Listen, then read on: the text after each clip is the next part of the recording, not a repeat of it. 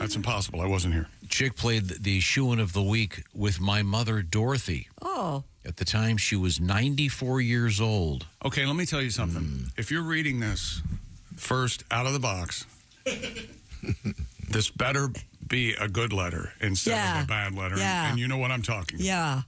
She was, how old was she in 19? She's doing fine. Oh, okay. Phew. Well, even if she weren't, she was 94 and 19. Well, I know, but he can't open up. Well, my grandmother played the show of the week with Chick. She passed away. No. Wanted to But write that's you also and let you know. lovely in a way. It's a nice memory, certainly. Yeah. If I'm a part of anyone's life, it would be a nice Yes. memory. Yes. Okay. Well, that's Back cool. to the, Doing fine. And you made poor Tom lie to us by saying Yeah. he's doing fine? Yeah. 94 and 19. I'm not going to do anything dumb. Oh, geez. No. That was, I hit the wrong button. You just can't. You can't help yourself. Okay, yeah. How about this? This is a little bit better. If it was working, but it's not apparently. Okay, perfect. Oh, Jesus. Okay, very good. I'd say it's working perfectly. Well, I don't know what happened there. Anyway. Okay, once again, it was January 17, 2019. Chick was playing the shoo-in of the week with my mother, Dorothy. She was the 94-year-old who was working at Arby's. Oh, yes. Yeah, I remember absolutely. her. Yes. Sure. She finally retired at the age of 95 with 26 years of service at Arby's. She will be 100 years old on May 3rd. Wow. Hey. Zowie. Way to But go, you guys Dorothy. might want to know, signed Denise. Well, Denise, thank you. Well, that answers the question definitively then, doesn't it? What is the key to long life? Horsey sauce. Oh, Well, Arby's roast it's the beef. meat. It's got to be in there somewhere. Horsey sauce. Yeah. wouldn't that be nice? Today, An Arby's a day keeps the doctor. the Rand Corporation, along with Johns Hopkins University, announced the key to eternal life is horsey sauce. Boy, they're curly fries, man. Oh, man. I'm a big fan of the Arby's. We all I used to work at Arby's. Yep, welcome to Arby's. May I take your order, please? Sure did. Very nice. How many years? Oh, just 2 years? No, that's probably a a lot, year in though. high school. It was in high school. It was my first job. Fun. And you got your mic technique down? Yeah. Microphone, Drive-through. yeah. Drive-thrus were pretty new back then. I mean, it was kind of a big deal. I Wow. think the first drive-thru was at a Wendy's. Am I getting this right? You might. Oh, really?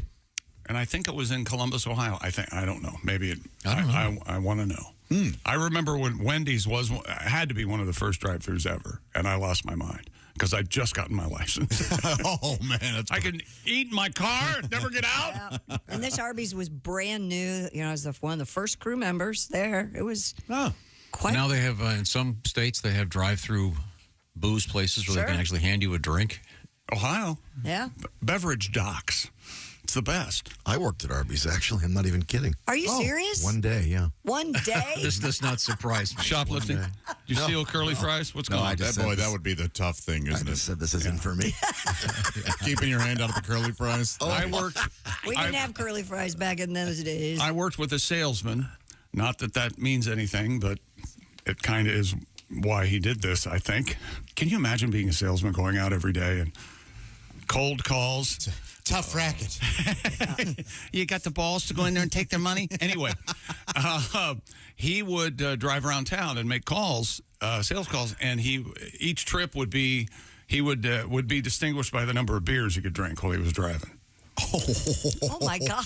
He goes, "Where are you going today, Doug?" You go, well, I got to go over to Piqua, so that's a 3 beer trip. And he'd go to the beverage dock, and they'd hand him a sixer through the window. Holy cow. To speed off. God. Yeah. Well, Man. He was never detained or, arrested or blew anything more than a .08, I don't think. I don't know. I see. Well, let's see. How did we get from the sweet old lady? In any Working event, at Arby's. happy 100th birthday. Yes. Yeah, Dorothy. It's good for you. That's great. Do we have any fast food news coming up? I know we do have a pizza dough in the news Fast food. in an odd way coming up today.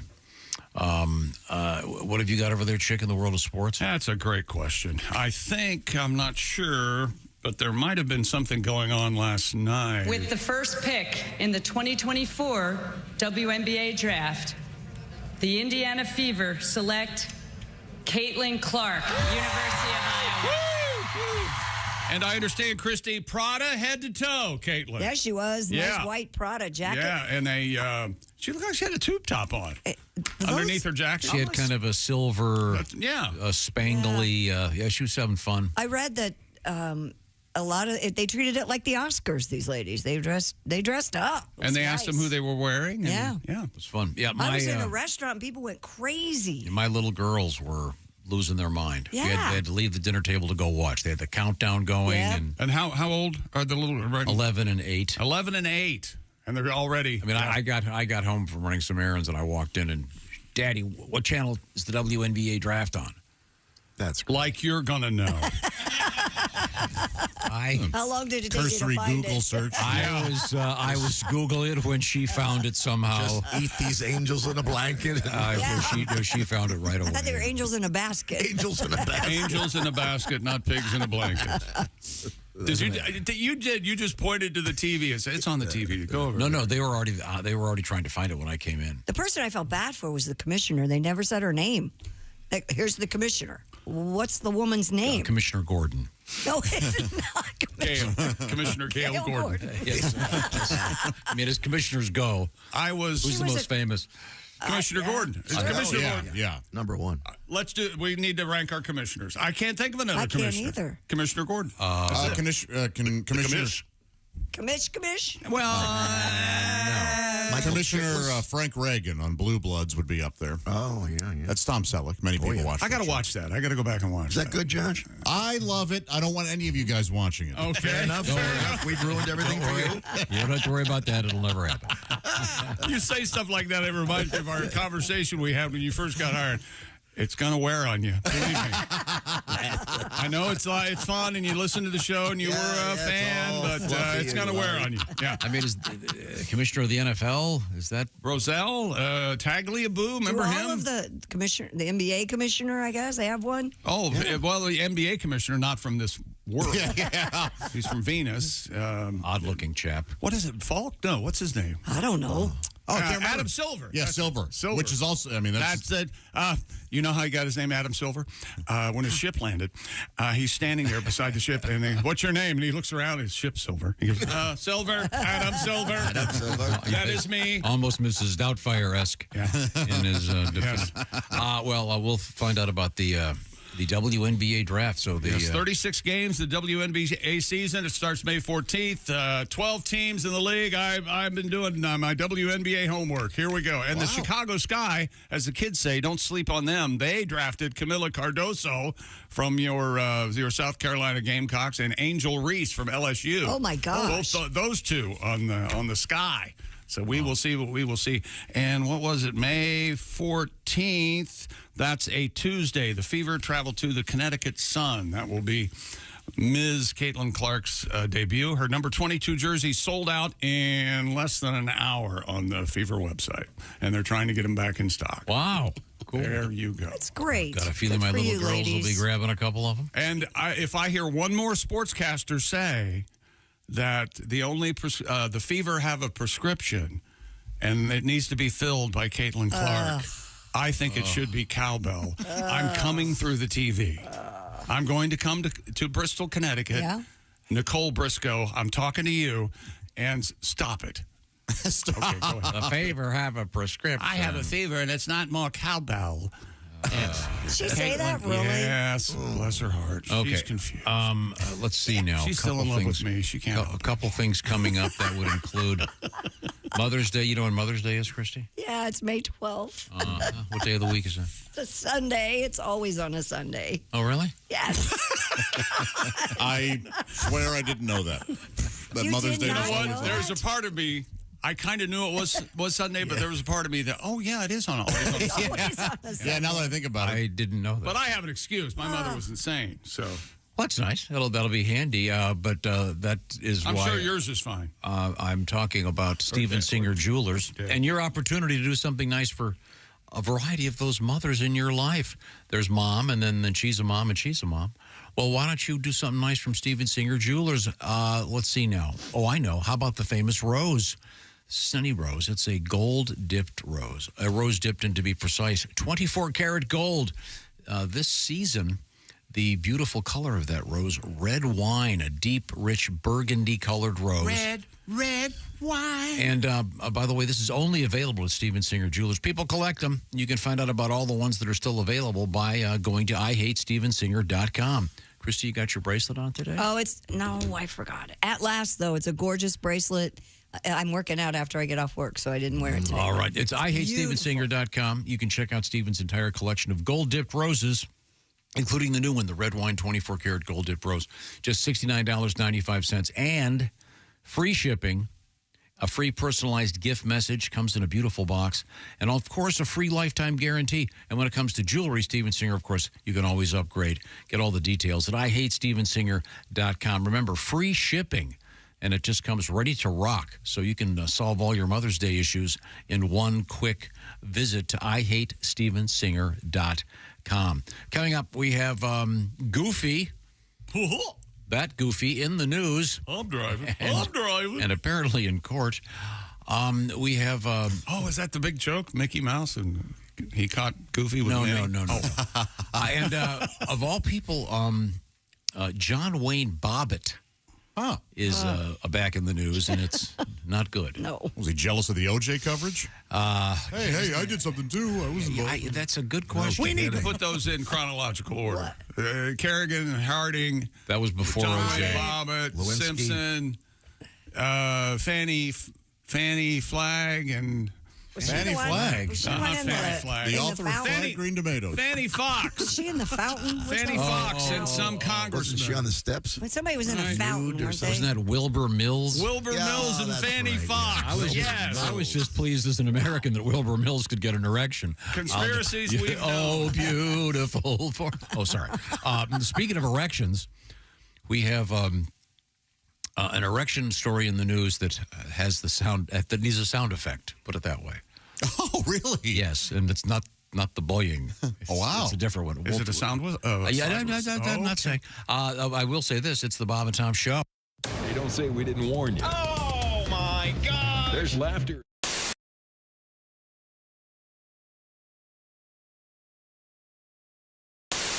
Who else have you met through this voice that you anybody else? I've met everybody I do except for Denzel Washington. He's the one I haven't met. Is anyone upset by your imitation? Yes. Yes. Oh, thanks for bringing it up. Yes, there's Kanye had a lot to say. But really? He's usually so I know, right? I'm like, well, can you really count that as him being mad? That was just him being Kanye. Yeah, that's dope. Shannon Sharp hates my impression of him. He cannot stand it. I'm guessing because it's accurate. You know, that's what I believe. I thought it was spot on. I thought it was amazing. And you know, the fact that Thanon doesn't like it is just offensive to me. But you know, some people, I hear you. some people just, skip. Some people just don't like mirrors, Skip. And when you see the mirror, you say to yourself, do I really sound like that? And I'm gonna be right there on the other side saying, yes, you do. Shannon hates it, man. It's everybody else. I haven't, and Ben Carson had a little bit to say, but you know, he ain't popping, so whatever. You know what I mean, he can say whatever. I pretty much, it was a character pretty much. He was sleepy. It wasn't even an impression. I did these little cat hands. You know, the hands with the hands like this, and I would turn my face, and so many people would ask me, they'd come to my shows, can we do the Ben Carson pose? I was like, this is actually a thing. Yeah. I didn't think it was a thing, but so there's people sending me pictures posing like this. Even somebody sent me a picture of their cat doing it. Their cat. There was a picture of a baby. He was doing it. I was like, I did not know that this obscure impression had so much premise over you all. I did not know that. And what is he like? Secretary of something? He may be retiring. He's Secretary of Housing. We don't gotta. Yeah. You know, let's get past him. We just want him to have something really high profile, so you can bring it back. Oh, I wish, man. You know, he just needs to go fill out an application and work at Arby's. I want to parody Do you have a that. philosophy on doing impressions of people who are no longer with us? Do I? I mean, You're okay can with you that? do Taft? I mean, William Taft. William Howard Taft. No, but my FDR is pretty dope. You gotta My sit. Franklin Delano Roosevelt, yeah, I definitely sit down for that. I don't do Teddy Roosevelt, but I do FDR. He has the back of a chocolate eclair. That's one of his famous quotes. Jay Farrow is our guest. Hey, it's Josh Arnold with a food recommendation for you. Gardner's Wisconsin cheese, their famous oven-baked cheese. It arrives pre-baked. You just heat it and eat it, grill it, skillet, or air fry it. Check out their new oven-baked cheese flavor, jalapeno. Ooey, gooey, spicy cheese. It's sure to tickle your taste buds with real jalapeno flavor and heat. Perfect for game day, parties, or any time. Excuse me, are you serious with this? I mean, why are you doing this? Me, the real me is right here. I could easily be doing this. We don't need you, man. Look, there's only room for one of us. That's Gardner's Wisconsin cheese, jalapeno flavored oven baked cheese. It's now available in Gardner's oven baked bundle package, so try all the great flavors. Receive free cold pack shipping and free cheese curds when you spend $59 or more at Gardner'sWisconsinCheese.com. Click the link below and tell them your pal Josh, me, the real Josh, from the Bob and Tom Show sent you.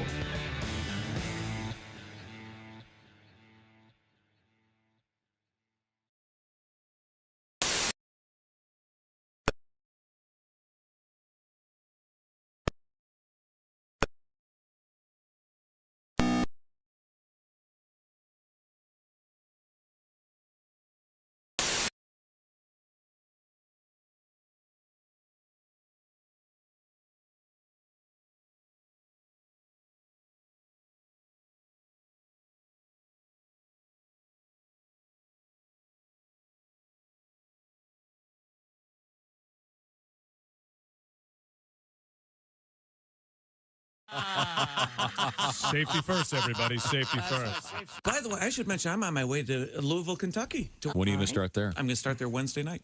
Well, you sure are early. I'm way early. You taking a Conestoga wagon there, Sam Houston? I'm going back home. Okay. Well, that's a heck of a way to get to Louisville. Yeah, I know.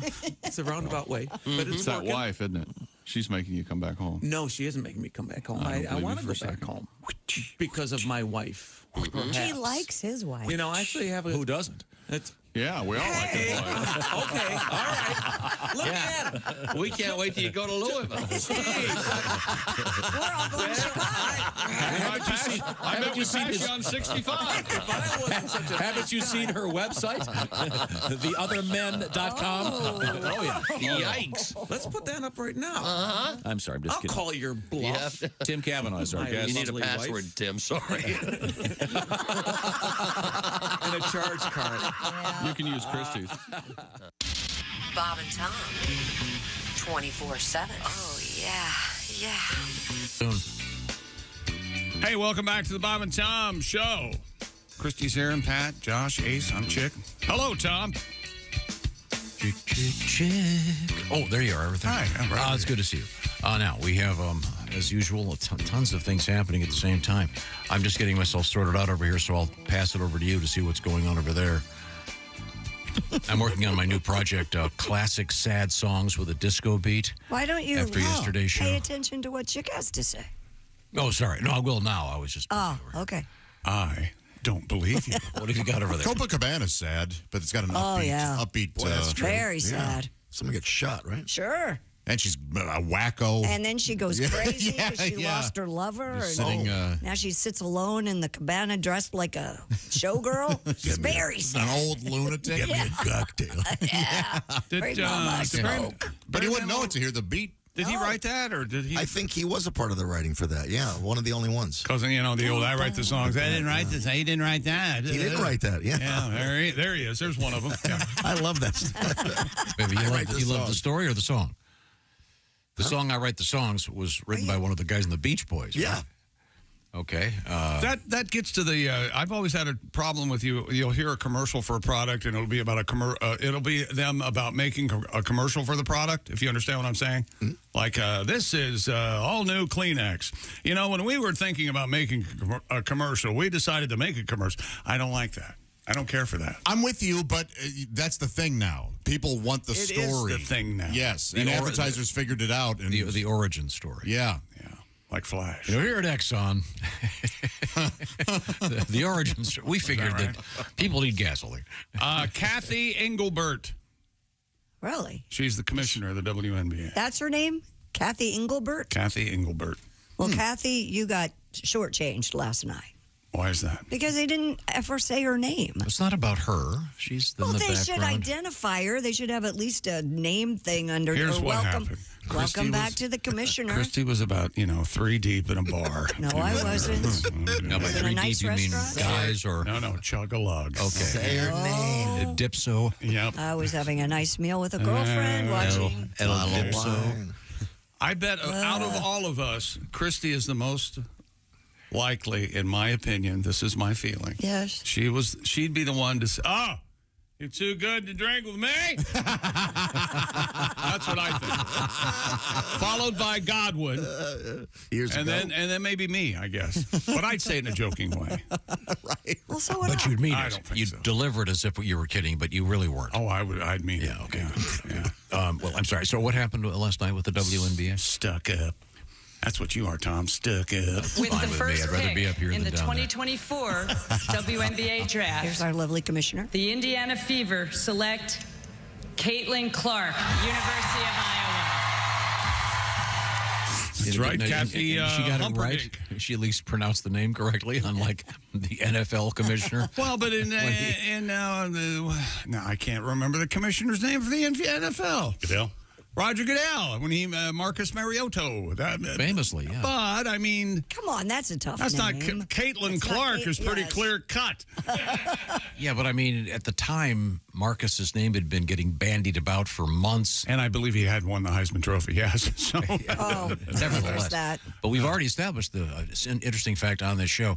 When it comes to commissioners, if the question is Commissioner blank, the number one is Gordon. Number one answer. From Batman. Sure. I couldn't tell if some of those ladies who were crying were happy because they were crying happy or they were sad because they got chosen by a certain team.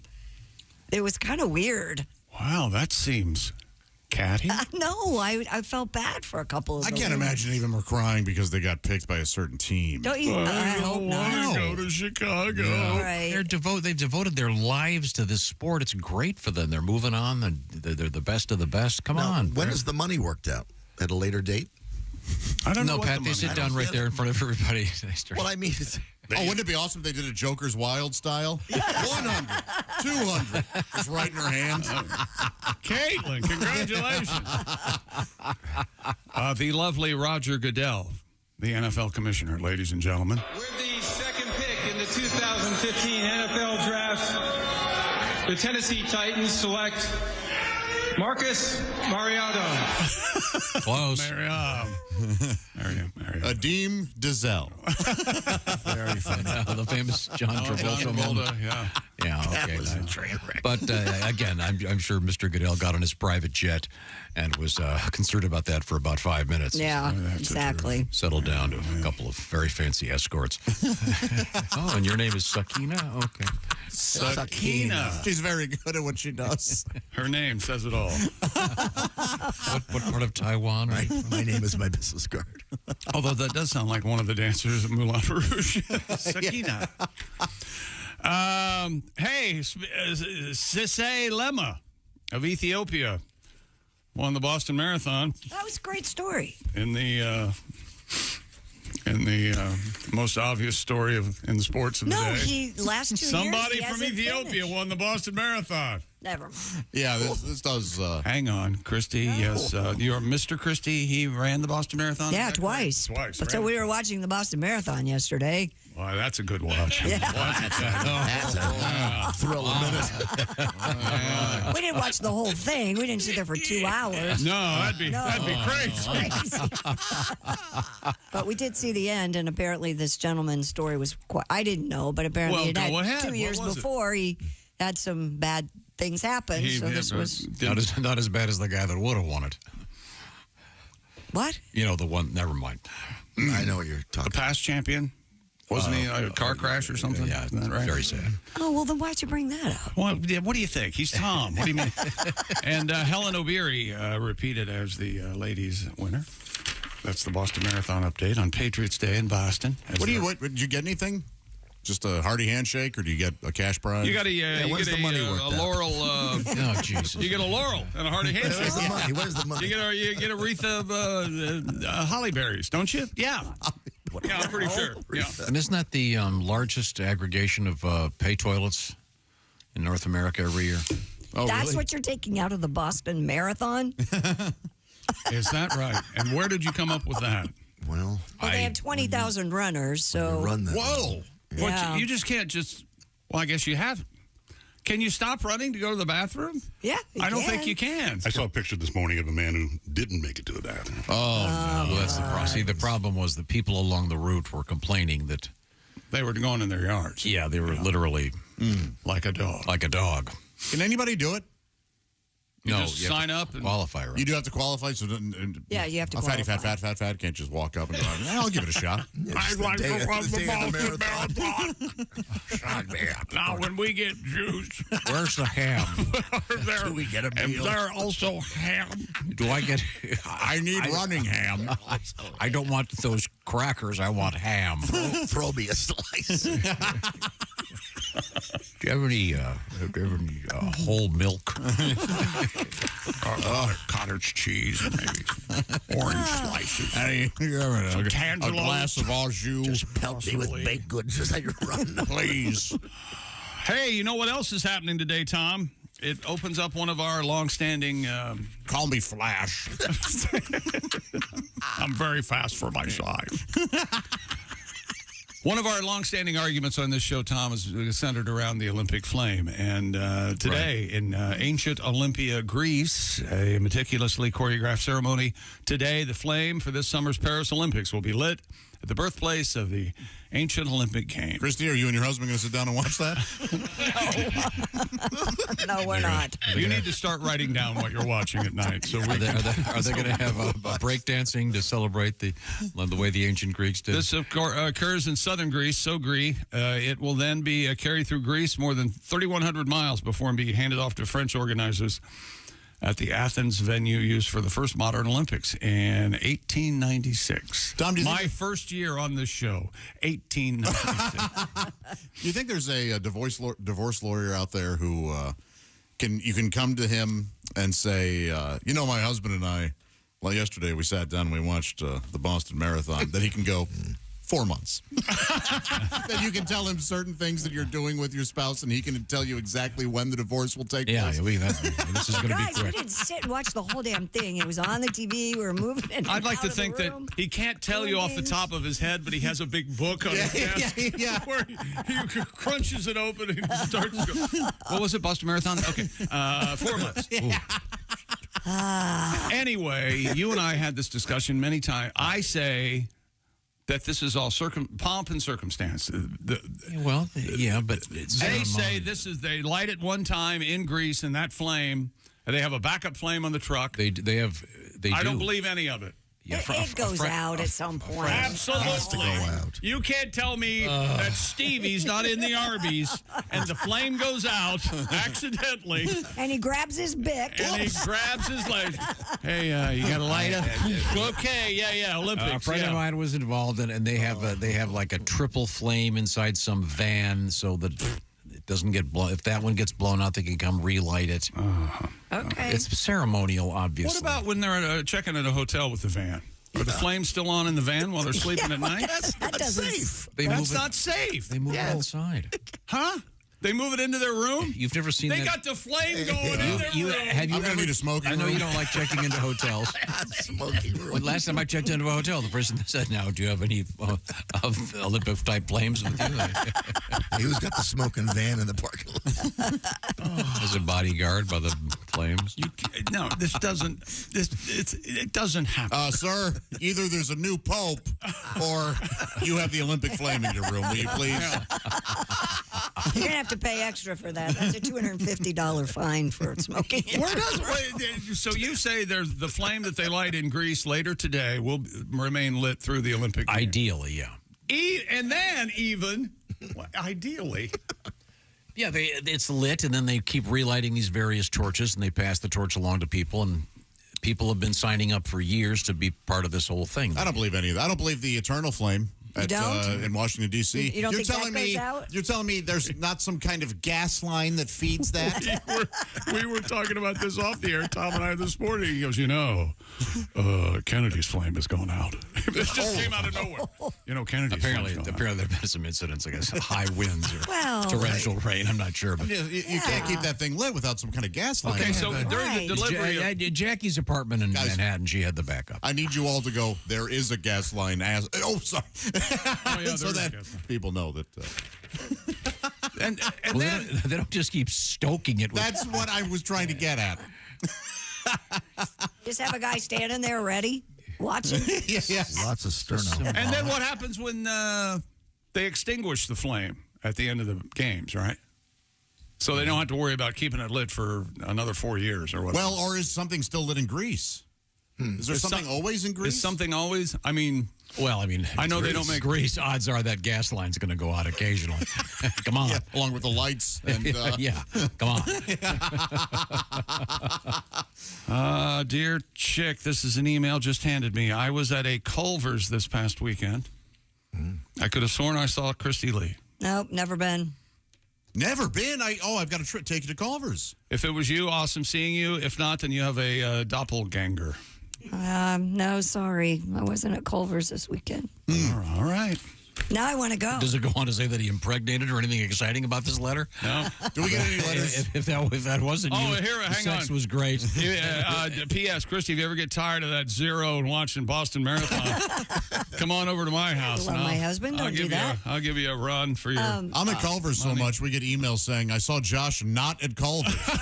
They're putting one within walking distance of my house, pretty much. Wow. That'll soon be within rascal distance. Yeah, it's literally less than 2 miles from my door. Rascal distance. I don't know. I'm trying when to you think, have is to there go a to the sidewalk Rascal all the way up there. I don't know if there's. When you guys have to go to the Rascal, are you going to have a charging station right there by the front door so you can just wheel it in? Yes. Beep, boop, boop, boop. I will never get out of my rascal. I'm not going to be a rascal. I'm in my rascal. Where's the butter? I want to park in front of it. Not everybody's just fat. I want to park in front of it. They never give you enough butter, Josh. So that's the one. That's the guy that I'm always at the grocery store. Oh, look, Happy Humphreys parked in front of the butter again. It's just not. Dear Christy, you were complaining that WNBA draft last night, they did not give Kathy Engelbert, the commissioner of the WNBA, her name. This is from Brian. You must have missed part of the WNBA draft when they showed the commissioner with her name on her apron while cooking in the kitchen. I did miss that. This is way to anger America, Brian. Way to go, Brian. Hang on a second. Jeez. Listener Brian angers America. Boy, oh boy. That's so ridiculous. That's so stupid. She, in fact, I love the notion. She's the commissioner of a major sports. She not only has to cook because she has to do it during that. Yeah, and she wear can't an take a apron. break. Well, my man likes dinner on the table. I'll have pick number 4 next. Hang on. I told him to do the picks after 8, but no. All right. Couldn't have gotten a takeout. He likes my cooking. What can I Okay. say? Let's see now. Coming up, we have Goofy from Disney World and Disneyland in court. Why can Pluto just bark and Goofy can talk? What's going on there? Good question. I'll be talking to other people. we have all people, John Wayne Bobbit back in the news. I feel bad for this. I saw a picture of him yesterday. Boy, he's looking great. You've met him, right, Pat? Yeah. I worked with him on the radio a bunch. Oh, God. Went to the... Not to be confused with John Wayne Gacy. No. Different, although totally both different. Total awful people. And also coming up, a really dumb idea coming out of Norway. This is really dumb. It would involve making a new clock. Huh, all right. What? Yeah, it would have to go to 13. It's a complicated 13. story. We'll get to that coming up.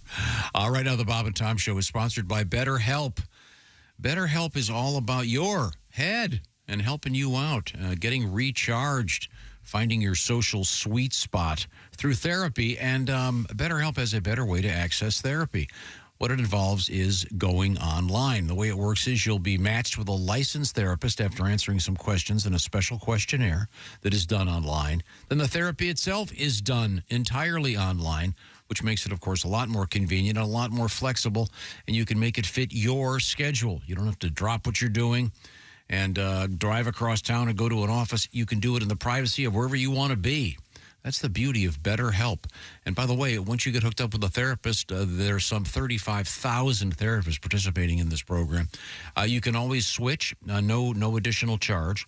So find your social sweet spot with BetterHelp.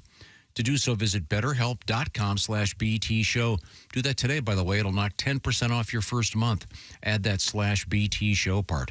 Once again, it's BetterHelp.com. BetterHelp, H-E-L-P. BetterHelp.com/BT Show. Find your social sweet spot and start feeling good. You'll be able to help everybody else, too. Get all recharged with BetterHelp. This portion of the Bob and Tom Show sponsored by BetterHelp.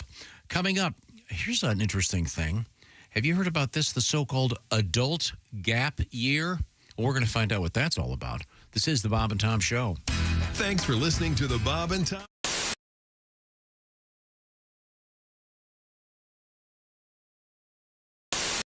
Point out, by the way, Tim is ghostly white, as if he's never seen the sun. Whoa. You two look like you brothers. two are in the same clear club. What are you talking about? Literally, you guys are Actually, you know what? I think there's a Kavanaugh in your wood pile. I think you're right.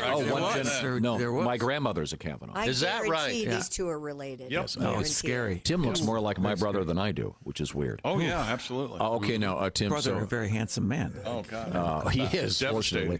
Lucky for him. So you're going to try some of this shrimp cocktail. You've never had this before, Tim? I love shrimp cocktail. You do? I love it. It's like one of my favorite things. Where are you on spicy things? Let me say that I went to Applebee's last night and I got the boneless wings because, again, that's the way I roll. Right. And they said, "What sauce?" I have someone take the bones out for me. That's how important I am. That's exactly Can right. I have these deboned? I know it's surprising, a man in my station of life. Now, Tim, I'm going to eat one of these just so you know it can be done. Okay. Well, you have hardly any sauce on that. Yeah. Quiet. Pussy. I'm gonna do it with a lot of sauce. Load it up. Come on, load it up, Tim. Yeah, very good. That's fine. It's not gonna be pretty. That's fine. Okay. All right. Go for it. Whole thing, all the way in. Cram it in there. Well, not the whole thing. Oh, my God. How you doing over there? Sweet baby. You're turning red. Look how red his cheeks are already. Now he's taking his glasses off. Oh, my God. Steam's going to be coming out of his ears like in a cartoon. It shoots right to the top of your head. And if you have some sort of sinus problem, it clears it right out. Isn't that delightful? You can talk anytime delicious, you're ready. Huh? And you're allowed to speak. You would like more, wouldn't you? Fantastic. Where's that EMT? Oh my God! Can I ask Tom a question? What is it about you that someone else's discomfort you're just delighted? He's not going to be happy until someone actually dies on the program. So then they died. It was hilarious. You okay? I'm okay. It's tasty, isn't it? Yeah. It's very. The thing about it, it is so good you want to do it again. Yeah, that's the thing. It takes you to. I got to do it again? I take that back. Oh, it's so good, you have to do it again. Oh, no. Is he going to really load it up? Tim dipped it. Really load it up now. Load it up. Joey would have already gone through 2 pounds of this. I know. Yeah. You're an amateur. Oh. You got to zone out. This isn't going to get any easier, Timmy. Zone it out. Oh, he's going to sit there. Look at the veins pop out. Maybe it's best you don't speak. There is a vein in your throat. I don't think most humans have that. What is that? Is that what Donnie would call the carotid artery? Yeah, and his face really does. You really get are turning red. Oh my wow, gosh. that's I'm glad probably you're not. clear. Your eyes are watering. You look like someone just gave you some very bad news and it involved death. So the EMT is not here for Joey. It's for you. Thank goodness gracious. But what is it about food like this where it's kind of painful, but you sort of like it and you want to do more? It's delicious. It is good. You know what? I think I've had enough What's for right now. Joey, what's the most painful food that you've had to eat a lot of? Oh, there's been a couple. I did kimchi when I was in Korea. Yeah. Fermented cabbage. And that was really spicy. Oh, boy. That was awful. I'll never eat it again. How much did you swallow? I did just under 7 pounds. Oh, my God. Okay. Ow. Oh, back. Oh, hey, Josh. What's wrong? My back is sore, my legs. What's in your shoe? Nothing. I mean, here, look, nothing. Joshua, you have to have proper support. Orange insoles. Orange insoles, you say? Yeah, look. Yeah, I see them. Look at this. They're great. Yeah. Orange insoles.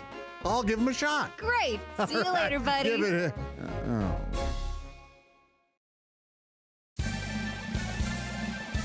Yippee! I can mow and dance while I do it. Ha! No more pain. Thank you, orange insoles. Josh, did you get orange insoles? Jessica, I sure did. Thanks to orange insoles, I feel great. Terrific. See you later. Orange insoles. Feel better, do more. Hi, this is Chick McGee from the Bob and Tom Show. Miss some of the show? Become a Bob and Tom VIP and subscribe to the audio and video podcast. The Bob and Tom Show, on air, on app, and on demand. When you need relief and you need it fast, eat a bowl of Sphincter Blast. This is Jimmy Pardo. You are listening to Bob and Tom Radio. Frank Caliendo. Some people don't like John Madden. I love John Madden because he makes me feel smart. Madden will say things in the game you don't need to hear. He'll say things like, if the quarterback, if he throws the ball and a receiver, if he catches it in the end zone, then that's gonna be a touchdown. John, what did you think the most important thing was? Well, the best game to win is the third game, and you can have the first game, and you might have the fourth game, but the third game. If you're playing 25 games, then it's the 23rd game. If you're playing 75 games, 73rd. It's always a 3 because it looks like half an 8. And, when you realize that a half an 8, you can't figure 8. You can do a figure 8 while you're skating, but you can't do a figure 3. And if you could do a figure 3, that would probably be amazing. But back to what we're talking about. Great football is about great football. And when you're playing great football, hey, that's the best kind of football. Yesterday we were talking about Hickeys. Yeah. I have a story for you. Which one of your daughters has one? No, nobody has Hickeys, but we have Death by Hickey. Death by Hickey? Mm-hmm. Were that me? I'm sure the officers would stand over my body and say, I have a feeling this is how he'd wanted to go. More chalk. Yes, because I'm so gigantic. Oh, my God. One stick of chalk would never be enough. We had to use a whole box of chalk to outline his... Look at him. He had to take his headphones off, lean back, and he's screaming with laughter. He's just an awful person. More chalk. Lucky numbers. Man, if that weren't funny, I'd be so mad. Bob and Tom. For your information, these are 2 of the worst kids I have ever encountered in my life, and I work the state fair. We were $1,000. Welcome back to the Bob and Tom Show. I'm not up on my current exchange rate. I don't know. We have... How much a franc is for a dollar? If you go to France, it'll be euros for the Olympics. Oh, that's right. I love euros. Yeah, extra sauce. Euro sandwich. Even Arby's makes good gyros. They do. They do? Yes, they do. It's great. Now, I've never had anything but the classic. We were at the sports desk, and we will continue to be there for moments. Is that right? Too. What have you got over there? That's a great question. Yeah, I wanted to talk more about the Olympic flame, but I don't think you do, so I'm not going to talk about it. I don't know much more about it. Do they talk about? Do they light the flame from like a magnifying glass? Isn't that the way they do it? Yeah. No, because that's the way they did it in 1896, right, or something. No, Didn't they shoot a flaming arrow into the? That was cool.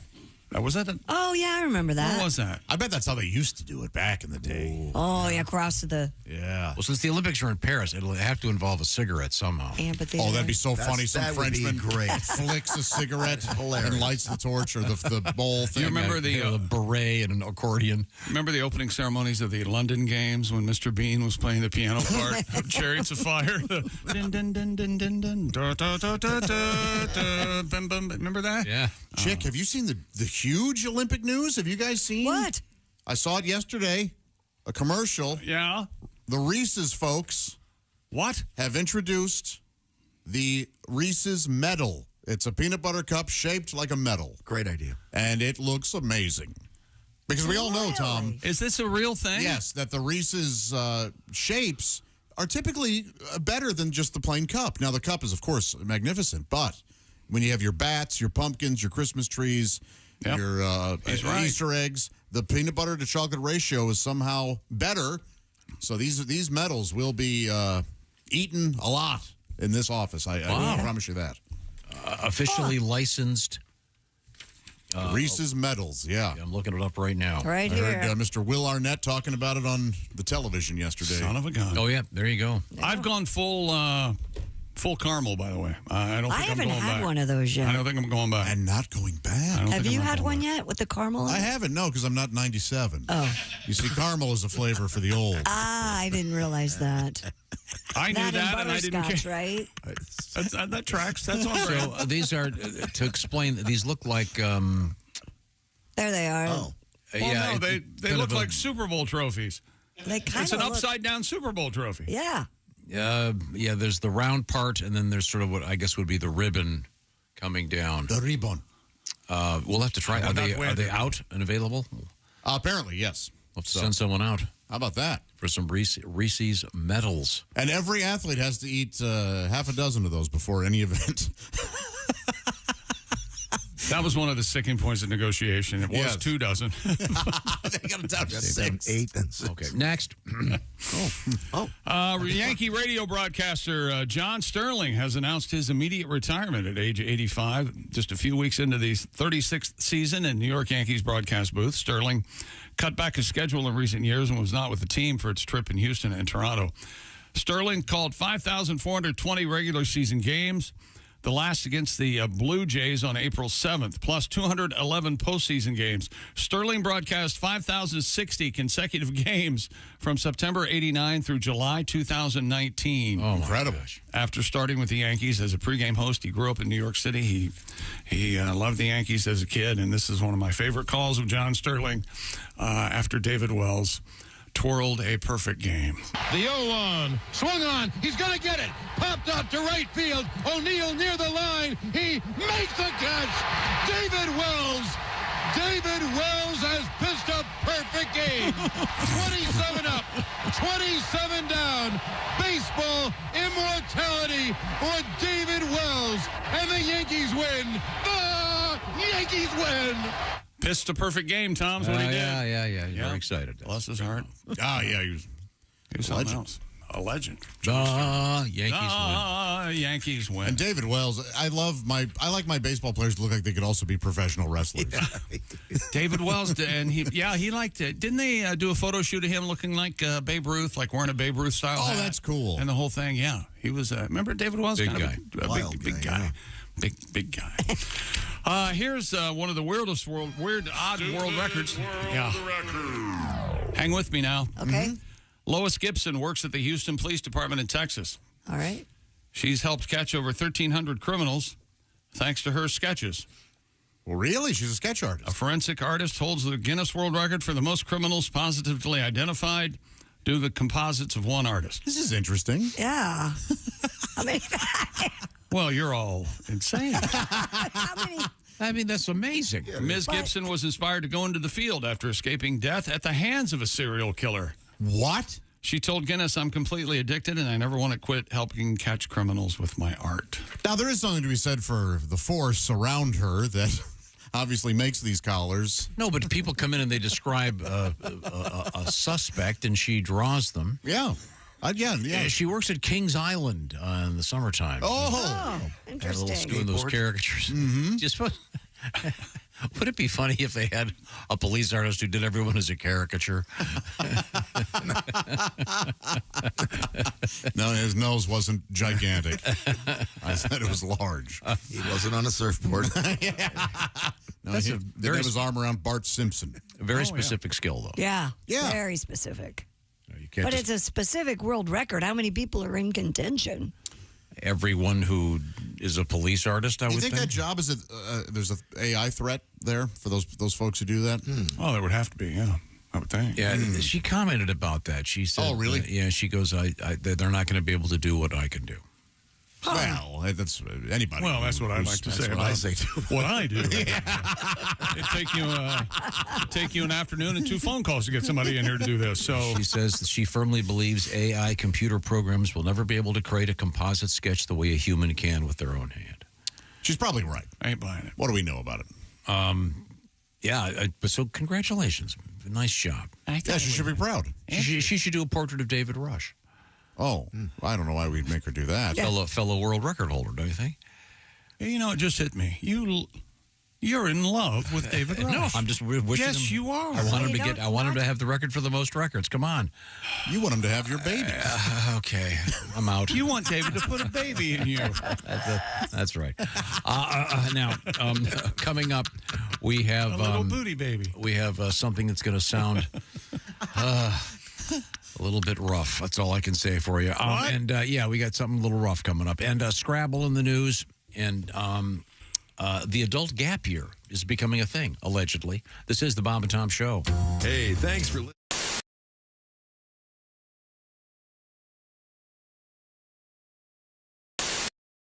In the next room, we have Donnie Baker and the Pork Pistols. Now, do you guys have a little tune you're going to play for us? Yeah, we got a tune. This goes, since you was talking to Johnny Rutherford from Michael and the Mechanics, this goes to Christy Lee. There's something about you. Yeah. There's something in the air tonight.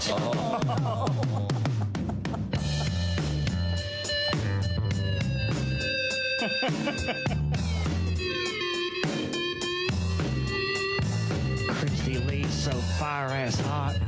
This tape is dedicated to her from Donnie Baker and the Pork Pistols on Q95. I bet you're not wearing underwear tonight. Oh, Lord.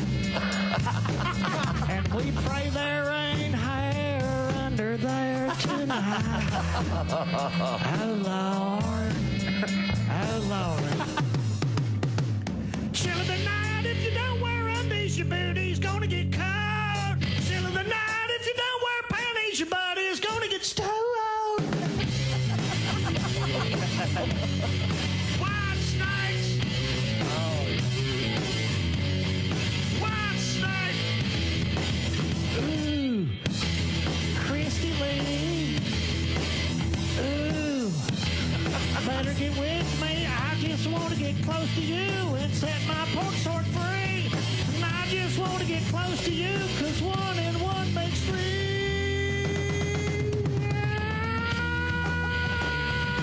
Ooh, baby. Ooh, baby. Chill of the night, chill of the night, chill of the night. It gets real cold, so you don't need plannies, Christy Lee. You got Donnie and the chill of the night, chill of the night, chill of the night. Q95 playing White Snake for Christy, and she's sitting in a puddle. And chill of the night, chill of the night, chill of the night, night. Donnie Baker and the Pork Pistols. Bravo. Wow. First I've Did you hear heard them that. reverbs I did for you, Yes, I buddy? heard Fantastic. that. Thank you. Fantastic. Tiki Barber here. Remember the days when I was a running back in the NFL? Well, if you're on your feet all day like I was, you get the struggle. The secret is orange insoles. Their insoles are like magic for your feet and body. They'll help you kick hip pain, sore feet, and lower back discomfort to the sidelines. Feel better, do more with orange insoles. I'm Donnie Baker, and I'm going to be a pro baseball player. I swear to God I am. A lot of people think you get in your mid-30s and your career's over, but like I always say, until they stop scouting, I ain't going to stop playing. The fact remains, I'm probably the best player I know of. My Little League coach held me back because his son had a decent curveball. There's a certain range I've got, but I basically put my hopes in this. I had a full-ride scholarship to play ball at the University of Phoenix, but I had Tommy John surgery on both knees, so I don't... Can we stop now? I'm also a pitcher. I can pitch. I've got what they call a rubber arm. I can throw right-handed for days. I can throw left-handed for days. A lot of people, you know, I'm basically amphibious. So I've told coaches before, put me on the mound. The secret to pitching for me is I like to check the runner when there's nobody on base. Throws a hitter off. I swear to God it does. This is third base. I've been there before, but usually it was after proms, man. But I probably know more about the scoring position than anybody I know of. Basically, my knowledge of the game, I've been taught in different ways, but I've also invented things. I like to get my lead at third base backwards. That way the pitcher thinks there's nobody even here. It's a lot easier to steal home, and with my martial arts expertise, I've been trained at Discount Karate to scissor kick the catcher, and I could even break his karate artery if I had to. So there's no chance of a Pete Rose situation at home. I'll win it every time, especially if I got my Wolf shirt on.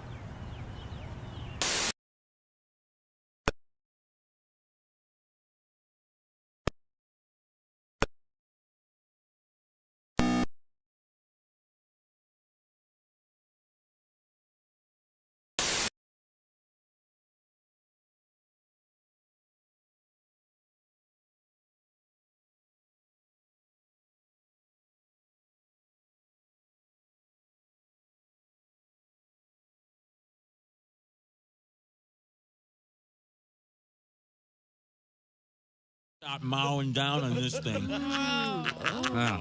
Eat all you want, Eddie. We'll make more. Bert and Ellie's Muffin. Come by and shove one in your face today. Hey, we'll leave the stereo on for you, and we'll turn it up real loud so you can hear it. Hey, everybody. This is Todd Snyder, and you're listening to Bob and Tom Radio. I babysat a cat a couple weeks ago. No, it went in the show. Oh, he. Then he started picking his out of his litter box and dropping him in the middle of the living room floor. Oh, this is a protest. It did seem like some sort of action. Cats are, you know, jerks, basically. Can be. Cats are jerks. And Jesus said, take this bread and eat it. It is my body. And the disciples said, Jesus, we're all on low-carb diet. We appreciate you dying for our sins, but we're all trying to slim down a little bit. We want to look good in the painting. And I'm not stupid. I know there's more to life than just sex. It's just none of those other things feel as good as sex. I mean, I love cookies. Oh, yeah. But if I do not have access to cookies, I will not rent a movie and watch two other people eat cookies. Perfect stranger. Eating cookies. No. Nothing. No. How do you not think about sex? Everything on TV, sex, you know, all the commercials, very beautiful women in all the commercials now. Doesn't even matter what the product is. It's just very sexual. Mm-hmm. And then you finally have sex, and it's kind of disappointing. Mm. Where's my Sprite? My new car? All I got is a Saturn station wagon. I got the Saturn station wagon. That's why I think women should have shelves next to their bed filled with prizes, depending on how well you did. You know what I mean? That's a good idea. Like they do at the carnival. Sure. That's they have something to shoot for, you know. You're going to take anything from the third shelf on up. Right. I'm going to go for the Van Halen mirror tonight. Bob and Tom. Par. Welcome back to the Bob and Tom Show. Christy Lee at the news desk. Hi. There's Pat Godwin in the performance room. Hello, chick. A song would be nice. I'm ready. Are you ready? Yeah. All right. There's Josh Arnold. Hey, chick. He's at the I Hate Steven Singer sidekick chair.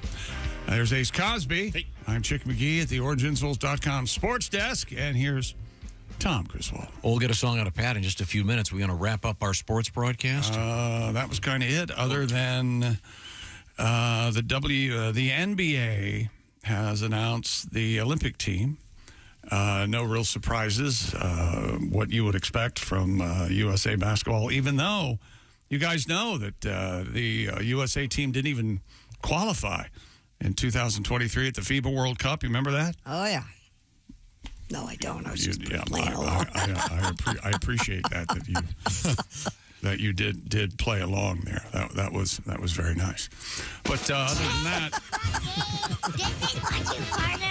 hang on, wait, hey. With the first pick in the 2024 WNBA draft, the Indiana Fever select Caitlin Clark, University of Iowa.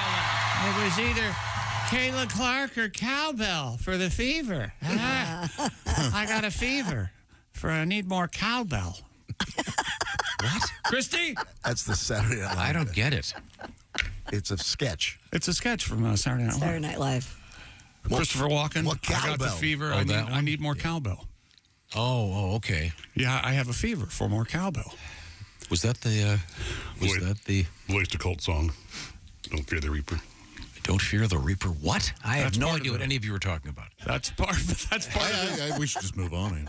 Yeah, I think we should. Christy? Well, it's boring and dumb and makes no sense. Okie doke. What are you talking about? Oh, don't worry about it. Christy, what's going on? John Wayne Bobbit, the man who had his penis sliced off by his former wife, has now had his toes amputated. Oh, my gosh. Mr. Bobbit, a former Marine. Boy, when it rains, it pours, huh?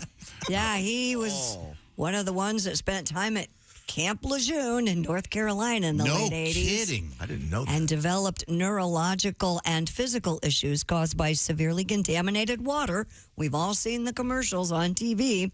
According to The Sun, the 57-year-old now suffers from toxic peripheral polyneuropathy, which causes nerve damage and contributes to the emergence of a bone infection called osteomyelitis. As a result, he has lost his toes on both feet. Mr. Bobbit now points to his time at Lejeune as a contributing factor in his famously tumultuous relationship with his ex-wife Lorena, who in, of course, 1993 cut off his member and threw it out the car window. Who will forget? And they retrieved it, right? Yeah, they but did. they didn't. They even sewed it back on. But And then he work? made the adult film. Yeah, he did. Frankenweenie, right? Yeah, that's right. Wow. You saw that, didn't you, Josh? No, Oh, no. good. So no sandals for Mr. Bobbit, I guess. Yeah. I hope. That is rough. Yeah, it's gotta rough. Be, it's got to be photo. You know, not many people can say you've had 11 appendages taken off, but you still have all 10 fingers. And that's a math problem. Ugh. Man. Wow. Yeah, I wonder if it still is connected to his penis because it was misshapen. Well, it wouldn't fall back off, would it? Well, sewed when I saw it, it was back after on? it had been. What? Sutured back on. Am I speaking English? Are you having trouble? You saw there were pictures everywhere on the internet. And he really did make an adult And film it with was, it. yes, and it was somewhat misshapen. And I was just wondering if it had taken and was still attached to him. Do you suppose he got to use the handicap parking after getting his penis cut off? Is that I don't know if that would count or not. What do you have to do to get that? Yeah. Well, Definitely the toes. I hope to never know. Yeah, definitely the toes. Yeah, it would be he's- hard to walk without any toes. Wow. Yikes. Yeah, it's got to affect your balance for a little bit. That's a horrible. This is a horrible story. Yeah, it's a bummer. It look, he's needs gonna- a song, though, to lighten Yeah, things up. okay, Save money great. on pedicures. This little piggy went to the biohazard waste bin. And this little piggy did too. This little piggy had nerve damage, and this little piggy turned blue. And this little pee-pee got sliced off a while ago and got thrown out a car window, went wee-wee a long way from home.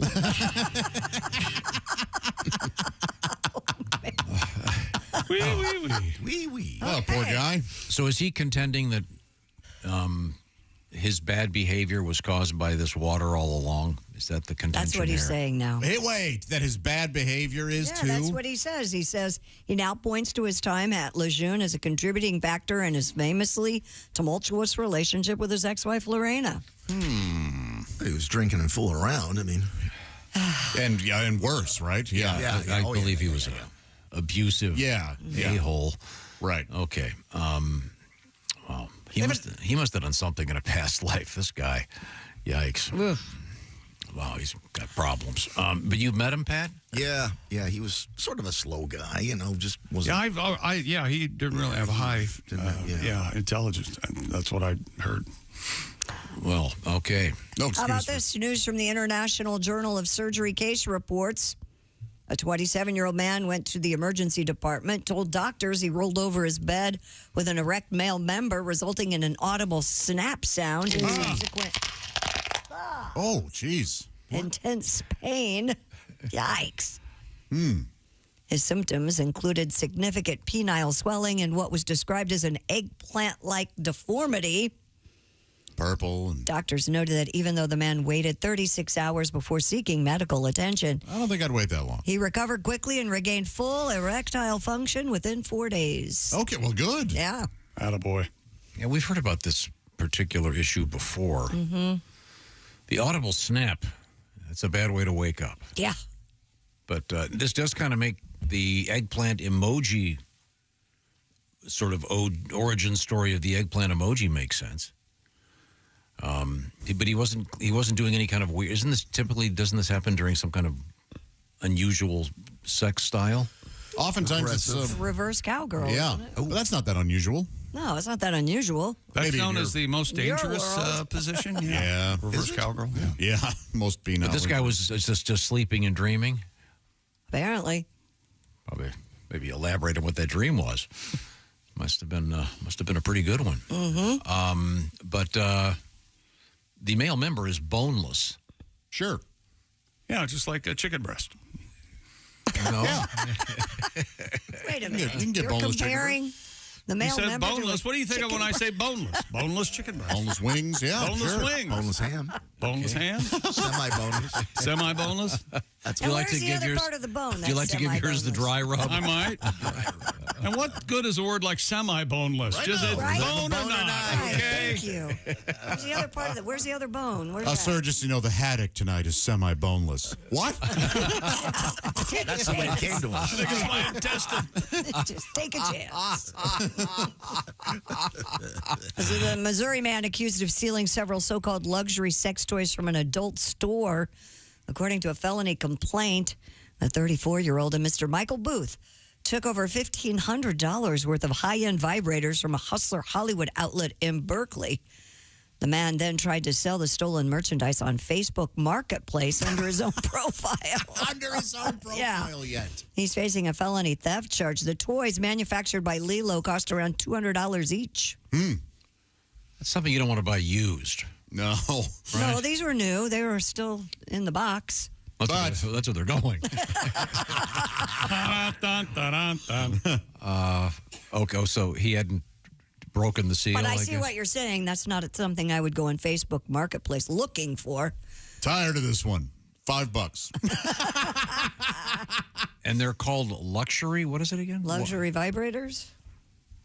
Have any of the Luxury sex toys. But there are a lot of... I mean, does Louis Vuitton or Gucci have a... Can you get a... Gucci does have a brand of sex toys. Really? Rhymes. What is it, Pat? The Gucci Gucci? You were embarrassed. Yeah. I wasn't going to say. You were going to say Gucci Gucci. I've said it before. You're It's adorable. weird today. Yeah. Oh, wow. Yikes. Well, okay. Good luck, buddy. Yeah. Now, we have coming up pizza dough in the news. Get excited. It's a felony in this case. And we have Goofy, the Disney character. Cool. Now, Josh, I know you used to do this. Used to be in a costume on the Six Flags campus, if you will. Mm-hmm. We got Goofy in trouble. We've got Goofy in court. Oh, but right now, Even Goofy knows the best earbuds are Raycon, everyday earbuds. Ask Goofy, he'll tell you. Hey, Goofy. Oh, no, hi, I'm Goofy. There you go. Raycon's everyday earbuds are the perfect way to tune out all the noise around you and tune into something good like the Bob and Tom Show. Raycon's audio quality rivals all the big audio brands you know and love at a price you'll love even more with 8 hours of playtime, 32 hours of battery life, oh so easy, Bluetooth syncing. Raycon's optimized gel tips are famous. They fit every ear ever made, even Goofy's. And they will stay in your ear. With additional features like earbud tap functions and noise isolation, they'd really make the best Mother's Day gift. Unusual and functional, and yeah, she'll use them. And Raycon offers easy 30-day returns just in case. And we've got a deal for you. Just got to go to buyraycon.com/Tom. Get 20% off your Raycon order plus free shipping. That's 20% off and free shipping at buyraycon.com/Tom. That's buyraycon.com/Tom. The Raycons are the best, and they're about half the price of those ones that keep falling out of your ears. We're coming right back. We've got Disney news and birth control news. This is the Bob and Tom Show. Hi, this is Bobcat Goldthwait.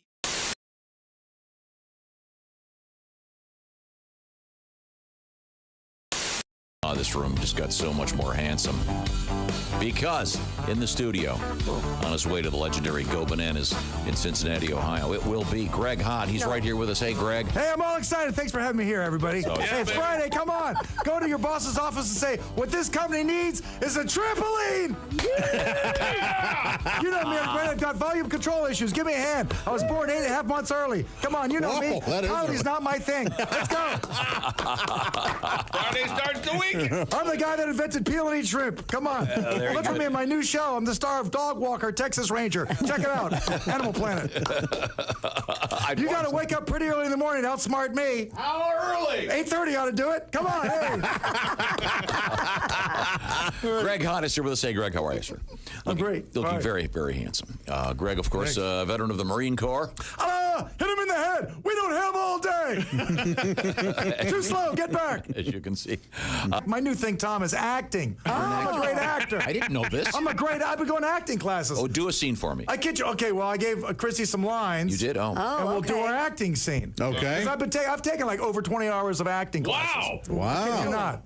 All right, we're going to do a scene. Go ahead, Christy. Go ahead. Greg, you're unapproachably handsome, and it's impossible not to dream about you. Why don't you just do the lines, Christy? We can talk about this after the show. Do the bit. Try the second line. Do the second. Forget the first one. Do the second line. But Greg, when you walk past me and my girlfriends with your totally realistic hair color, how could we be expected not to fling our clothes against the wall? Can we do some comedy? That's what I'm reading. Do the stuff read what I wrote. I'm reading. All right, what forget you it, wrote. Tom. What's in the news? She won't do it. She won't do it. Here, give me the lines. Let me try. That's what is written on Just this give me the paper. You read it. Okay. I think what Greg is suggesting here. She's obviously in love with Greg. Right, exactly, yes. She won't even do the bit. No, she won't. She can't help She's herself. too hung up on you. It's embarrassing for all of us. Hey, it's Josh Arnold with a food recommendation for you. Gardner's Wisconsin cheese, their famous oven-baked cheese. It arrives pre-baked. You just heat it and eat it, grill it, skillet, or air fry it. Check out their new oven-baked cheese flavor, jalapeno. Ooey, gooey, spicy cheese. It's sure to tickle your taste buds with real jalapeno flavor and heat. Perfect for game day parties or any time. Excuse me, are you serious with this? I mean, why are you doing this? Me, the real me is right here. I could easily be doing this. We don't need you, man. Look, there's only room for one of us. That's Gardner's Wisconsin cheese, jalapeno flavored oven baked cheese. It's now available in Gardner's oven baked bundle package. So try all the great flavors. Receive free cold pack shipping and free cheese curds when you spend $59 or more at Gardner'sWisconsinCheese.com. Click the link below and tell them your pal Josh, me, the real Josh, from the Bob and Tom Show sent you.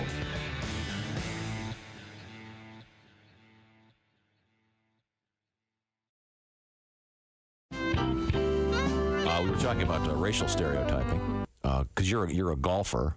Yes. And I know that we were talking about golf off the air, but a lot of stereotypes in the world. Certainly, one of them about Asians in sports, and I think that's really now really being changed, particularly in the world of baseball, basketball. It's huge changes. It's great. 15, 20 years ago, you didn't really see that as much. It's great. I love seeing Asians in sports, and yeah, as you said, Major League Baseball, the real sports. You know, we're not talking ping pong or pie gal poker or base juggling with your feet or really hard Sudoku problems or competitive hot dog eating or breaking ice blocks with your forehead or dancing back up for Gwen Stefani, the real sports.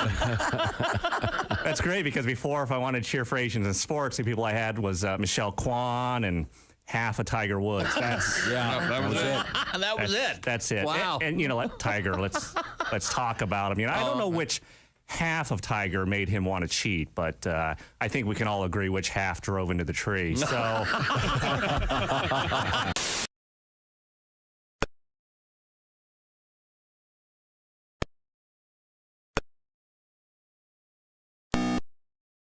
Beat Dad and have him pay for these Barbie accessories, you know. And Jeff Jenna is our guest. I don't know if you remember this. A lot of people were mad at the Mattel toy company because Teen Talk Barbie, one of the 200 things Teen Talk Barbie said was, math class is hard. Oh, yeah. And everybody, young women won't want to take math classes. And I'm just thinking, no, that's stupid. What, are American women that easily influenced? Are they? No, I don't think so. Because if they are, I think Teen Talk Barbie should say things like, sex is fun.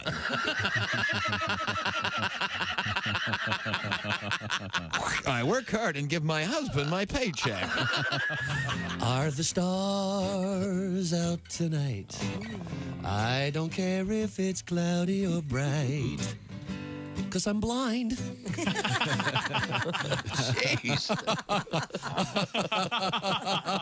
You don't say we didn't warn you. I'm warning you, don't do that. There's laughter ahead. I should be having a better time if this is a party. Hey, welcome back to the Bob and Tom Show. We're all here. Christy's at the news desk. There's Pat Godwin over in the performance room. Josh Arnold at the I Hate Steven Singer sidekick chair. Hi, Chick. Jess Hooker joins us. Hello. There's Ace Cosby. Hey.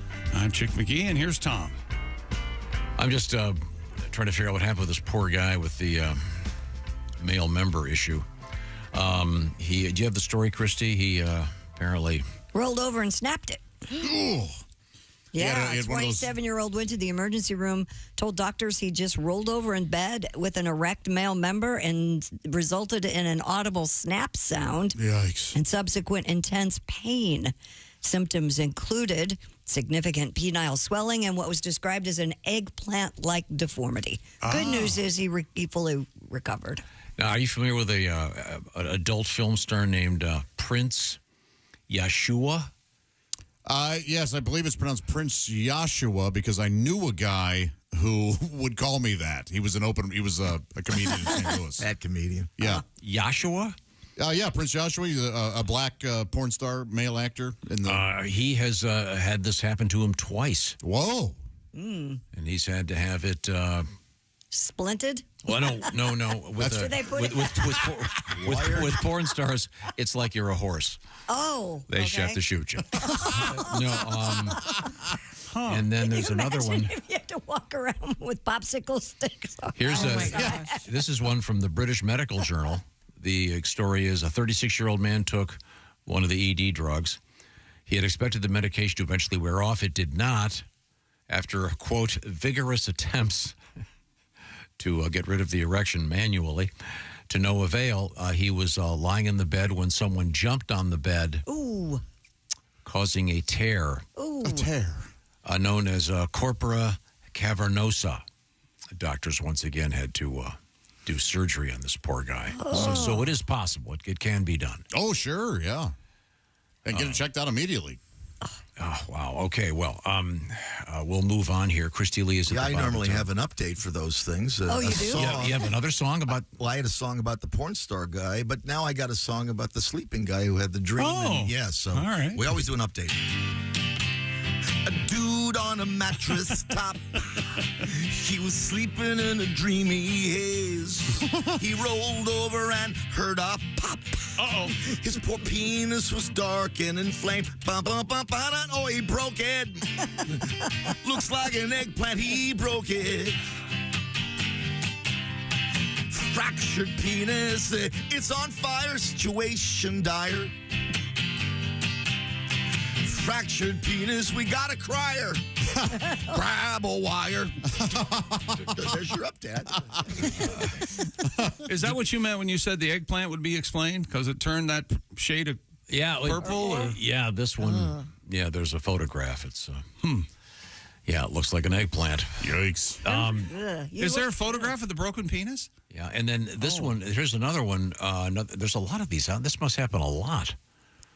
Oh, there are a lot of wieners out there. I mean, do you put on like one of those neck braces? Christy asked a good question. What do you... Splint that up? I don't know. Man, I saw one of those recently and just laughed. Those are there's nothing. There's not a funnier sight gag a person. It's really embarrassing. Than a neck brace. And a neck brace. Yeah. And every instance I've ever seen, whoever's been wearing it can take it off in an instant and everything's fine. And I don't know why are you wearing it in the first place? Don't you know how stupid it looks? Maybe they have a hurt neck. I always think of Ted Kennedy at Mary Jo. With the tie on still. I could never find that image, but it's a funny. The tie. There was a guy in college that slept wrong after a party and twisted his testicle and stopped the blood flow. Oh. And had to have it removed. Oh. And now he's one nut Nick. It was really ever since then. Well, I'm glad that you. One nut. So this poor guy, it won't be as an obituary, but when you make the phone call, yeah. Hey, did your one nut Nick died? Oh. Yeah. Man. You'll always be known as that. Yep. Do you think that serves them at all, maybe, with women, in that there may be a curiosity factor? Oh, sure. I'd be curious to see it. Oh. Right? So it wouldn't, deter... You wouldn't want to see You one wouldn't want nut to see in a it? sack? Hell, No. I'd want to see it, and I've got some. I want to see The same way you want to see one that's not circumcised at least once, right? It's terrifying. Oh, it is. It's like an anteater. Yeah, anteater wing. It's like a magic trick. Looks like that movie, The Dune. The sandworm. The little Elvis. Now, did your friend know not? Sorry. One nut. One nut Nick. I'm getting confused. It's okay. You can do it. Did one nut Nick have one of those fake testicles put in? No, I don't think so. No, this was was that technology available 20 years ago? Yeah, maybe. I'm not sure. I think so. Yeah, I don't know. They do them for Maybe. dogs. Yeah, well, yeah. I guess if you were vain enough and you wanted it and you know how a full sack. Your body makes allowances for things that happen to it. Maybe the pocket that the other testicle was kind of shrinks up, I bet, and so it then looks you more have centered. Yeah, and the testicle remaining centers under your shaft. I bet it's glorious. It looks great. No, because I think you want to have a two-bagger. I mean, you guys. That's what the guys. But you like normal. You don't That's like true. anything out of the ordinary. So Josh's question then is, in some way, would that be part of your pitch, if you will? Right. Hey, I'm going to hook up with one nut Nick just to get a look at this thing. Would you warn someone before you had sex with them that you had this? I think I would if I were on the dating scene. And what are they doing down there? Detailing? I mean, they're going to. I hope so. Do a little quick inventory. You don't think if you were having sex, the woman wouldn't notice? I like a little time spent. I would definitely know if there was a nut missing. You got it. Are you saying you have your eyes shut during the entire procedure? Yeah. That's what you have. I don't want to see anything. Hey, what are you doing down there? No. Yeah. Taking inventory. All Hands right. on, right? Yeah, I'm off. And what aren't you? What are you doing not being down there? The famous Sly Stallone line: "Cradle them, cradle them." Well, there's that. It'd make a nice practical joke that you just do some ketchup or something and act like it just happened. What'd you do to me? You could be holding one of those tiny cherry tomatoes. Oh, my God! What did you do, woman?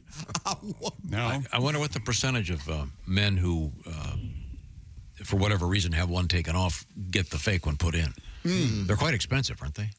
I think anytime you have... The ones for dogs are a few $100. Yeah, well, that's not bad. Why couldn't you use a dog?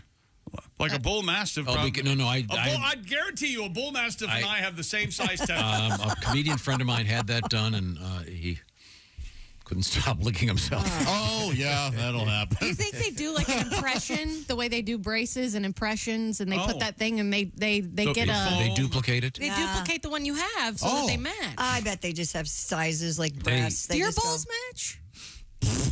They match my collar. I think the Do your testicles balls match your collar. The testicles match, but I don't think the level at which they hang match. Yeah, sometimes ever. that changes. Oh, like girls' breasts. Yeah, kind of. Yeah, okay. Only more pronounced, even in a man. More wrinkly. Oh, okay. Way. At least the outside area. Thank goodness boobs aren't in Could we talk about something a little more pleasant than men's testicles? What could be more pleasant? They're so ugly. Look at them. Okay. Look at them. Have you So seen ugly. Have you seen that skit with oh God, who's the guy that just did The Music Man on Broadway, the Australian? Hugh Jackman. Have you seen the skit with Hugh Jackman? I have. It's from movie 43. Yeah, yes. some odd. It's No. that's the Is he hardest I've talking laughed. about It's the hardest testicles? I've laughed in the last He decade. has them. on his chin? But unexpectedly. Yeah. Ah. And he burns them with soup. That is soup so, to nuts. Quite literally in that case. Huh. Yeah. We need to do some research on this. I don't know. Here's someone from the text line. This is a gentleman. I had a testicle removed in the 90s. Uh-huh. The one that is left, we didn't even think about this. The testicle you have left almost doubles in size. It really does. Okay. Compensate. Really? So it does twice the work. How about that? Right. Wow. How about that, huh? Didn't think of that, did you? Yeah, but I mean, So would now you you're want? really lopsided. Would you right? want? I mean, if you. No, I think it would center underneath Yeah. the shaft. Yeah. Oh, okay. So it's some of that. If you were to lose an arm, your other arm becomes Right. stronger because Yeah. you're working it. Right. Right? I feel like you're making a masturbation joke that I'm missing. No. Sorry. No, you're right. Yeah, it would seem to. All right.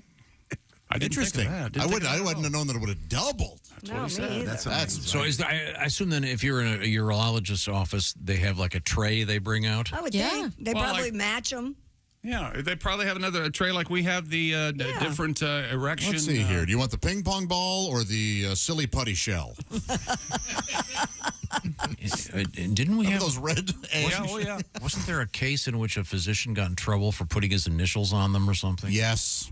Yes. Well, you got to, On the implants. I'm an Why artist. would you get Was that breast implant? That was maybe it breast was implants. breast, Okay. Yeah. You had to Why tag would? them. Yeah, why, kind I of don't like understand a that. Kilroy was here thing. So yeah. what's the big deal? Who would ever see that? They were afraid that it would alter it. Weren't they worried that it would? They just thought it was ethically. Yeah, just like Kinda funny. a little bit too much frat boy. I wonder if they name them. Name what? Well, I mean, Like for example, piss and vinegar? What do you I see mean? what you're saying. no. Like, say you bring out the tray, Yeah.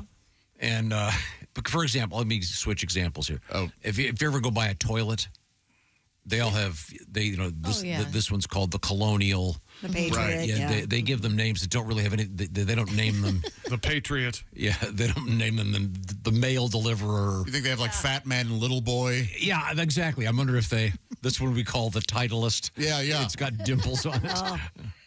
This is the Miley. It's shaped like a wrecking ball. That kind of thing. Yeah. Oh. Yeah.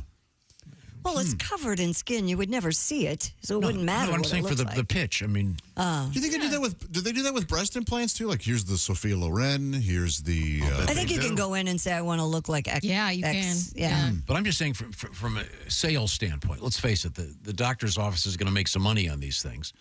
I mean, I don't know what the markup is on fake testicles. Ace, you happen to know? Oh, they make their money back. Yeah. It's out of pocket. They're cheaper than. And they're all lucite, right? I think that's the workhorse in the industry. Lucite, I would think. They dip them in alcohol before they shove them in there. But I mean, you see what I'm saying? In other words, one of the nurses, he or she is well versed in the sales pitch. Yeah. Well, most people.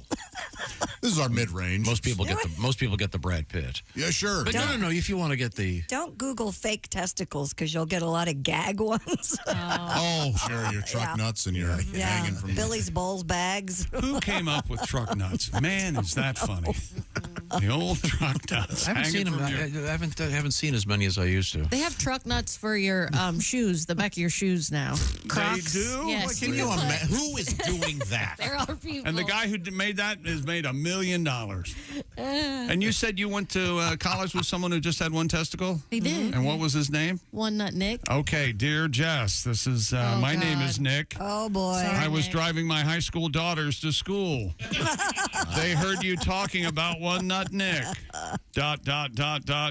Guess what my new nickname is?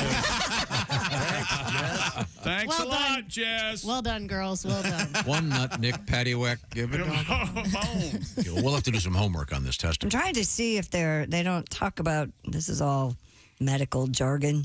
They don't talk about the actual, not what your one choices are. But this discussion started with this case of this poor guy that rolled over and his actual male member snapped. And you'll recall in the story, he said it was. Do you have the exact verbiage? Something about it. He was awakened by an audible snap sound and subsequent intense pain with significant penile swelling. We have the audio. That is. That's a lot of snapping. That's a little rough. Yeah. Wouldn't there be something going on in your hypothalamus? Weren't you pre-med? I was, yeah. It wasn't it like when you're asleep, you take care of your penis even though you're sound asleep? Wouldn't that be some kind of primal? Well, was he having a dream? Was he? I mean, I can understand the erection, but why would you? Wouldn't it prevent you from rolling over? I thought it was a kickstand. I thought it knocked you back over. Yeah. You haven't purposely sort of rolled over on it because it feels good? I have. Yeah. But it's never. That pressure kind of. Never gotten into a breakage situation. No, you're right. Yeah. Yeah. You always make sure it's sort of. I submit. Situated. Yeah. I think something else happened. Okay. I don't think him rolling over while he's sleeping breaking your penis. I see. Because these other ones that he was humping an end table or something. Yeah, when I Googled these, most of these involved ED medication. Oh. Yeah, that would make sense because it wouldn't go down. But I mean, Chick's point is well taken. I think is your brain, you kind of naturally protect that area. Yeah. Yeah, why? Yeah, just rolling over on it seems. Don't you guys go to sleep and you're holding them every now and then? You'll fall asleep? Yes, absolutely. Sure. I like to know where they are. Very comforting. Sure. Yeah. You wake up, first thing you do, check them. Still there. I've been divorced 3 times. I got to check and see if I still have them. You fall asleep with your hands on it? I have. Oh, yeah. Absolutely. Absolutely. All right. Comfort yourself. Yeah. Really? Do Make what sure you they're gotta do, still man. there. Wait till Hey, the no one in crying. the universe deserves your love and affection more than yourself. It's called self-care. Thank you. That's exactly what it is. My man, Pat, self-care. You choke up on it and Wait for the pretend crying it's to a stop and Louisville you go to slugger bed. and then say goodnight to it. Looks to me like they're saline filled. What, the fake testicles? they're Extra salty. Yeah. Oh, I thought they were. I thought they were much more rigid than that. I know No. because we've had the ones for dogs in here. Yeah. We had a guy send us some. And Yeah, the they're nudicles, Like, they they're like were- super balls. Yeah. No, I these- mean the toy, not implying that. Not like Uber, Yeah. Imagine Uber, ourselves balls. not like what your superpower is. Bounce all around town. Super balls. Well, Superman, turn your head and cough. I've got some bad news. Yeah. Well, what's coming up, Christy Lee? Coming up, we have Goofy in the news. And what is the most stressful time of day? Actual time. This is 6 to 10 a.m. Eastern? Am I close? You're close. Okay. This is, I think, a really interesting question. Have you ever heard of the golden hour? It's to new parents with small children, and evidently everybody comes home at night from like 5 to 7 or 5. There's where the children are home from school and everything's so busy. That's called the golden hour. I thought the golden hours were when they finally fell asleep. Yeah. That seems like that No, would that's the vodka hour. Is what yeah. This is really interesting. Now, before you read the answer, Josh, would you say is there a particular time you're most stressed? Boy, you know what? I don't think I could pinpoint a time where I'm most stressed. Can you guys? Yeah, driving home. Yeah. See, I don't have the. I don't have. Wait, does it matter what time of day though for you? Yeah, it does. Okay, Yeah, the so, commute home. Sure, Yeah. I would think rush hour would be Yeah, very we don't have stressful to deal with rush hour for quite many people. Yeah. I have trouble getting up in the morning lately. Sometimes I don't. I'm an enigma wrapped in a ribbon. You sure are. You never know what you're going to get. You have trouble getting up. Yeah, waking up, Tom, not having. Oh, an waking erection. up. I'm not awake. I'm not awake yet. No, I didn't mean it that way. Jeez, I meant Don't you have trouble waking up sometimes? Sure. You got to. Yeah, sure. Get at 10 o'clock. Get up at 3. Of course. I'm standing in the shower. Yeah. Well, you think after all these years we get used to it. You don't. You don't. You really don't. Nope. Yeah.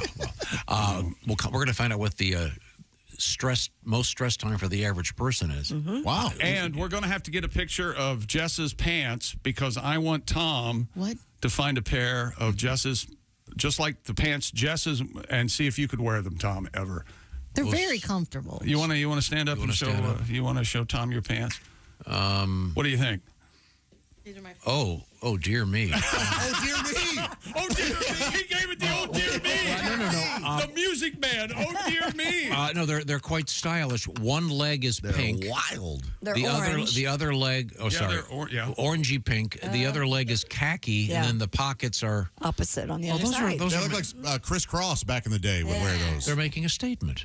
Except they're. What was it? Hazing forward. Hang on. Yes. Go ahead. What is this? No, It is a statement. These are fun. Okay. way. Thank you. They are fun. Yes, they are fun. I thought you were going to go, let's see, I'm an idiot.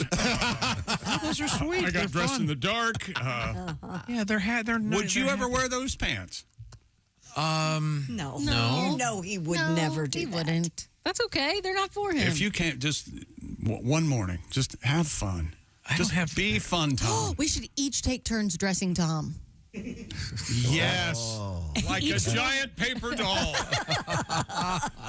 Yes. You should see my closet. Looks like Picasso's blue period. I bet. Let's see. Sure, it's blue, dark blue, lighter blue, dark blue, black. You could wear black. You could wear a thermal and a zip-up sweater like I do one morning. You could wear a Carhartt like Josh does. No. My body rejects polyester. No. That's not polyester. That's cotton, right? Isn't it? The Dickies, I'm not too sure. I don't remember. There's no cotton in that at all. There is some. It's made of visqueen. This is just a trash can liner. Somebody so casually makes a judgment about a person. Yeah. There's no natural fiber in that. He's incredibly stupid. You know that. We'll be back with paper doll talk coming up. Okay. We have Goofy in court and the pizza dough criminal and birth control news. Oh, and very odd news about jet fuel. Yeah. You'll be quite surprised. This is the Bob and Tom Show. Just got to get.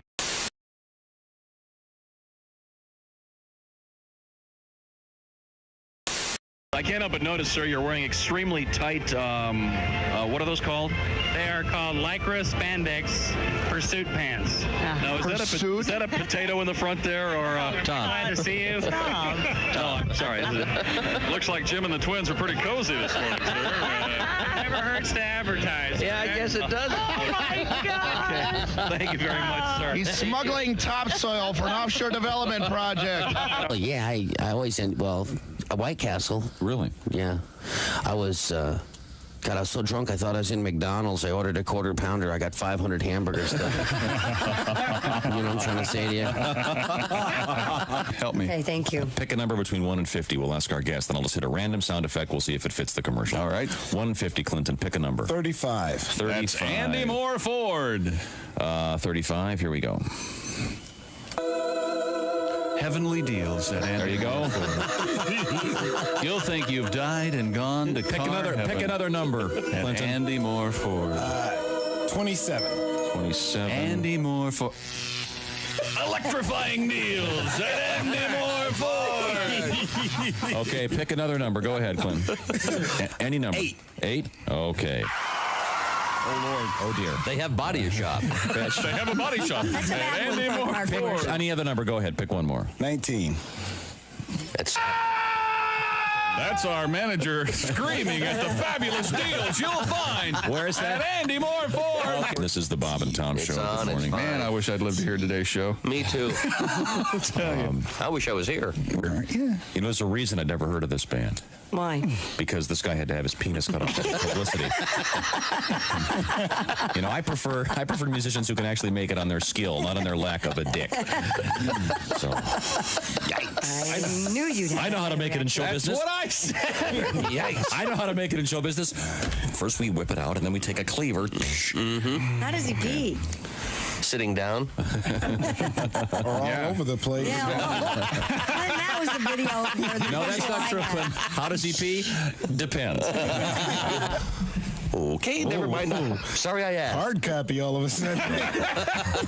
This exclusive. Dogs die in the cargo hold? Occasionally. And then they just replace them with a dog that looks similar. They got a big dog farm for these things, man. All the airlines share the same dog farm. Dave, we need a Shih Tzu. Brown face, white feet. We need a Shih Tzu, gate C27. It's a number 8. Yeah. Bring us that And, number 8. another newfie coming in on United. Try to take care of that. Yeah, he's stiffer than a board. Come on in. Okay. The big danger at this time of year is the heat. If they were down there, and if the plane is delayed on the tarmac for any reason, it can be a problem. So that was just a story this week that came out. Do the People right thing. Drive your dog. warning folks that are flying their dogs about that. There you go. I ain't making this up. And if it's a small dog, like a little tiny little hand dog, Yeah, you can put it underneath your seat. no, just throw it out the window because those aren't real dogs. Those aren't real dogs. This is cool. I like doing radio. How can you change a dinosaur's name? I don't know. Yeah, halfway through. Halfway through. Do you know what the smallest dinosaur was? What? The clitoris. A little red, pinkish dinosaur. Well, congratulations. Wow. You finally got it on the air. Done it, haven't you? Congratulations. Way to go. See, all that filthy lunch talk, and now it's on the air. Are you happy now? Are you a big man saying clitoris? Is that it? See, I always thought the smallest one was the lick-a-lot-a-puss, but apparently. Wrong day. To drive a car. You understand? Bob and Tom in the morning and highlights all day long. The Bob and Tom Show, weekday mornings at 6 a.m. Eastern on Bob and Tom 24/7. Bob and Tom 24/7. We had a guy die there. Oh, that's right. I know the story. I've seen some bad shows, but now this guy actually died. A comedian named Ron Douglas actually died. He died stopped breathing. Died. He stopped breathing. Died. Did he die in the green room? He died in the green room. And everybody went home and didn't know that. And Larry Reed was there, and I was there. And you didn't know he was dead. No, I thought he was sleeping. So you left him there. We left him. So the second show. So you all went home. We all went home. So he's dead on the couch. So you get a call the next morning. Get a call the next morning. And Larry answered the phone. We were both standing in the same condo. Larry answered. He just hear he beat me to the phone. He got there. And he says, "What? Who? Dead." That's Larry Reed. Yeah. This is all I'm hearing. What? Who? Dead. That could be the funniest thing I've ever heard in this room. If you could do an impression of a guy with 3 words and nail it. Who? Dead.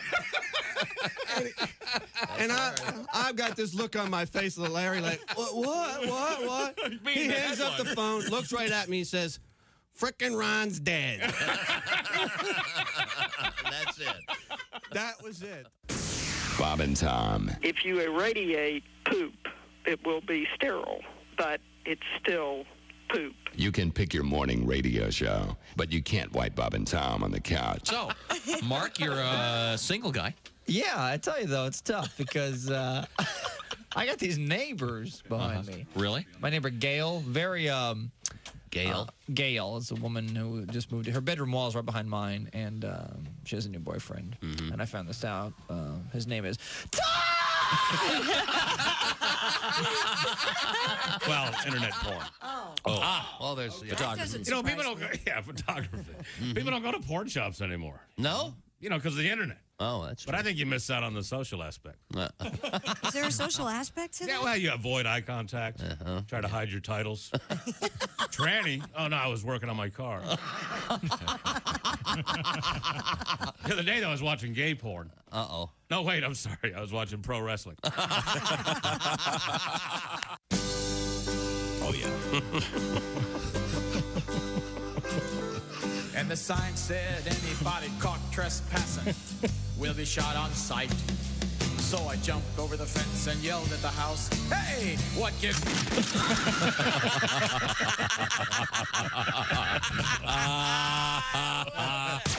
You're listening to Bob and Tom Radio. Don't. Essential Morning Radio. This is Bob and Tom. Hey, welcome back to the Bob and Tom Show. Odd morning. We're talking about everything this morning. Yeah, we're talking about that John Wayne Bobbit guy back in the news. That justice was not served when they put Lorena Bobbit in jail for littering. That's just the way this country is. We've just got everything backwards. Yeah, that's a story you don't want to look up today. Yikes. Tom, if you have let's say you're eating a banana in your car, not that, I don't know that you do that, but would you throw the banana peel? Banana peel? Yeah. Maybe. Mm-hmm. Yeah, that seems fair, right? If I were... Apple core. Yeah. Birds love stuff like that. Sure, anything like that. Or in a wooded area. But people just dump all their crap everywhere. It drives me crazy. What about if you're drinking a milkshake from McDonald's, you get down right to the bottom and toss the cup right out the window? Yes, right? because milk has touched that cup and milk is natural. You're awful. Double the degradable. What about guys who just dump their Christmas trees wherever they want? Oh, those guys have... Wait a minute. I never felt more alive. You do that? He did. Yeah. Where'd you dump it? Right over here in the ditch. Over here in the ditch. There are a bunch of laydowns already. Yeah. I help the ecosystem. There are squirrels making a home in my old dead Christmas tree. What if everybody did that? Well, you'd have a lot of happy squirrels. Yeah, yes. And then Smell good, wouldn't it? I told you about it. It was like a dead body. Wait a minute, you hypocrite. I thought you hated squirrels. I do hate squirrels. Now, the only thing we ask, Jigs, the next time you do it, please de-tinsel and de-ornament the tree. Yes, Take the balls off. Some of those ornaments had sentimental value. They're choking on the tinsel. Look, they don't like it when I set fire to it in my backyard. They don't like it when I dump it into a ditch. What am I supposed to do with it? Keep the star. Your thoughts? Keep it in your house. I know in Wallow Lake they throw them in the water and the fish go to live in. Yeah, go. I'm all for that. There you go. Those fish habitats are great. So replace fish with squirrel? Yes. Boom. Squirrels are the fish of the woods. That's what they're called. And that's the kind of profound insight you get from this show. Hey, did you hear that? Squirrels are the fish of the woods. Oh, what does that mean? Nothing. But But they said it. Then you should run for Senate. Christy Lee is at the Bob and Tom News Desk. I see Jess Hooker across the way with her fun pants on. Now, we should explain. One leg is one color and the other is a different color. It is, yeah. The last time I saw that, it was... Here we go. It was... is this a clown thing? No, this is the third leg guy. Yeah, no, it was Eldridge Cleaver. Oh, yeah. Remember the Black Panther, Eldridge Cleaver? He had black Are and you white sure pants. it's Eldridge Cleaver? Yes. You ever heard of him? No. He wrote a really good book called... I read it many years ago. Soul on Ice, yeah. And he designed his own pants. later on in his career, he designed pants that had the male member on the outside, kind of like in a knit... Oh, wow. Like a pouch. They did not take off, but as I recall, wasn't one leg white and the other black? What color was the middle? I believe he had a sleeve for the middle. The peen Yes, sleeve? but it was... Yeah, but I'll show Okay. you. Well, for him, it was black. There you go. Um, There you go. So the It's peen black. sleeve is what color? Black. It's black. Okay. Yeah. but wasn't one leg white and the other Yep. black? Yeah, absolutely. Yeah, There was there a you go. pouch. There's your white leg, there's your black leg, there's your middle And they're leg. kind of bell-bottomed. They're flared, huh? Yeah. Well, back in the So day, if that you was want the to thing. be like Eldridge, do you have a one of those picks that has the fist on it? I don't. No. Do they make those without the fist? They do. Oh, sure. Most of them are without the fist. I have a pick, yes. But I always like the fist pick. Yeah? Yeah. Okay. Not, please don't send me fist picks. Here's a fist pick for Doesn't that sound like a basketball move? Yeah. Fist pick. Yeah. What does that mean? Well, he punched him in the face, he fell down, then he dribbled the ball, went right around him. Pat, do you have a song? You have your guitar on your lap? Well, Eldridge Cleaver, he had these pants and there was a pouch in front. Sure. And they called them. Did you know what they called them? What? I'll sing it for you. I knew a man who was a political activist, and for that he'll go down in history. Oh, but he had another dream. It was penis pants, it seems, because his schlong was bursting at the seams. Have you seen these pants? By Eldridge Cleaver. They got a penis pouch. That's how they've designed it. They're so badass. Whoa, whoa. Eldridge Cleaver, not for the beaver. They're for guys. Yeah. Should see these pants. Just add to the show. And then he made a pair of pants that just accommodated his manhood in front with a pouch-looking device. Yeah. Not quite. Yeah, I'm looking at it right now. Yeah, not as accentuated as the tubular section. But Described as a Black Panther codpiece. Yeah. Wow. Wow, interesting. He was very worried about that part of him being comfortable. Oh, good All for right. him. Well, he must have been Very well endowed. Yeah. Yeah, this photograph that He's definitely a shower. yeah, but again, I bring it up only because one of the legs is one color, the other is another color, Yes. which is what your pants have today. Obviously, do. you do not have a pouch. I Clearly, don't need one of those. Well, she sort of has a natural. Hey! There you go. and you don't have a what was it called, a fist pick? What'd you call it, Chuck? Yeah, the fist pick I'm a fan of, but I don't. Okay, good. I see. A little bit. You're just all set up. Yep. Little, Mr. Fish. A little bit of Mr. Fish. Pat, I'm surprised you have an Eldridge Cleaver song, but I just kind of sort of. oh, that's very nice. That's very quick. Now we have Christy Lee at the news desk. In order to change the subject, what have you got? Do you want to get into this most stressful time of the day? Or Let's do you get wanna into hold it. on that? Let's open her up. I know what A recent survey has revealed the time of day that people find most stressful. According to the poll of 2,000 adults, it is 8:15 a.m. So we're coming up on that. Check No matter what time zone you're in, it's 8:15 a.m. Yep, 35% of people typically experience stress during the first part of the day. I bet. Those polled said they lose nearly 20 minutes to morning chaos. 50% said they feel overwhelmed about getting out of bed. I believe you said that earlier. I have that. Half of the survey's respondents said it feels as though there's never enough time in the day to get things done. Get the kids ready for school. Make sure, This is you're ready why for work. You should sleep till 9. Yes. Because really, I wish. Yeah, tell your boss that. You're the one I've been trying to tell. Let's move this show. In Hawaii, we can do it at midnight. There you go. Or whatever the hell it is. That's right. That would be correct. We would hours be of behind us. midnight to 4 a.m. Midnight to- Hawaiian. Oh, boy. Hawaii time. Give us all day to lay on the sun. Yes, lay on the beach. Become my dream of a coconut farmer. It would be Go surfing. Yes, I could learn to surf. It's the first time hearing about you So wanting to be awesome. a coconut farmer. Pat and I could go down and what are we doing? Sing on the beach. You know, up here in my mind, I'm already gone. So the average person, 8:15 in the morning. Do you think it's because Rush hour probably too? This is probably only work days, I'm thinking. Yeah. For the average person that has an average 9 to 5. Well, now wait a minute. I bet a family person, 8:15 on a Saturday isn't that joyful. You're the one who said it's chaos on Saturdays. The kids are up. I don't want to be up yet, but I have to be up. They're up. We have to go to we have soccer. soccer. Yeah. Yeah, but I'm up really early anyway, so. Well, again, we're probably gone for my morning ritual coffee and come back, and if not to 2 or 3 different places. Do you have a coffee maker in your home? I don't make coffee at my house. Oh, yeah, but do you have one? No, I don't want one. You know, okay. I think we are. I didn't know if your girlfriend liked having coffee at home. Or We are in the rare position with what we've been doing in the same manner, more or less, for 35 years, whatever it's been. If anyone would have told me when Starbucks first thought of this idea and opened, I think at that time of day, what was McDonald's maybe was open at that early? Maybe. I don't. Back in the early 90s, late 80s, early 90s. If they would have told me that Tom would become... He goes to Starbucks 5-6 times a day. Yeah. I would have never believed that in my... And now the one over here opens at 5 a.m., so he's And it's probably because of him. Yeah, he's so happy. How did that happen? It's just becomes a fiber of your being. Yeah, that's true. I'm old enough to remember when, like, bottled water first. Like, who the hell's paying for water? Don't even get me started. No kidding, I tried to pitch that long ago and got laughed at.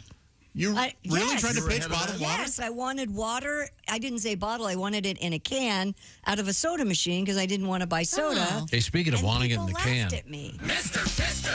Oh, Mr. Fister. Hey, Tom, let's take a break. Yeah, let's do that. Let's do that. We're coming right back. It's the Bob and Tom Show. Reach us toll free at 1-888-BOB-TOM-1 or at bobandtom.com. This is the Bob and Tom Show.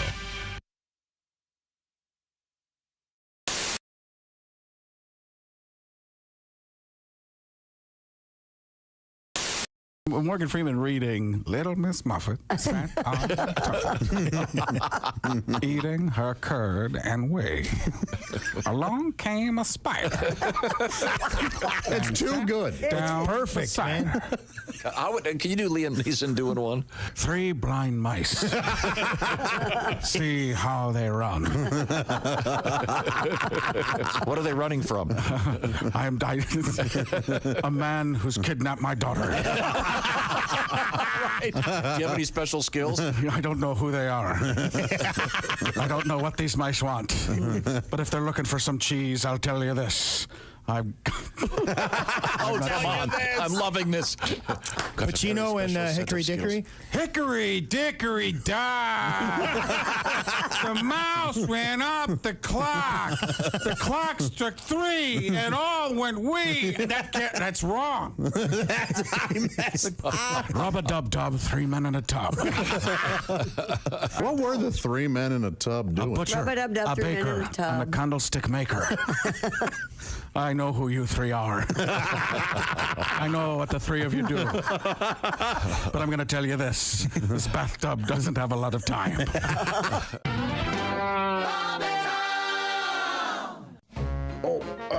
Ow. Oh, back. Oh, hey, Josh. What's wrong? My back is sore, my legs. What's in your shoe? Nothing. I mean, here, look, nothing. Joshua, you have to have proper support. Orange insoles. Orange insoles, you say? Yeah, look. Yeah, I see them. Look at this. They're great. Yeah. Orange insoles. I'll give them a shot. Great. See you later, buddy. Give it a...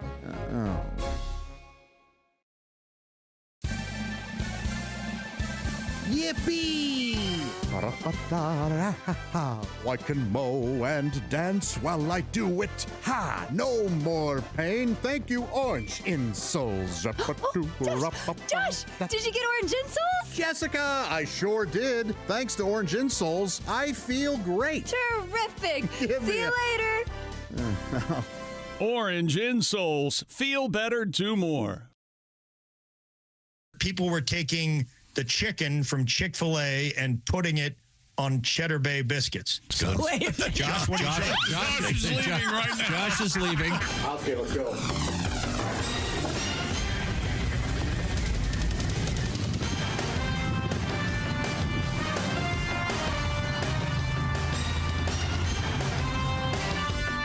Come on.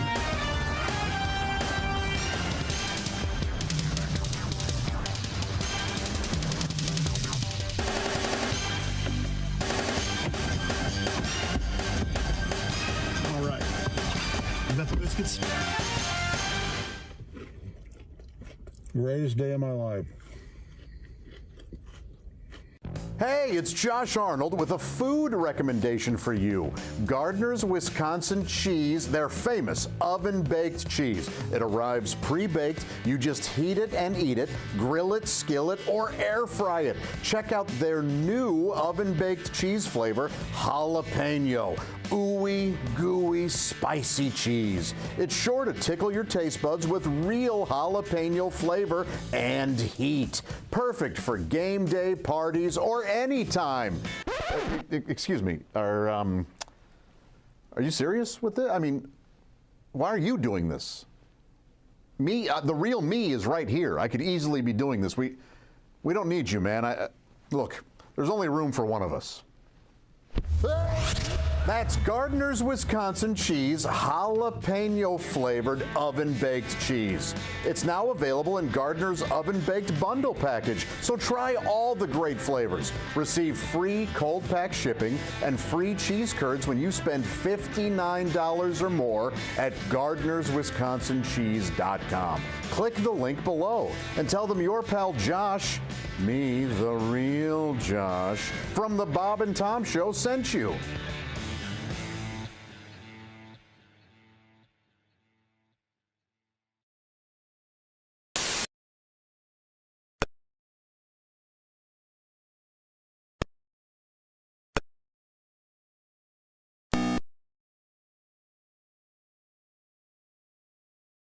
It's so bad.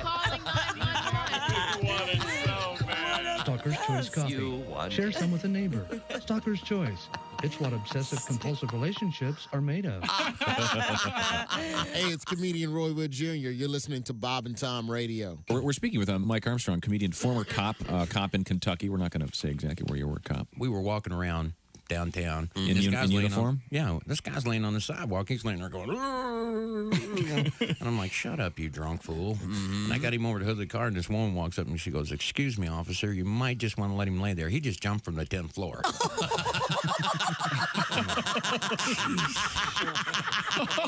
my God. And my wife's like, what'd you do now? You're on TV again. What'd you do? You're on. This officer, Mike Armstrong, made matters worse on Thursday night. See why I don't drink? Yeah, the guy, but he sued me. He sued you? Yeah. How are you supposed to know he's not a drunk? Yeah, that's what I said. We have also a Matt Fulcher on here.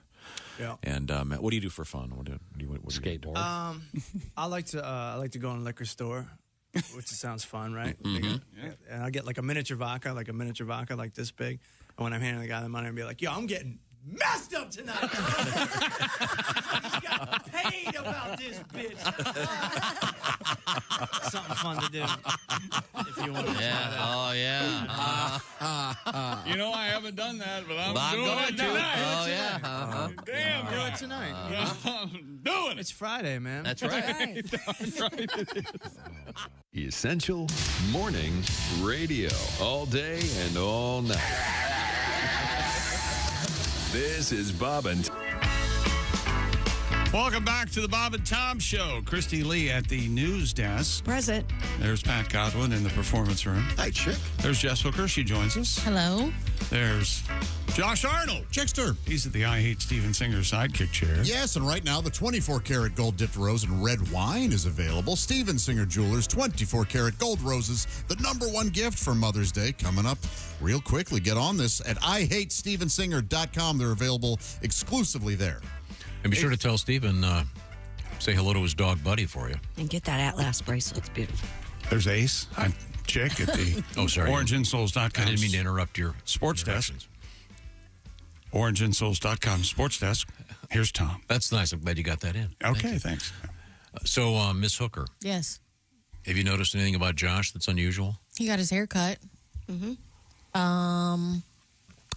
He's... I did, yeah. And he trimmed back the beard. Oh, he did? I did, yeah. Oh, yeah, you did. Okay. Yeah, it's spring. It's time. And that's good. That's a good sign when it's not necessarily noticeable. Yeah. That means it wasn't that drastic. I thought it was incredibly noticeable. It balanced Really? out his face. I actually noticed that you played with it a lot. Yeah, I did. Yeah. Yeah. Yeah. Yeah, and my beard.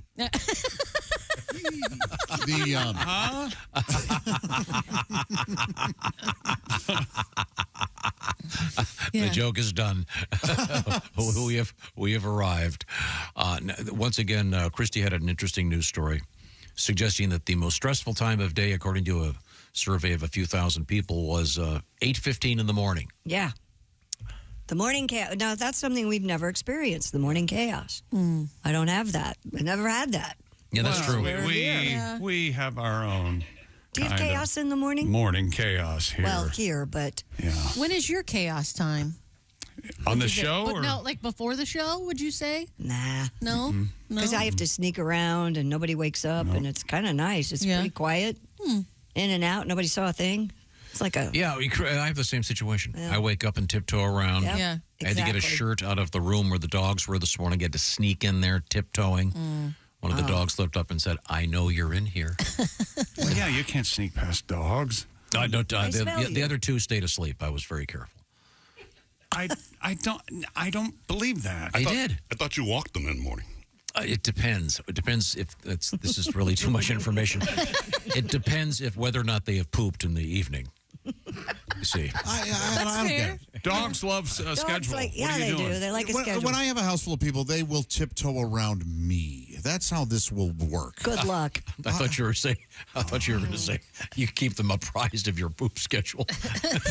Well, of course I do. So they know whether or not to wake you up in the morning. Post it on the Of course. fridge. Yeah. The kind of house you're going to run, that's going to be, These people say they lose 20 minutes due to morning chaos. When you have kids, though, trying to get them out of bed, get them ready for school, that has to be stressful. That makes sense. 8:15 was about the time that we would be trying to get everybody's backpacks and get in the car and load up. Hard. It is because school started between 8:30 and 8:45, so that makes sense. Yeah, that was a stressful time getting everybody out the door.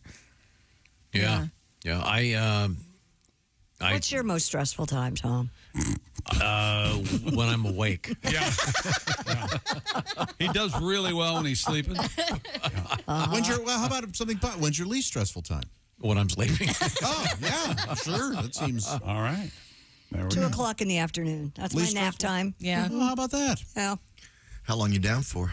Usually 20 to 30 minutes.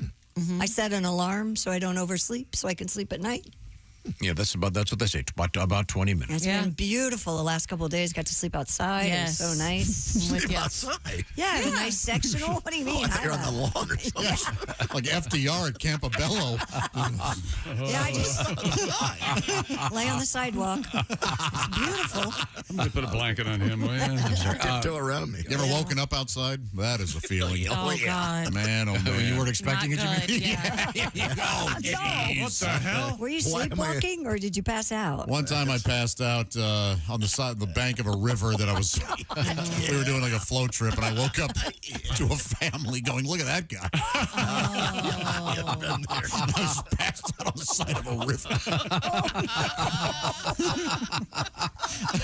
They're just inner tubing Beer cans all around. Just a Oh, look at all that vomit. Oh, it's not even his. You weren't wearing the beer box hat, were you? No. Sir Dude, the party night had not made an appearance. Oh, okay. Oh, God. When's the last time you woke up and didn't know where you were? Because that just happened to me when we were in Like hotels and in stuff? Charleston. Yeah. I'm like, what the hell? Okay, now this is actually. I always sleep on the same side of the bed. Sure. Of course you do. Even when alone. Yes, Yeah. I So do that. wait a minute now. So when we were in West Virginia, that hotel, the electronic plug-in stuff Was on the opposite was on side. the other side. So I slept on that side So did until I. about an hour later. I woke up and I had to get up and go to the other side of the bed, even though I was by myself. If you're facing the bed, which side of the bed do you sleep on? You're at Left. the end of the bed and you're facing the left. Yeah, if So you're do facing I. looking at the bed. So do I. If I'm in a hotel by myself, I sleep diagonally. No. Oh, good. Yeah, just right in the middle. starfish. Just starfish it the whole What side night. of the bed do you sleep on? Pretty much in the middle, yeah. Oh, that's great. Yeah. I wish I were a middler. Yeah. You have to be soloing though, right? Well, yeah.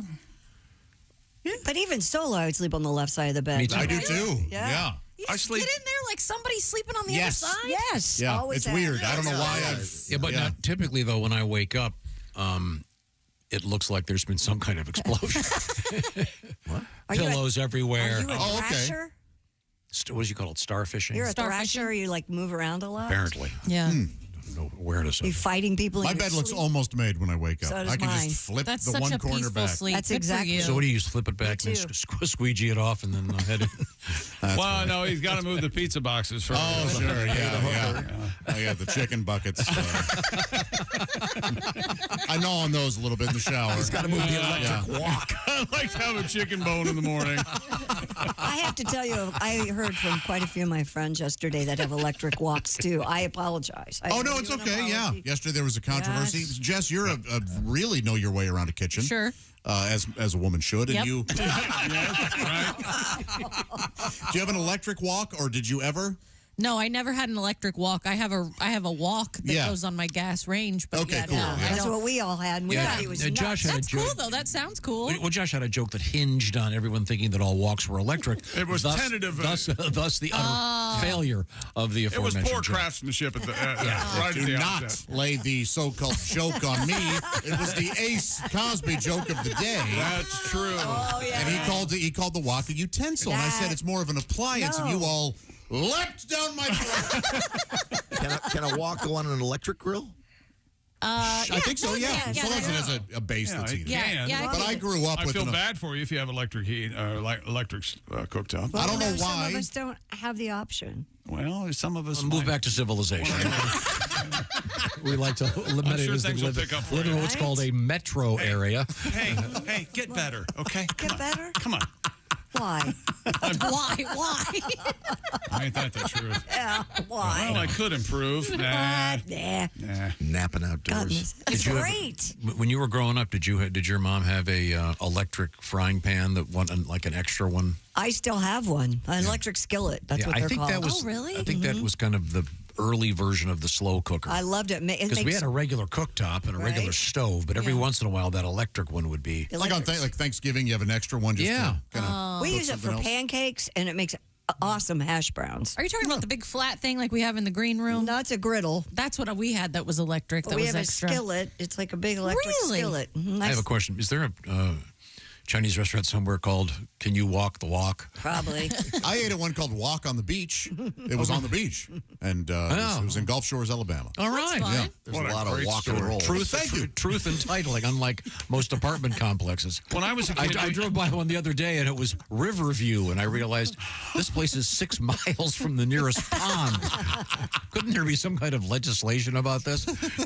We had 4 gas burners when I was a kid, and in the middle there was a griddle. Oh, that's cool. With the gas underneath the flint. Wow, that's nice. The griddle. Yeah. And that electric skillet I have because my mother had one. I thought I had to have one. Oh, so, you were talking about that, how you had things from your childhood or you used products because your mother did. I have an electric skillet just because of that. Tom and I were wistfully remembering, I forget exactly why, the speckled roasting pan. Oh, yes, the black one. And I bought 2. I have one. Yeah. Yeah, I was like, I got to get one. And I bought 2 and gave one to Tom. For your Thanksgiving. My turkey. The My old-fashioned turkey goes black. in it. Yeah. Speckled can. Wow. Now, we have interesting Hey, by the way, I things. haven't heard from your mom lately, Christy. Tell her I said hi. Okay. Thanks. Boy, that's just a chilling insert. So absolutely no humor. I almost cursed at you. This is a stupid Christy's thing to mother say. is currently deceased and will probably remain so. Not that long ago. No. We haven't really talked about it It's on the kinda air. fresh. Yeah. I don't think it's actionable, although if you kick him in the balls, I will approve it. Yeah, I'll hold his hands down while you kick him. Oh, God, unbelievable. That reminds me. Yeah, good luck. Good luck segueing into this one there, Chief. The only home security system we recommend, Simply Safe, the do-it-yourself, design-it-yourself home security system. It's what I did. I put it in a couple times. You know how stupid and awful I am. The current example. I see. It was all just to set up this. That's exactly right. Sensors to detect I'm break-ins, laughing on the outside. fires, floods. Indoor and outdoor high-definition cameras keep watch of your property day and night, and it's a great way to check on your puppy dogs or a cat, I guess. Backed by 24/7 professional monitoring is Simply Safe for less than $1 a day. The professional monitoring agents help stop crime in real time by talking to intruders through the wireless indoor camera that police are on their way and they are being recorded. And at Simply Safe, there's no contract, a 60-day money-back guarantee.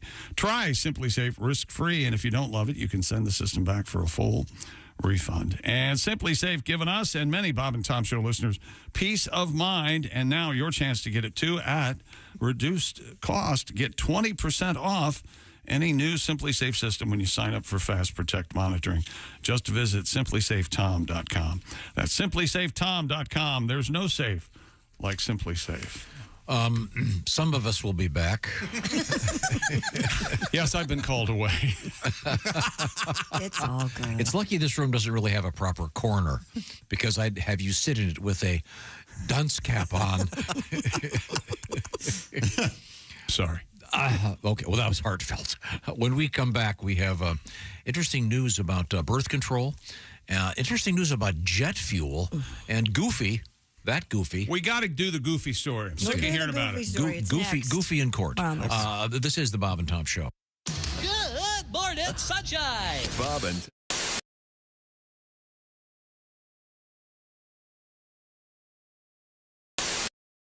Hi, this is Christy Lee from the Bob and Tom Show. Thanks for watching this morning's show.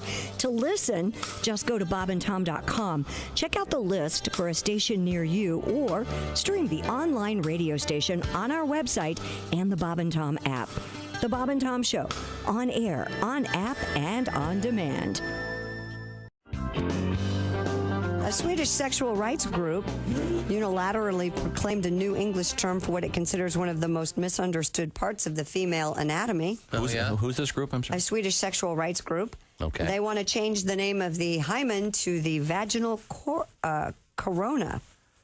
The vaginal corona? corona. So does that mean it's still Isn't there? that corona? If there's a lime in it? What?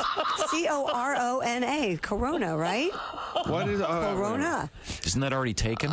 Vaginal corona? No, isn't corona already used in anatomy? Well, not vaginal corona. Not vaginally. You can add the names, but vaginal corona. Who was upset about the word hymen? The group hoped the new term would displace the traditional Swedish word for hymen, which is too long and too weird for me to pronounce. which translates literally as virginity membrane, and led to misconceptions about female sexuality. It's you pronounce that the phenortner. The phenortner? The phenortner. Actually, I think it's the plug-in vagin. The phenortner. The plug-in vagin. The plug-in vagin. Come on. Go with the Corona. Why I sat on this story for 2 hours. Come I on was now. worried about Hyman's classic, like Yankees. You're not going to get rid of that. But it was. So this is just the Swedish. They don't want to change the English term. They just want to go. This is just for the Swedish language. So I see. The Swedish are changing because of the guilt associated with. So it would be if as it if breaks before you actually have sex. So in case you. What's the loose translation? Corona has burst. Yeah. Mm-hmm. Oh, really? And What do you mean, the how loose could that? I'm confused. So And what's that the could new always what's the happen new accidentally. Swedish word? Vaginal corona. But that's English. I don't know what the Swedish word is. They're the ones changing it. I know, but it's hard to pronounce, I guess. Durkin. Don't the Swedes with Tiger? Don't they have enough trouble right now? No, Shouldn't they just be quiet about stuff for a little while? Yeah, but it's sex over there. It is, isn't it? Well, yeah. They are way ahead of us sexually. I can't argue with that. Well, I can't wait to see the commercials. Yeah. If you get the Corona, they got the one right now where the limes are being. They're playing the finger flip football. Finger flip football with limes. Oh yeah. Yeah. You They can also have the imagine other if all one of a where sudden there's a there's hymen involved in that. The guy's skipping rocks, and then he skips his phone. Do you see the one where the woman and the man are sitting there in the lounge chairs looking out at the ocean, and the girl walks by, and the guy spends a little bit too much time looking at her? Yeah. And she squirts squeezes him. the line. He waits way too long to react. He jumps late. It's because they're acting. Yeah, that's a bad job. And, You should've the actor it's just a bad job. used to having things squirted in his face. Yeah, that's true. And the last thing that actor's interested in is a woman walking by in a bikini. That's probably. That's where the acting They're all. Yeah. Let me get that phone call. Bob and Tom Show. Hi, man, it's Donnie Baker. Hey, Donnie. Oh, hi, Donnie. I think I've solved this puzzle while they're changing Hahn to Coronas. Yeah? Well, because everybody knows in fourth grade, English class, you learn about hymens. I mean, certain words are hymenated. Super Bowl, low pitch, doghouse, No, squirt gun. Donnie, that's hyphen. Hyphen. It's all hymenated. Punt, pass, and kick, all of them. Punt, pass, and kick. Okay, those are hyphens. Okay, we'll find out more about Vaginal corona. hymen talk. We'll come back. I'm very confused when we return. Know it all. See, I was a smart aleck. Didn't take it all that serious. Oh, yeah. Did you? Oh, no, heck no. People would make U-turns on the expressway. I'd pull up behind them and go over my microphone and go, because it says authorized vehicles only. I'd pull up behind them and go over my microphone and go, I authorize you. I don't care. You can't be subpoenaed if your name's not on anything. That's the way I always felt about it. Bob and Tom 24/7. It's not on air. It's online. Bob and Tom, 24/7. We're speaking with comedian Jim Gaffigan. What else is your life? What are you into? Do you have hobbies? Do you like weird food? Are you a drug addict? Anything cool to talk about? I love food. Food is my. Are you a drug addict? I'm very pale, but not a drug addict. I'd like to be a drug addict just I for a little while. love food. I even enjoy watching people make food. But you ever notice the Food Network is far more interesting when you're hungry? When you're full, you're kind of like, this is stupid. But when you're hungry, the Food Network's like porn. You're like, oh, yeah. Whip it up, baby. Make it for me. I love eating late at night, too. You're not supposed to eat late at night. And then again, you're not supposed to drink booze in the morning.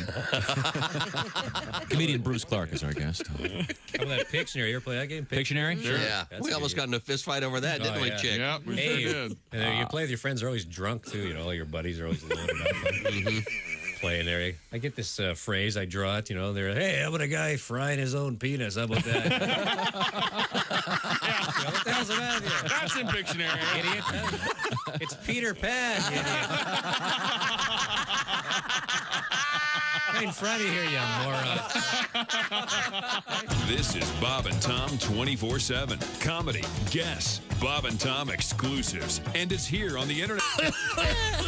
Welcome back to the Bob and Tom Show. Hey, I got it. Oh, okay. Christy's here, and Pat Godwin. That's Josh Arnold, Ace Cosby, Jess Hooker's here. Got all sorts of things going on. We're talking about one testicles, and I have an email. And apparently Christy's had a loss in her family. I had no idea. And Christy, just give me the word, and I will come over there and stomp a mud hole in chick and walk it dry. Wow! I like Eric. Boy, glad he went with mud hole. That is descriptive. He's got a pickup truck. Wow, that's something. Ian in Cincinnati said he went to school in Fayetteville in Brown County, and he had a friend named Joey who had one nut. So naturally, we called him Single Jingle Joe. Bravo. Single Jingle. That is good. I like that.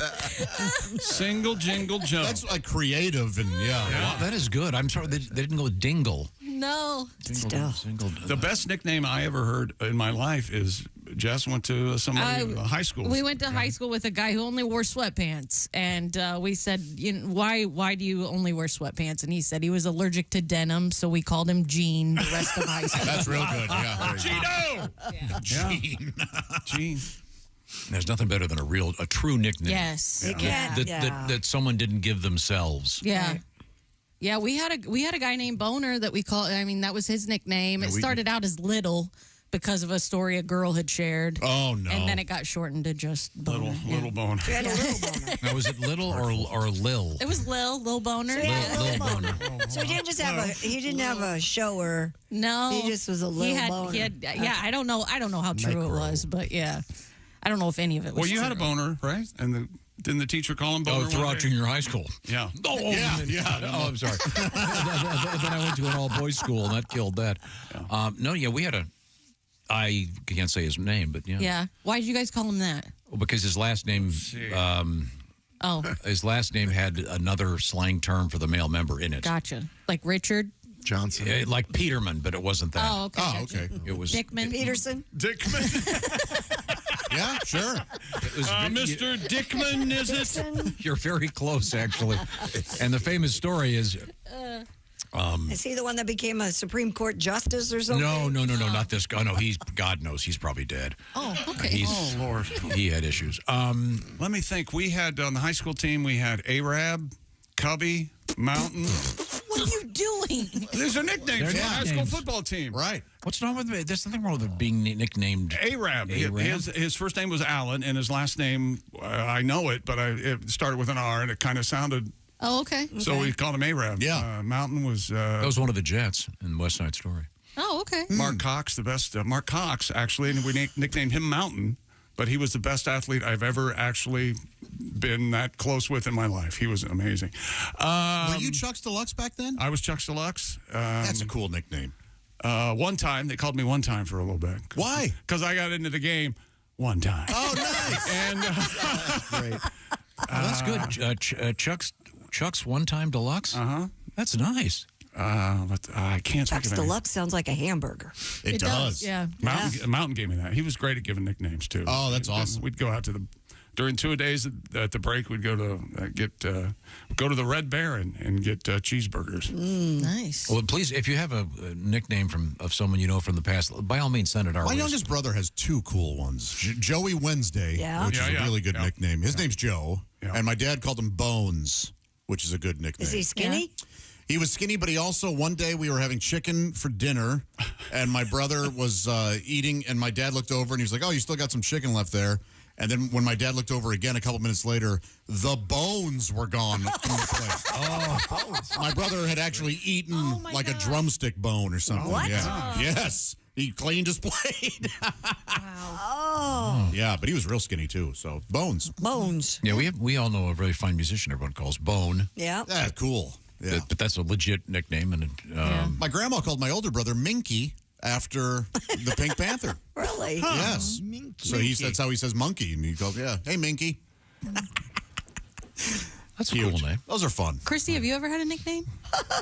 I don't think you want to open this can of worms. Oh, really? Okay, sorry. She's already been beaten enough today. Yeah. Oh, my bad. I had a bad one when I was growing up. Did you have one, Jen? Everybody calls me sis. I'm the oldest sister, and so it's just, family, friends, everybody. Nobody really knows my real name. It's just sis.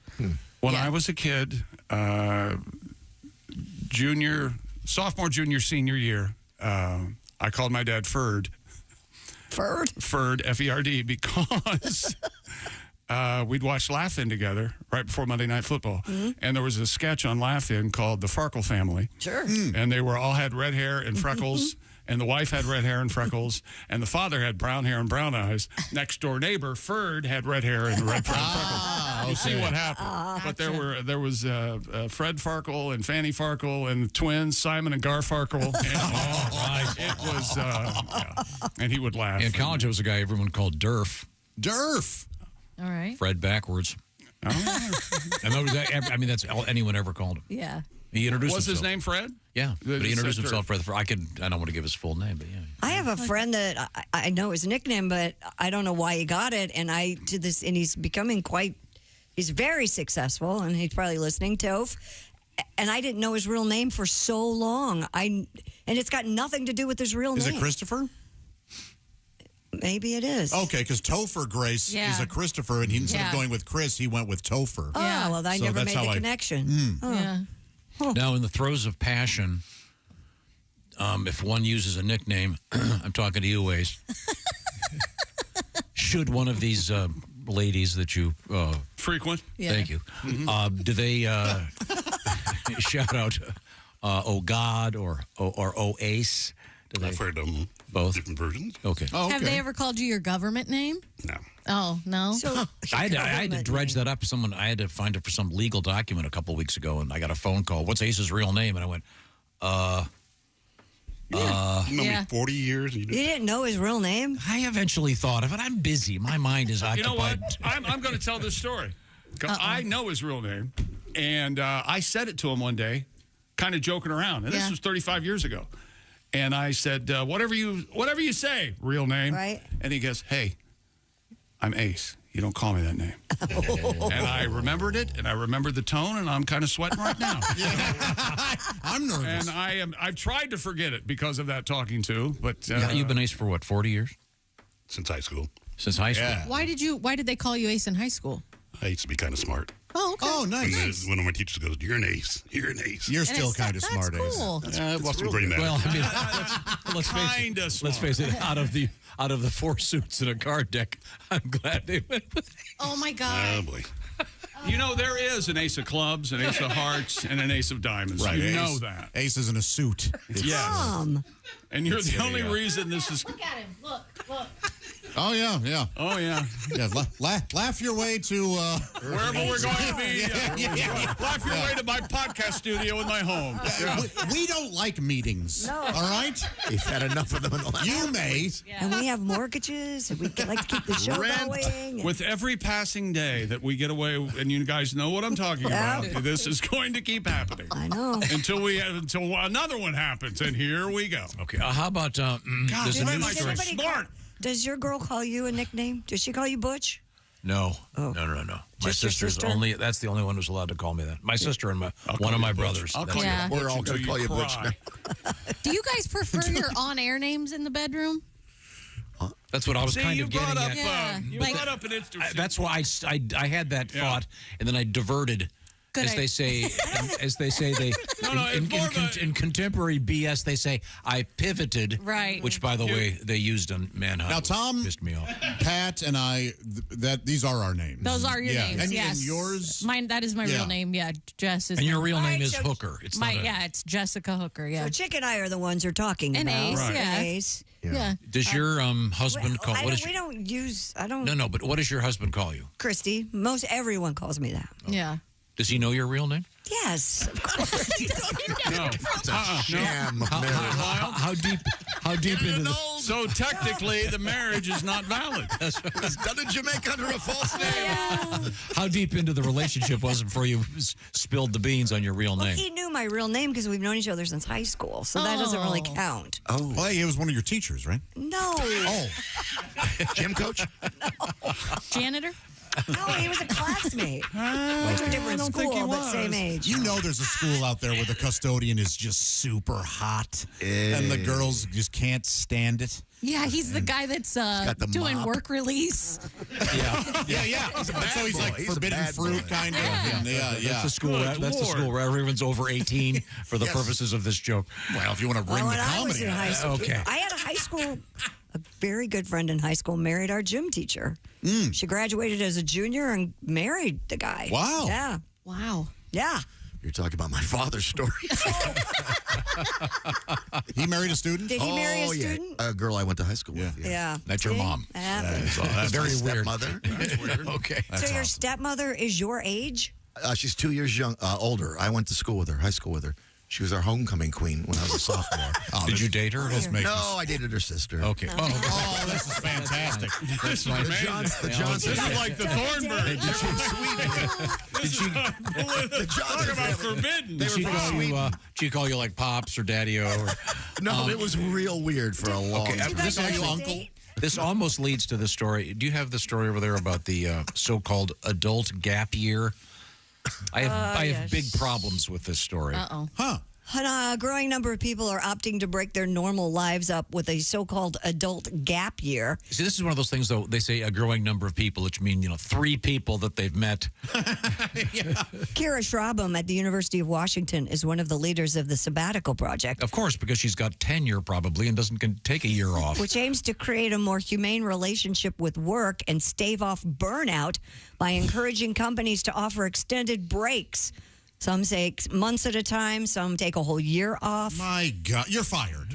if you take a year off, you're fired. Yeah, I have a mortgage payment. Hey, man, I'm taking a gap year, man. I'll just call the girls' school and go, hey, listen, that tuition thing, sorry, I'm taking a gap year. Yeah. I just called the car dealership and the bank and told them I'm taking a year off. I wanted to fire you for using the phrase humane relationship with work. And I couldn't wrap my head, and now you're taking a year off, you're fired. Kids these days, that's what they want. They are all about mental health, life balance, and not working. That's fine when when you have no responsibilities. Sure. One of my daughters took a gap year before going to college. That makes sense. She toured the world fixing water systems for impoverished people. Oh, she's so much better than me. She really is. That's true. I think we can all vote on that. But no, the hell with her. I mean, someone who is a college professor who's got obviously tenure and doesn't have to worry about this sort of thing. Right. It's all well and good that they could go take a year and go to Hawaii and that's kind of part of the job for butter their balls. Yeah. Hey, man, hold on. What's this now? What resort is that? That is the only way to just get. lay back and you get your balls That's buttered? the only way to get a good tan on your testicle. I'll need a cabana and a cabana boy and a big pot of butter. No, I'm just saying this is so unreal. It is very unrealistic. So many of these articles, they go, oh, well, the latest trend is, and they have no stats, they have no data. I mean, yeah, it'd be a great thing to do if you could do it. Right. But It's just ridiculous. Yes. I couldn't take a gap week. I'd be homeless. Who is in a position to take a gap year? The people who own companies, and so it doesn't matter if they do. Yeah, they don't work. Well, I'm going to have my corporate jet take me to Tahiti and Fiji instead of going to work this week. Oh, that's nice. Good for you. Keep your eye on the stock. Well, I like to think that folks at the top earned it, and so that's fine. No, that's fine, but it's unrealistic to say that, this is a new trend. Yeah, and no, it isn't. I'm sure everyone knows maybe one person that's done this. If somebody came to you, you're an employer, and they said, we'd really like to have you. Well, that'd be great. I would love to work for your company, but I'm going to need to take a gap year within about 4 years so I can get a break. What would you say to them? You'd go, you're out of your mind. Well, it depends. Do I get to go skiing? No, you're the employer. Right, of course you go. Why would I? Yeah, why would I hire you? Yeah, so gap year, what you're saying is another way of saying unemployed. It should. Okay. You want to take a gap year, you quit your job. Yes, and then find a new one when you come back. Right. Okay. Of course, you'll be homeless by then. And, Not as if you saved your money, maybe you could do it, but... Okay, unrealistic. Okay, sorry. Now, what we have, we promised we'd come back with the Goofy story and Ace's joke of the day. Okay, we'll be back with that. I feel bad that we haven't done that. The Goofy story, once again, Goofy... in court? Disney's Goofy is in court. Mm-hmm. So Goofy, district attorney? Tonight on Goofy District. Oh, you know what? Yeah, I can see Goofy as like a film noir detective. Yeah. Is anybody watching Sugar on Apple TV? I haven't started. Is it good? Do you like it? I thought about it. It's all right. All right. He's got a really cool car. I've been told He's a very handsome man. He's got like an early or a mid-'60s Vet. Oh, blue. really? Oh, God. I just want to go drive the thing. But right now I want to talk about your head. The Bob and Tom Show is sponsored by BetterHelp. And this is a really elegant idea. BetterHelp wants to make accessing therapy a lot easier. And it's really kind of simple, but like I said, elegant. What I'm talking about is using that thing you're carrying around all the time, that phone or your desktop or your laptop, to access therapy. And it really makes sense. The way it works is you will go online and you fill out a form, and it'll help them choose a licensed therapist for you. By the way, you can switch therapists at any time. There will be no charge for that. And the idea is to access the therapy by going online. So you'll get hooked up with a therapist. You can do the therapy as if it were a phone call. You can do it like a FaceTime call or a Zoom call, whatever you call it. Or you can do it texting back and forth. It's up to you. Flexibility is the key. And also, of course, convenience. You don't have to get in a car or your truck and drive across town and sit there in the lobby wondering, what's wrong with that guy? No, you do it wherever you are. What is that phrase? Be where your feet are. Well, you can access a therapist in a much, much more simple manner. And maybe in the process, start feeling good. Find your social sweet spot. Make it easier for you to interact with your friends and colleagues. With BetterHelp, the way you do it is you go to betterhelp.com/BT show. That /BT show part will knock 10% off your first month. Find out what I'm talking about. Do yourself a favor. BetterHelp, H-E-L-P, betterhelp.com/BT show. This part of the Bob and Tom Show, sponsored by BetterHelp. Once again, when we come back, we have a new Miss Something, as in Miss America, Miss World, Miss Universe. It's Miss AI. Yes, I already hate it.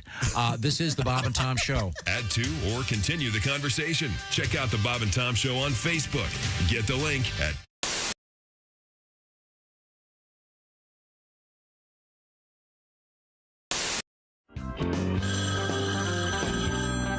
Bob and Tom Show. Bob and Tom and Steven Seagal. Steven Seagal. That's right. Hey, Steven, how did you make your living, Steven? You know, I made my living in the movie. Oh, okay. Yeah. For the last 20 years, I've been a cop. Uh-huh. I understand Christy Lee is having some second thoughts about moving. No, she already moved. A lot of people don't know, but for 5 of the last 20 years, I've also been a real estate broker. Really? We had no idea. I love open houses, man. Oh. Sunday, I show up. Yeah. Meet the owners and say, you get out the car! You get on the ground! Yeah, it's crazy what happened. Steven Seagal! Yeah. You Steven Seagal! Yeah, I get that a lot, man. And then you Steven Seagal! Yeah. Hey, back up, man. That's it. You Steven Seagal! Oh! I made my living in the movies. I'm an ass whooping on Steven Seagal. For the last 2 seconds, I've been a bitch slapper. Steven Seagal. No, man. Wow, you have sound effects and everything, huh, Steven?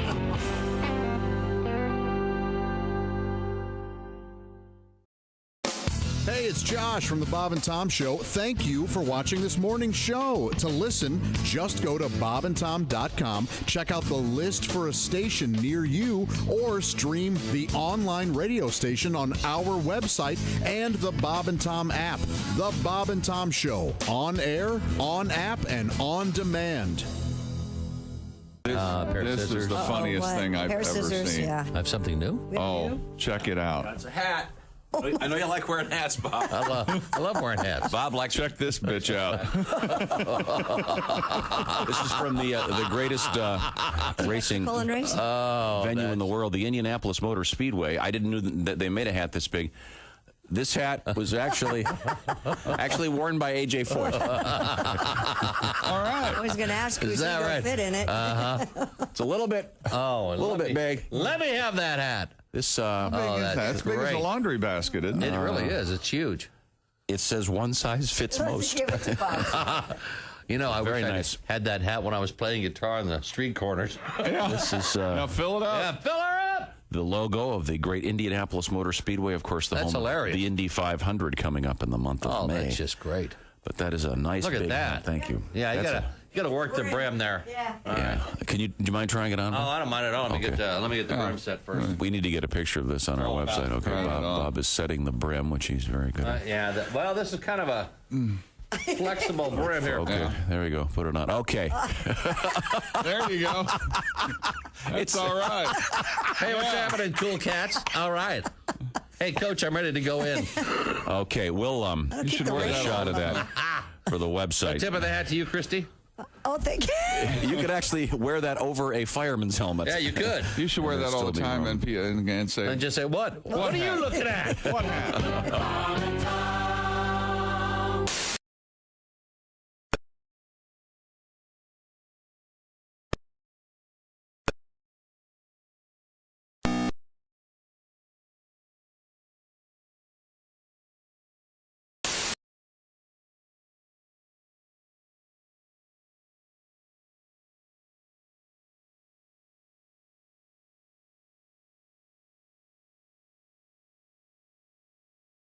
Guarantee you, the next Chinese restaurant you see, Yeah. the woks are not plugged in. Then I'm walking out. Bob and Tom in the morning and highlights all day long. The Bob and Tom Show. Bob and Tom 24/7. On Bob and Tom Bob and Tom Show now 24/7. presents The Law Minute with ex-attorney Jack Thomas. Hello again, everybody. This is ex-attorney Jack Thomas. You know, I got a lot of mail here at the ex-law office, and today, let's open a letter. Well, this comes from young Davy Radonovich of Kokomo, Indiana. He asks, what is the difference between slander and libel? Well, what kind of idiotic, stupid question is that? What kind of little pea-brain moron would write me? I think if I were you, little Davy, I'd worry more about inbreeding than I would about the law. Davy, that was slander.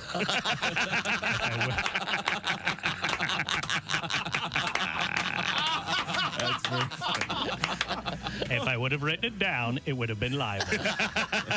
This has been The Law Minute with ex-attorney Jack Thomas. Remember, ladies and gentlemen, the law is your friend. It's the lawyers you have to watch out for. And remember this, the preceding has been a joke, not legal advice. Learn to know the difference.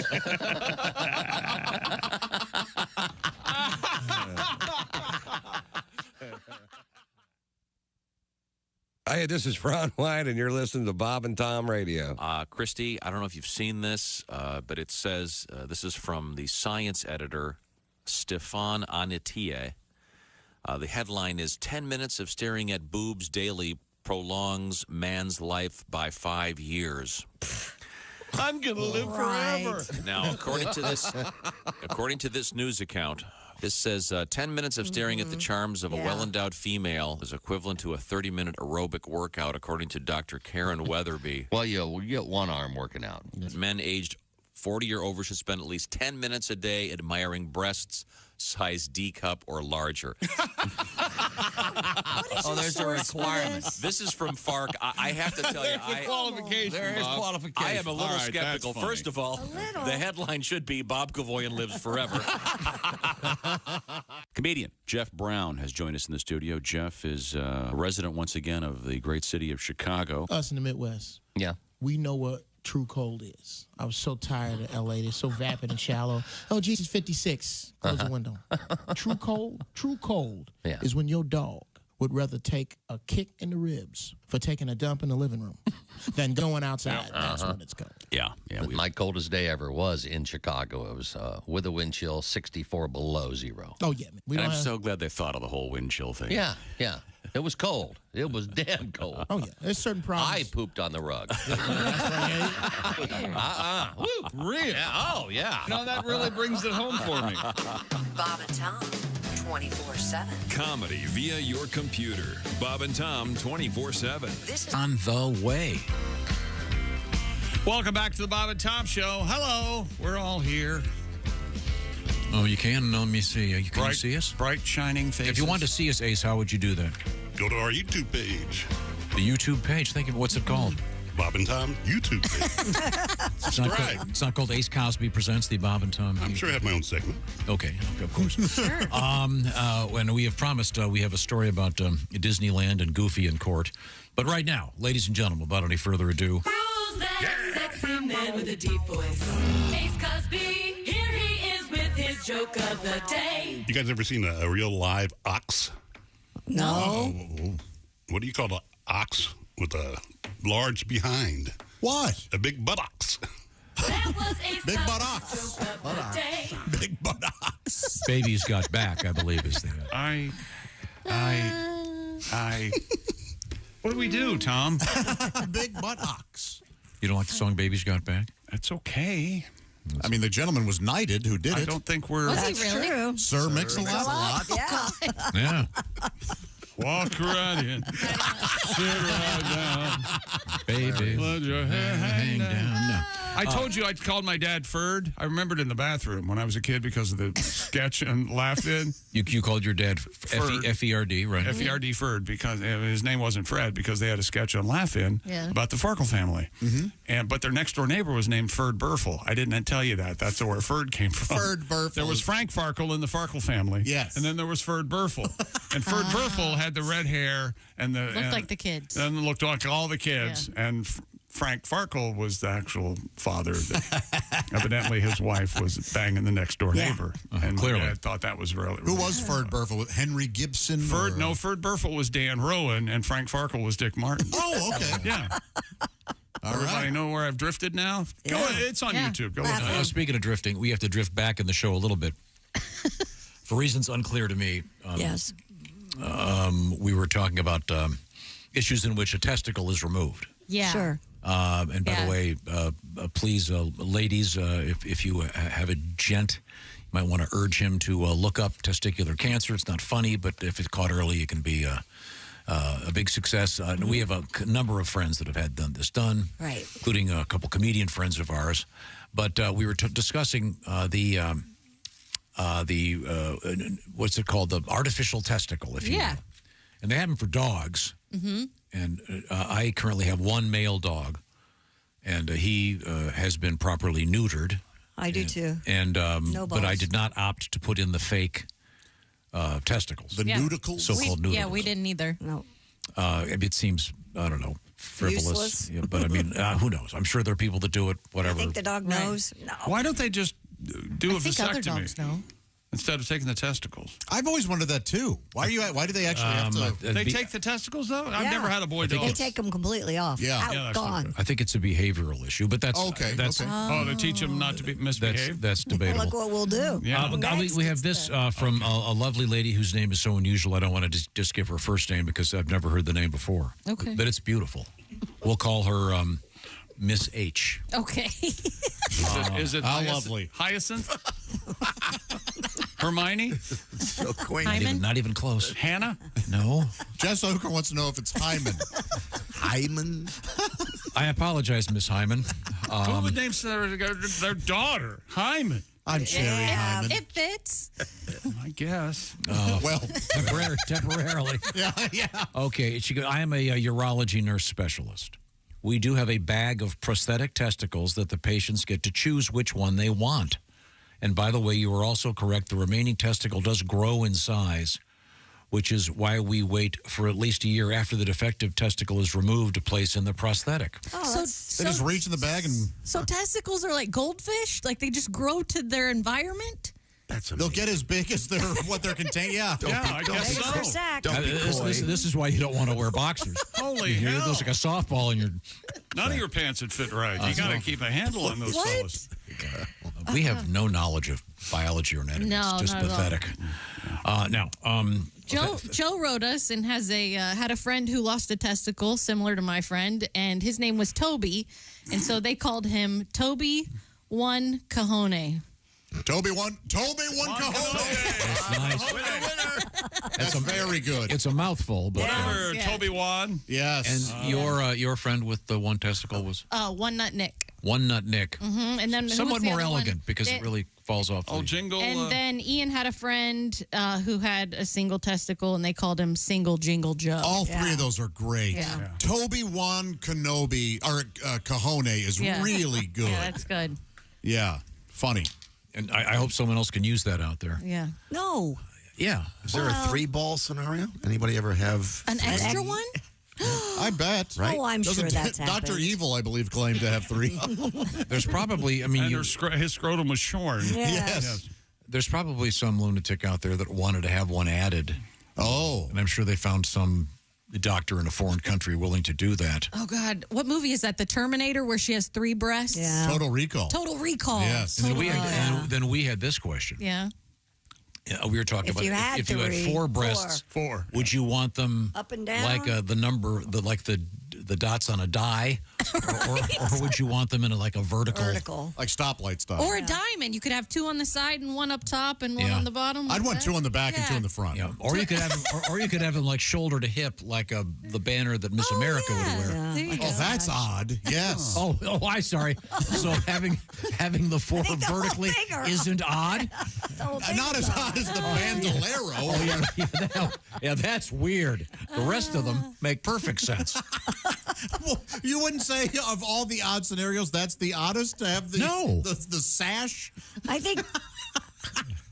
Yes, that's the oddest. Yeah, that is the oddest. Other than 3 on your chest and 1 on top of your head. Yeah. But I mean, if you think about evolution, think about other animals and how many teats that they have.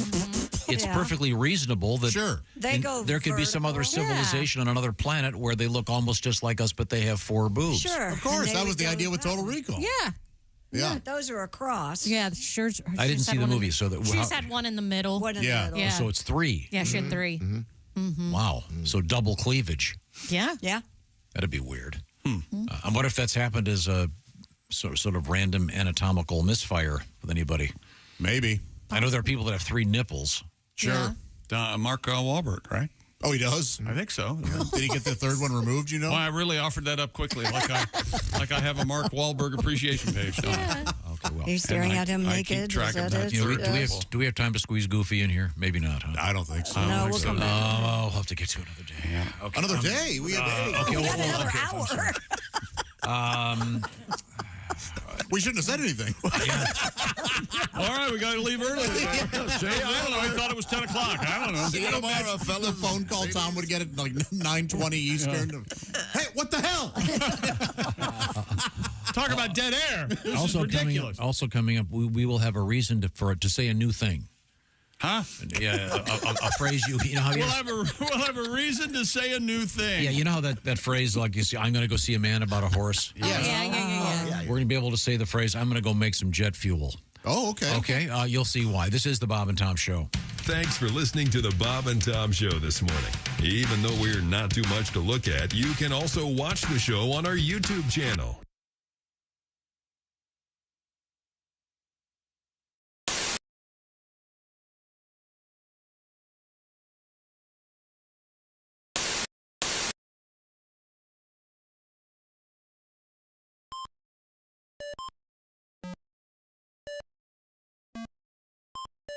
Hey, did you enjoy those videos played in that break?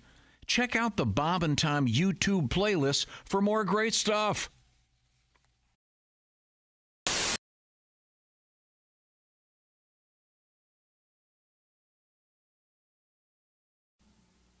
Screen Door Productions presents A Day at Furgler's Hardware, Part 2.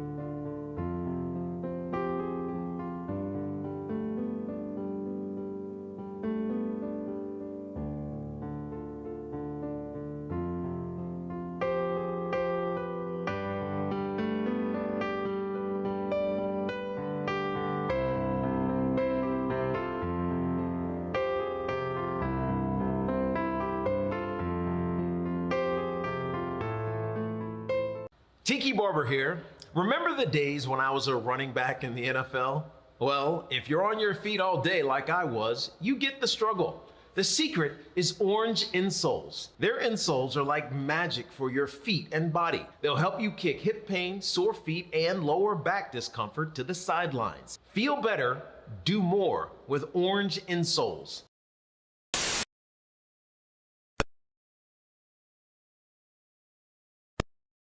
Mornings at 6 a.m. Eastern on Bob and Tom 24/7. Hey, don't say we didn't warn you.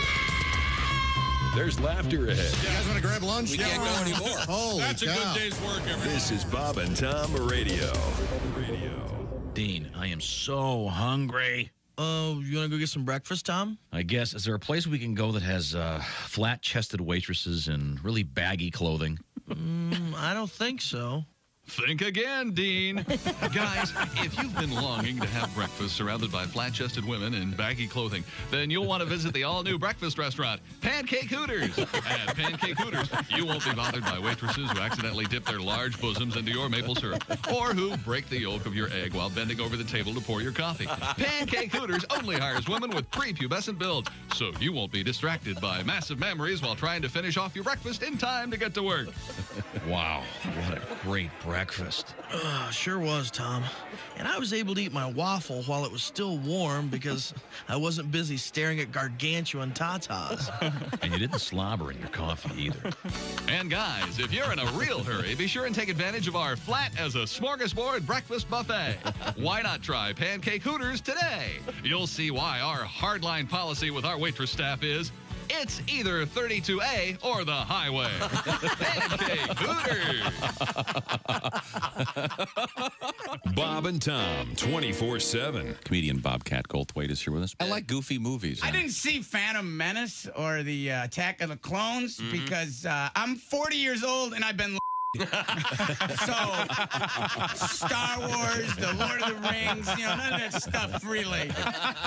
But like a jerk, I went to the Star Wars re-release. Have any of you nerds ever seen a Could you pick a out of a police lineup?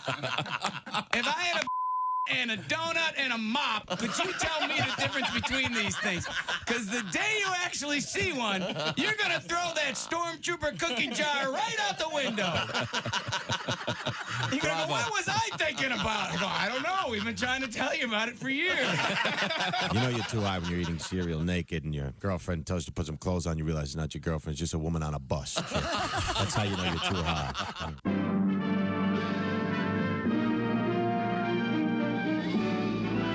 Spanning the globe to bring you the constant variety of curvy cleavage on display. The thrill of victory and the agony of defeat.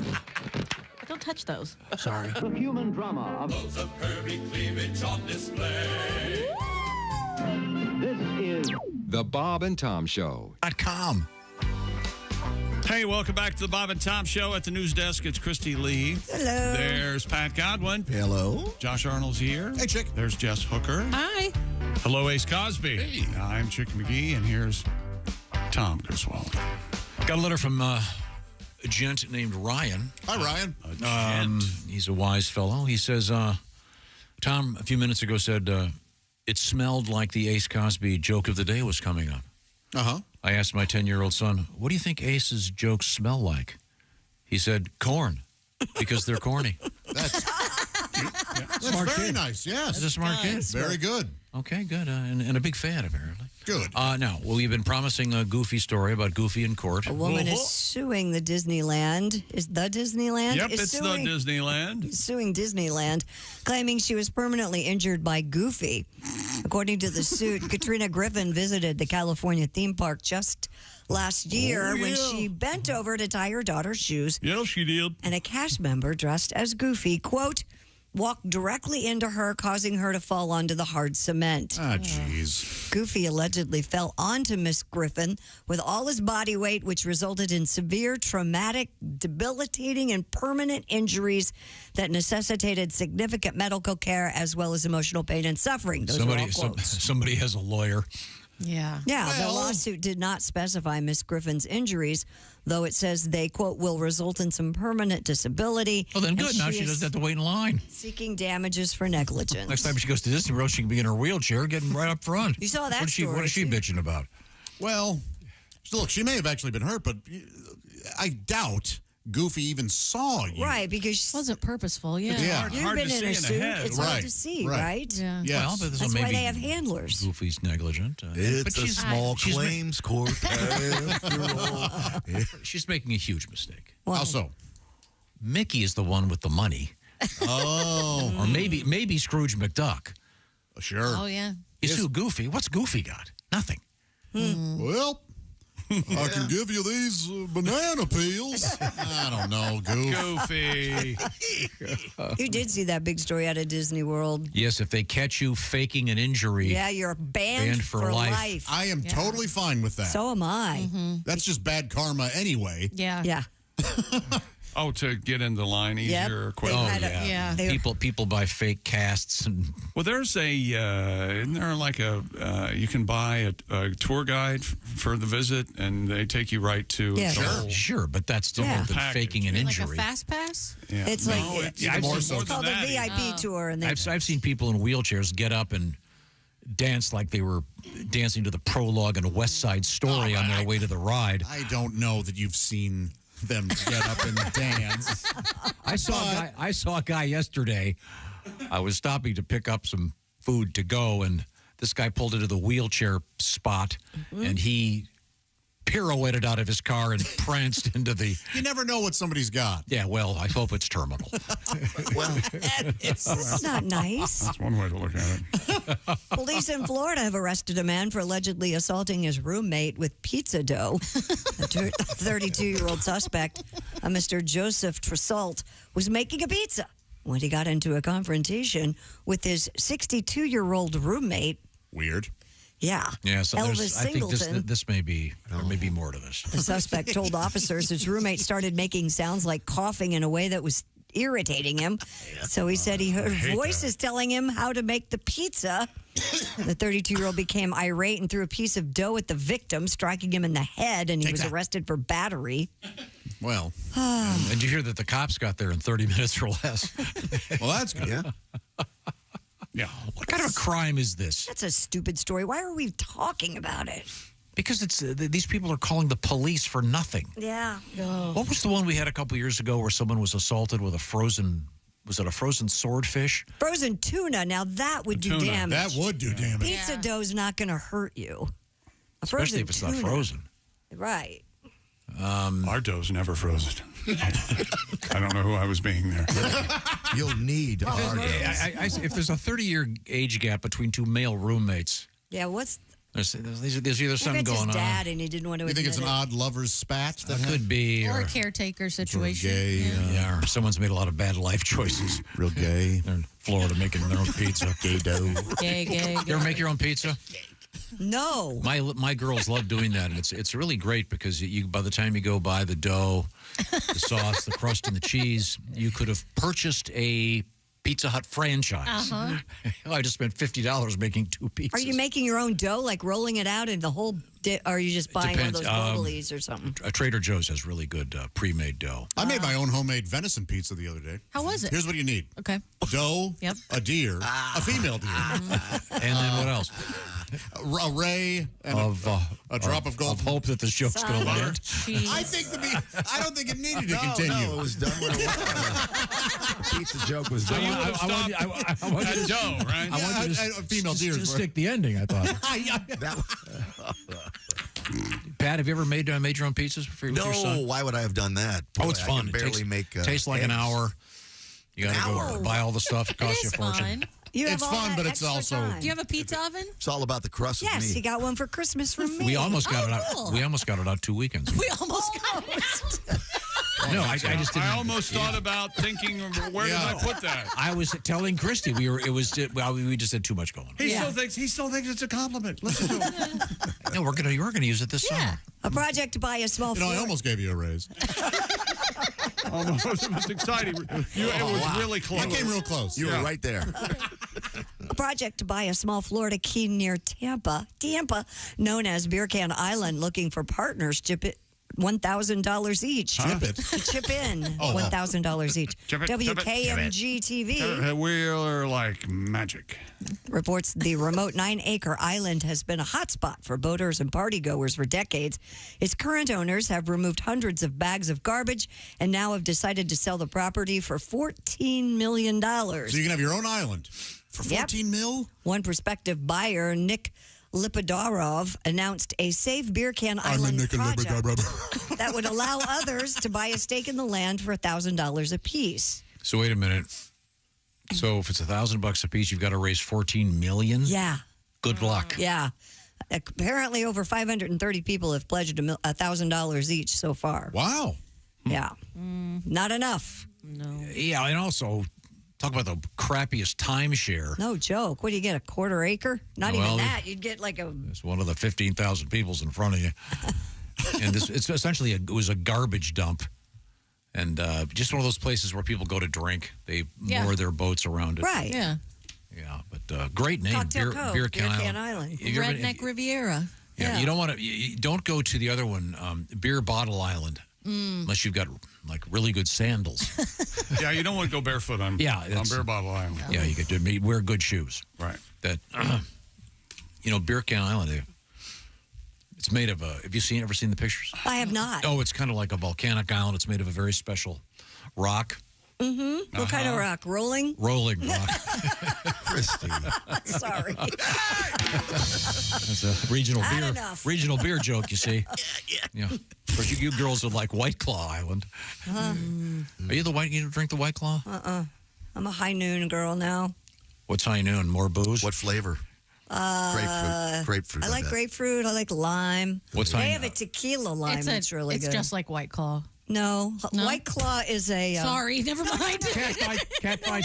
No, White Claw is more of a malt beverage, and High Noon's just vodka or tequila. Oh, my bad. Okay. With fruit juice in Gotcha. it. Gotcha. Yeah. You're listening to Karen's Corrections. Tune in next time. Karen's Corrections. Listen next week for Have You Seen That Bitch's Camel Toe? I wasn't being catty. Followed by, what a honestly- brave haircut. I honestly didn't know. But I think we all know now. Another Volvo. It's got vodka soda, but it's more of a beverage. I don't know. There's a difference. Whatever.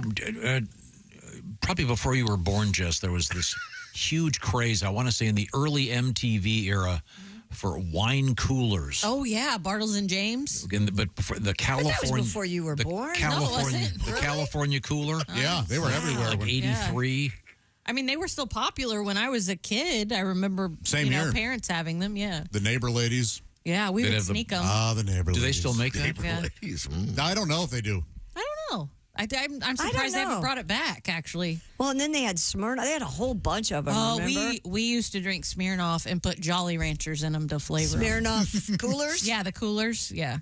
What? Yeah, Smirnoff was just like that. It was like a Smirnoff Ice? Ice, yeah. Yeah. And then you drop a Jolly Rancher in it, and it would They were like a dissolve. Zima. Yeah, those were really big when we were in And then high school and and college. Zima is like the McRib, right? They bring it back periodically. Am I correct in saying? Yeah, I mean, kind of. Yeah, they'll bring it Yeah. back in the summer. And, Yeah, that's true. More summer. Remember what that stands for?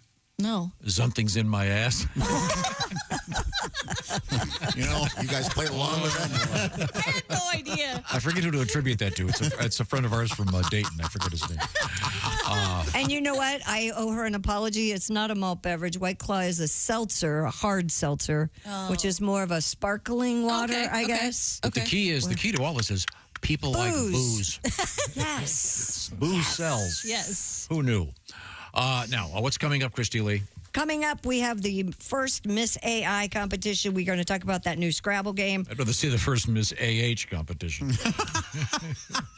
What? The end of that, huh? And this year's winner with 28 spokes. Eating luscious chocolate starfish.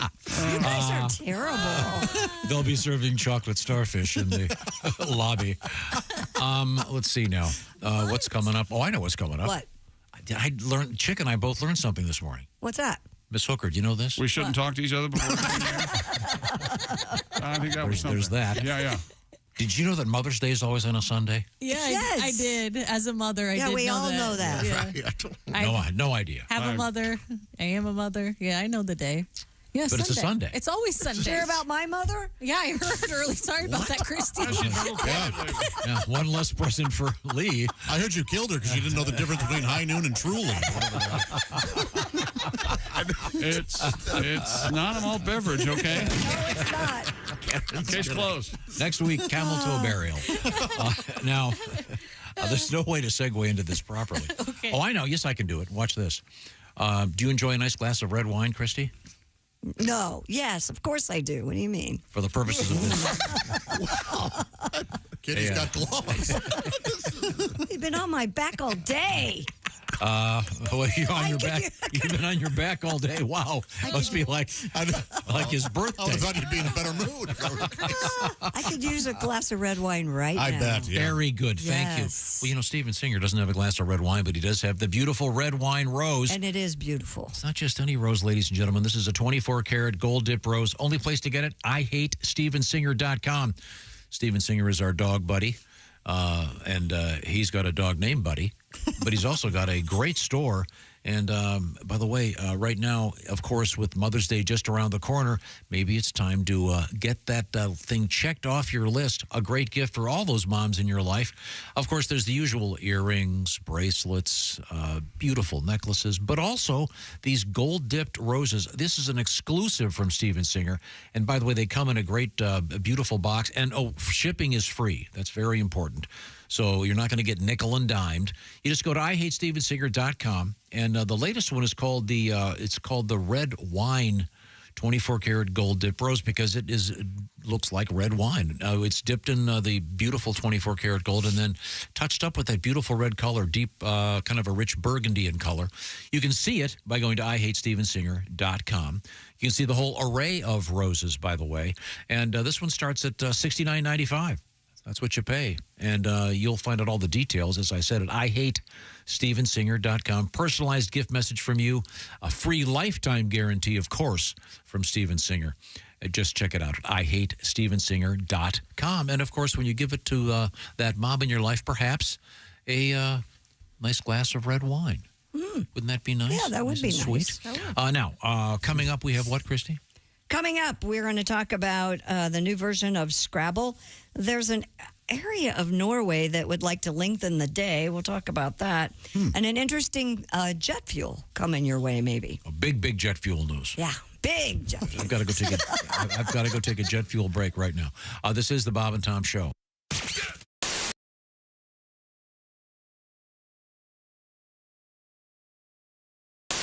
This is one of my favorite tunes, by the way. Tom's going to do one of his big hits. Oh, yeah. It is, actually. It's a huge hit. One of the better ones. Yeah, all set over there, Tom? I beg your pardon? Who are you speaking to? Oh. It's that strange European accent that you can't quite place. Yes, hello. I'm sorry, your name, sir? Bonjour. Bonjour. Bonjour. Good morning, Mr. Bonjour. Oh, that's very funny. Oh, yeah, we said. You must be the chick, the funny one. Yes. Thank you so much. I'm sorry, we didn't catch your name. I haven't thought of one yet. I see. It's Peter Merritt, isn't it? Or I think it is Peter Merritt. Peter Merritt. Something like that? Yes. That would be very funny. He's the crappy artist, isn't he? Dick Merritt? Yeah. Ricardo Merritt. Yes. Ricardo Merritt. Excuse me, darling. I hate to interrupt you, but there's something I must tell you. I will sing for you now. In a minute. Let it come around. I will sing after the band comes around. It's the band's fault. If you find yourself in Holland, they'll say to you, how yaman? In France, they'll say, fermez la gueule. In Athens, you'll hear scarmont. In Berlin, it's Helden Sie die Schnauze! In Jakarta, it's simply bon com. Let me translate for you, darling. Shut up. Shut up. Shut up.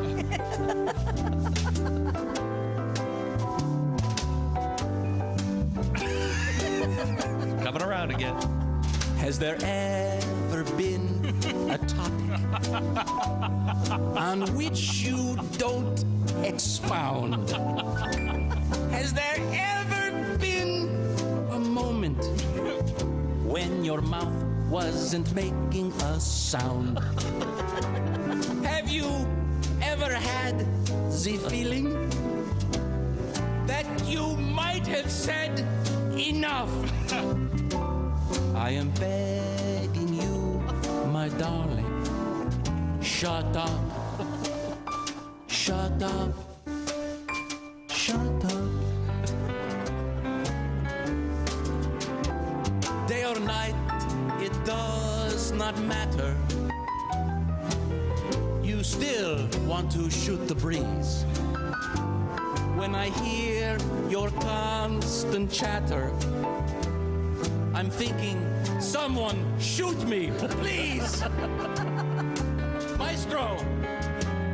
Now we are in the bedroom, so comfortably inclined.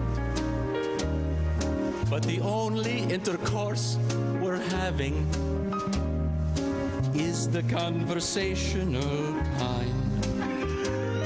There's just one way to stop you from blabbering so much. Say hello to Mr. Johnson and shut up. Shut up. Shut up.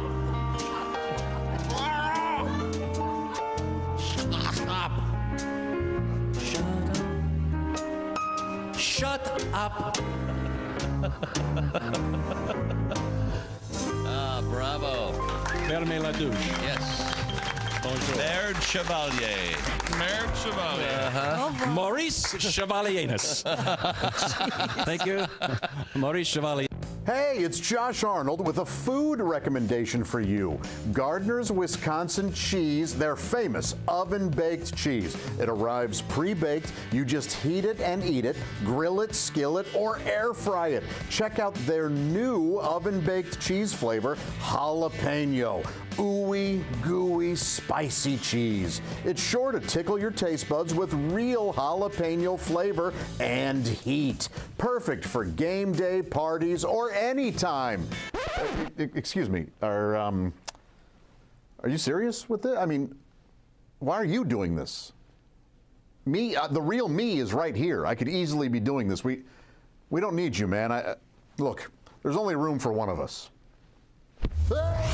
That's Gardner's Wisconsin cheese, jalapeno flavored oven baked cheese. It's now available in Gardner's oven baked bundle package, so try all the great flavors. Receive free cold pack shipping and free cheese curds when you spend $59 or more at Gardner'sWisconsinCheese.com. Click the link below and tell them your pal Josh, me, the real Josh, from the Bob and Tom Show sent you.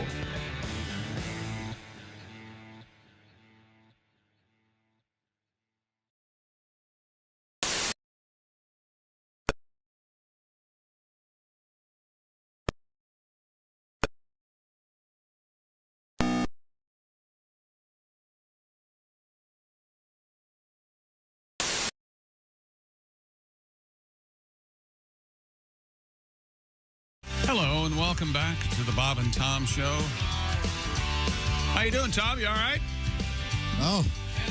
Okay. All right. Apparently there was a sluicing. Evidently there was a problem. There's Josh, Christy, Jess is here. Hi. There's Pat Godwin in the performance room. Hey. Maybe a song this time, Pat. Sure. Yeah, that'd be fun. There's Ace. I'm Chick at the orangeinsoles.com sports desk. Here's Tom. Well, thank you very much. It's great to be here. I hope you're having a great day so far. So far. Yeah. Because remember, if you're having a great day, it could always turn around. There's still time. That's right. Well, we're past 8:15. So. There you go. Check that. That's right. The less stressful time, or the most stressful time's over. Yeah, I'm sure that's the average person says 8:15 in the morning is their most stressful moment. Yep. The average person's an idiot, okay? You're just learning that? Well, yeah, I learned at the foot of the master. Have you driven anywhere lately? Not really. I try to stay off the roads. Oh, it's going to be a necessity pretty soon. Now, we were talking with Christy Lee over there. What else have you got going? The World Artificial Intelligence Creator Awards announced it's hosting the first World AI Beauty Pageant. According to Petapixel. Oh, boy, that's a terrible name. What? Petapixel? Jesus. No. Good Lord. So, wait a minute. You can't see the faces of any of these kids. A petabyte's like a million. Peta, P-E-T-A. I don't care. I know. I feel you. It sounds like the faces of these kids are blocked out. It's like a million gig or something. I think that's Jared Fogel's prison nickname. There you go. Thank you very much. The Miss AI pageant will allow competitors to enter AI-generated women that they have created. Contestants will be judged on their beauty, their skill, and implementation of AI tools used to create them, as well as their social media clout. This has everything you love as influencers. Oh, God. I have a lot of clout as an influencer. AI influencers. 4 judges, 2 humans, and 2 popular AI-generated influencers will decide who will win the title Miss AI. Okay. How many AI influencers are there? I don't know. I do too. I'm very frightened by all of this. I am very old. I don't want any part of it. Now, wait a minute. I just Googled this, and if some of these pictures, They're this scary. is not a real woman? No. They're terrifying how real they are. My gosh, our future is doomed. Ah, well. Hey, we gave it a good shot. Yeah. Right? Tried. We had a nice run, huh? Yeah, they knock points off if you put like 11 fingers on them. Oh, I would think so, yeah. Would you be able to date a woman that had 12 fingers? Sure. Well, it would bother you, wouldn't it? I don't think so. Really? No? That's a whacker's dozen. You can go home now, Pat. That's the best joke of the week. Good morning. You just earned yourself a gap year. Wow. A sabbatical. That is nice. A whacker's dozen. Oh, good to know. Wow. That's, what is it? Miss AI? This is so Miss weird. AI, yeah. Now, just to be fair, shouldn't they do Mr. AI? I mean, they should. Yeah. Is there a Mr. America? Oh, I'm sure. There's a bodybuilding Mr. Universe festival. I know that. Festival. I mean, do they have any? Yeah, it's like a 3-day thing, and it's. Do they have one that isn't whatever body centric or weightlifting steroided up? Right, would it just be like a hot guy? Yeah, I don't think so. No. By the way, what's your take on the Golden Bachelors getting divorced already? I mean, I would have assumed that would happen. That's how it all. Don't they? Is there simple logistics? You live in Maine. No, Ace, you're so wrong. There's no part of this story. I think they Christy sold has a him. take that you can't say on the radio. I think they sold him as bigger than he was. Exactly. Yeah, and you mean and from a financial standpoint? Yes. Perhaps? Yeah, not penis size. Yes, I don't Tom. know. I don't think that was included in the show. I think he was very misrepresented. I understand. I've heard really he's hung like a donkey. I know people. Yeah. I did read they're going to air their Family Feud episodes. So they're going to be a celebrity Family Feud. Oh, give me a break. Let me ask you something, Ace. How do you find out this hard-hitting entertainment news that you have? Right off the top of your head. It's called show prep. I am kind of interested, though. How do you find out about stuff like that? Family Feud. Do you go to E! Or News or? It just appears. Entertainment. Okay. Okay. Yeah. Interesting. All right. Speaking of entertainment news, CBS has apologized for cutting off Billy Joel's concert special Sunday night. Well, now, wait a minute. Joel's March 28th concert was filmed to mark his 100th performance. It was kind of fun. Have you seen in the New video? York's Madison Square Garden. During Piano Man? Yeah. He's singing Piano Man, and it's like 11 Eastern, and they clipped it with 2.5 minutes left. Right about with something of a memory, and it's not really clock on a whoop click. I thought it was just his tribute to The Sopranos.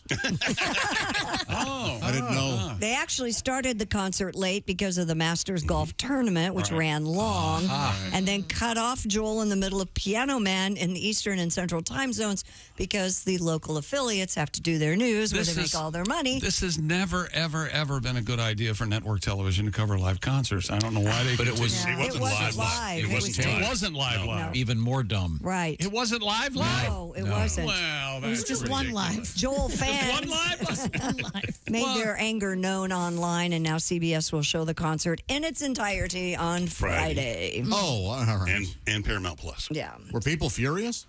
I was. I watched it yesterday. I'm like, Oh, hey guys, you should have edited out an innocent man in the beginning. No kidding. Or maybe we could have done without Allentown. I think. I love that song. Shoot Piano Man right in there. I love that song. I don't know what the hammer and the. That's a lot of production. Have you seen him do it live? He goes.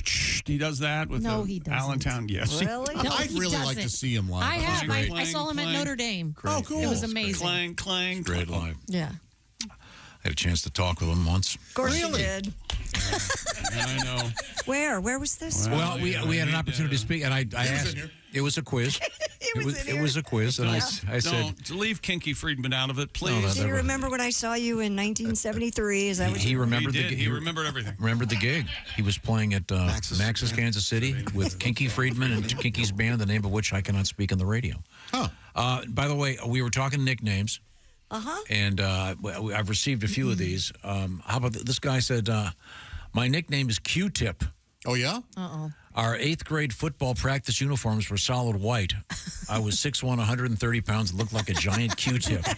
My friends still call me Q-Tip 20 years later. That's cute. The uniforms or the helmets? The whole thing would have had to been white. Yeah. The helmet would I make went to more school sense. with a guy named Reamer? We'll just say Boo-foo? Richard Roberts. Oh. Everybody called him Dick Bob. Dickie Bob. One of the least popular Halloween party games. Well, it depends where you live. Yeah, true. That's unfortunate. Yeah. Invited to that. Christopher Street was very. I think we had a Dickie Bob. We had a Dickie Bird. My friend, my friend Leon, writes our writer, was born with 3 testicles. And Leon's getting larger. We called him 3 on Leon. That's really good. 3 on Leon is very good. He was real chill. Yeah. God, that's fantastic. I was reminded of my high school nickname. They called me Jessie Prostitute because my last name was Prosser. Oh. And so they just thought that was funny. It wasn't. You went from prostitute to hooker? I did. Just kept with the theme. Yeah. Wow. My uncle had his testicle removed. His wife got pregnant afterward, by the way. That happens, sure. With triplets. We called him the One Nut Wonder. Oh. Wow. You don't need 2 to get pregnant. That's correct. No. You need at least one. Right, you just need one. You just need one good swimmer. Yeah, One you good need ball, you need he's one fine. or a frisky neighbor. Yeah. Oh, sure. Yeah. Like yeah, Ferd. like Ferd. Yeah, thanks. What do you do with the rhino with 3 balls, by the way? Oh, you walk him and pitch to the elephant. That's right. I 3 on Leon. Okay. And I wonder how rare it is to be born with 3 testicles. Probably pretty rare. I don't know. Yeah. How rare is it to be born with both, the... A hermaphrodite? Yes, the hermaphroditic. How rare is that? Let's not. Can we not get into this? Okay, thank you very much. This could be. We could call. I mean, it happens. Yeah. Jamie Lee Curtis, right? Right. Yeah. It's always been the. Okay. You have to make a decision. My daughter's a freak. Chris from Charleston, South Carolina, was kind enough to write. He goes, those testicles they put on the back of a truck? Yeah, it's truck nuts. Truck nuts. Our buddy had one of his testicles removed, so we got some for him and got one of them off and stuck them in his truck. That's funny. Okay. Buddies. Here's something. This is from Alex. I just needed to let you guys know about my nipple situation. I have 4 nipples. 4? My partner has 3 nipples. Wow. No. Yes, we have 7 nipples between us. And there's no mention of sexual assignment here. So all right. I'm not. It's got to be a record, don't you think? Question mark? Think. Love the show. You're the only thing that right keeps me going at work. 2 people, 7 nips. This guy, my name is Michael. I have 3 nipples. Mm-hmm. My nickname is Triple Nipple. Mm-hmm. All right. Okay. A friend of mine in the Air Force only has 1 testicle, and his nickname was the Uniballer. Yeah. Oh, yeah. They make a nice pen. They sure do. They sure do. Uniball. I'm a big fan. Well, if you've got a great nickname, by all means, send it to us. Some of these are pretty bad. Hey, a factory in the UK has announced plans to convert human waste into jet fuel for airplanes. Really? The biofuel company known as Firefly intends to develop a plant in Harwich with the aim of delivering sustainable aviation fuel by 2028. Chief Executive James Highgate said biosolids were kind of disgusting stuff, but an amazing resource. How much do you need? How much poop? I don't know. I mean, come on. According to You're going to need like... You'd think you'd burn through it quickly. Oh, yeah. come on. Firefly has reached an agreement with a company called Wizz Air to provide up to 578,000 tons of sustainable fuel over 15 years. Now, are we talking about Wizz or are we talking? Yeah, I would think the other. That's confusing the issue. Called Wizz Air. I'm just telling there is no shortage of feces. No. We're all feces factories. But how much do they need for it? I'm just saying they'll get it. All right, ladies and gentlemen, listen, we're having some trouble. We can't take off. Oh, God. Could you please report to the back of the plane? Yeah, everybody, if you'd like please. We need you to dump.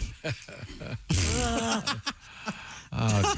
I'm not going to Wouldn't that be something, though? That would be something. And if this happens, airline tickets better go down, the price. That's true. Because you're using poop to fly with. Yeah, that seems reasonable. I want to see. I think that whatever they've been charging, it'll go down. Yes. Yes. I'm very skeptical. Of course you are. Oh, this is like, well, we can all live on solar energy. Yeah, really? You ever been anywhere in the winter? Good luck. The Arctic region of Norway is asking the EU Commission to establish a time zone with 26-hour days. Well, that's just moronic. According to Politico, the new plan was proposed by Vadsø Mayor Wenche Pendersen in hopes of, quote, boosting local values, increasing family time, and attracting new residents to the region. Did you just say one sheep, Pendersen? Wenche Pendersen. Oh. Ms. Pendersen said the details of the so-called More Time project are not fleshed out entirely apart from the clock going from 12 to 13 and seeing how this will go. Weird. This makes no sense. If you have a 26-hour day, you're going to be completely out of sync with everyone in the universe. No, you just adjust your time. What do you mean? It doesn't make sense. So, What do you mean? You get an extra hour every day, or extra 2 hours every day. Why don't we just let them do what they want? Nobody's talking Nobody to cares about Norwegian. Norway. Yeah, do whatever you want, folks. Go ahead. You might as well be on Mars. Excuse me. Wooden shoes. where do you think Santa's elves are from? Not from Norway. Not from Norway. The North Pole. Norway and the North Pole are totally different places. No, they're not. They're Hang on. It's a suburb. Wait a minute. Lapland, I think is what you're thinking. Okay. They are Laplanders. All Yeah. those elves. Reindeer and elves all Yeah. come from Lapland. Yeah. Hey, Well, that's why Santa comes from there. Everybody sits on his Evidently, lap. reindeer burgers are pretty good. Reindeer burgers? Yeah.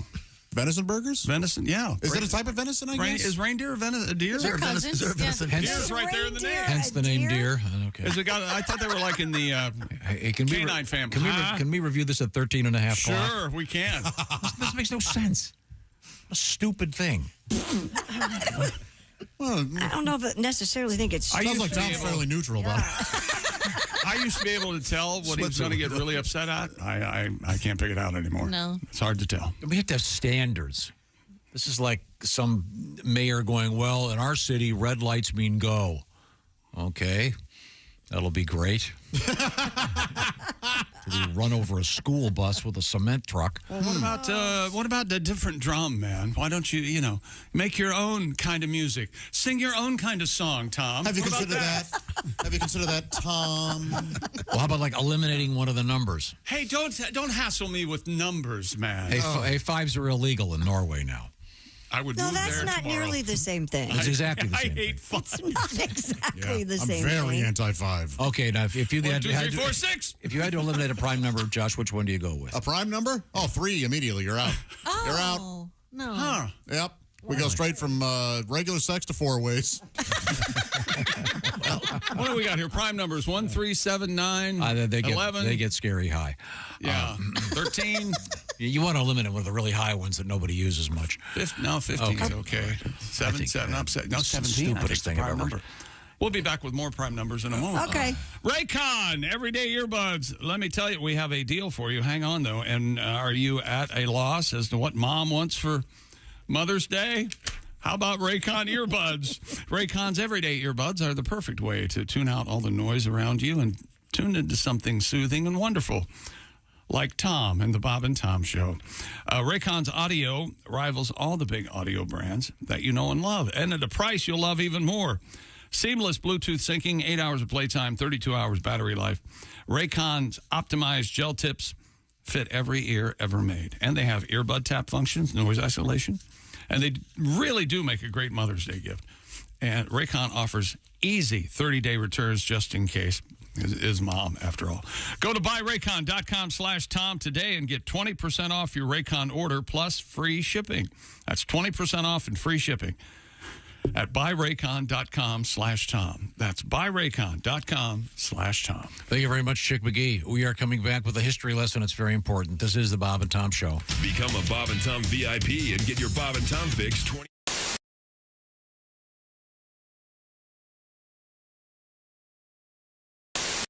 Now. Good luck.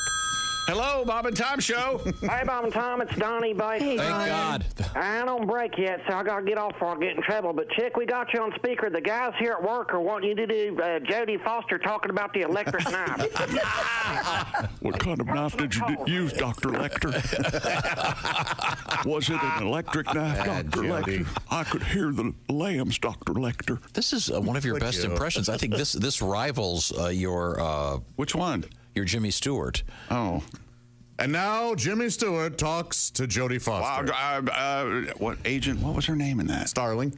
Agent Starling, do you see a rabbit? I don't, Dr. Stewart. And this has been... Can you do her doing Nell? Dr. Xavier. I can do that. Chickapay. Jodie. Get in the car, Jodie. Please get in the car. It's not Jodie. It's... Oh, yeah. No. See, that's why I couldn't be an actor in a movie. I'd call them by their real names. Clarice. Cut! Oh, Clarice, will you change my diaper? Oh, God. Made a boom boom. Larry, the cable guy. Larry, good morning. It's good to see you. But I got to tell you, I had a horrible nightmare. Last night? Last night. Really? Before I come in here, I dreamt I drunk the world's largest margarita. And woke up this morning, there was salt on the toilet lid. Thank God I didn't eat the worm in there, I'll tell you that much. I tell you what, I was madder than a skinhead watching the Jeffersons. I tell you what. Hi, this is Pat Godwin from the Bob and Tom Show. Miss some of the show? You don't want to do that. Become a Bob and Tom VIP and subscribe to the audio and video podcasts. The Bob and Tom Show, on air, on app, and on demand.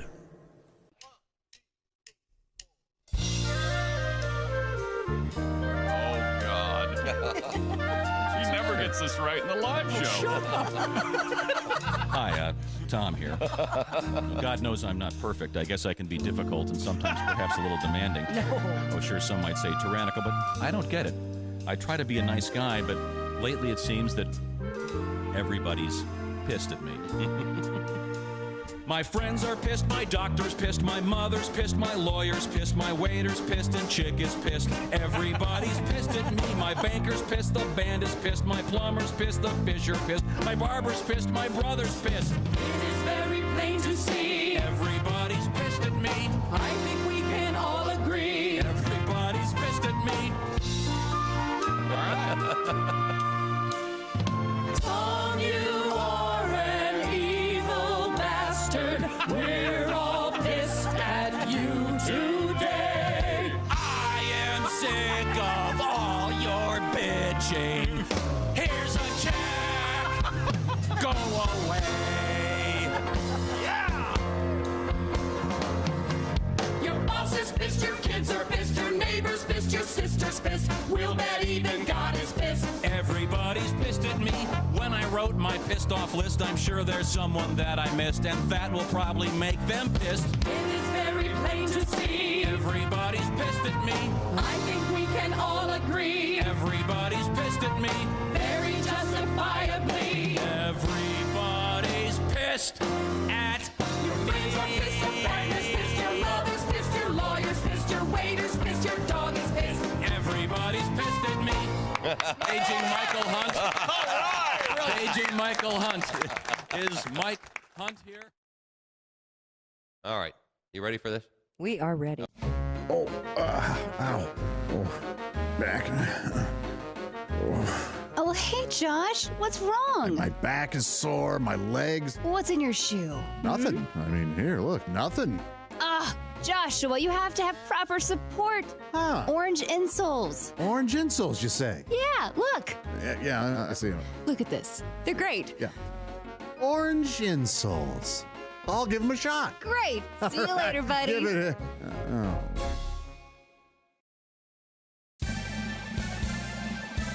Yippee!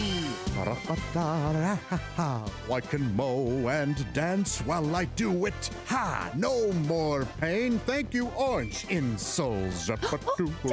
Josh, did you get orange insoles? Jessica, I sure did. Thanks to orange insoles, I feel great. Terrific. See you later.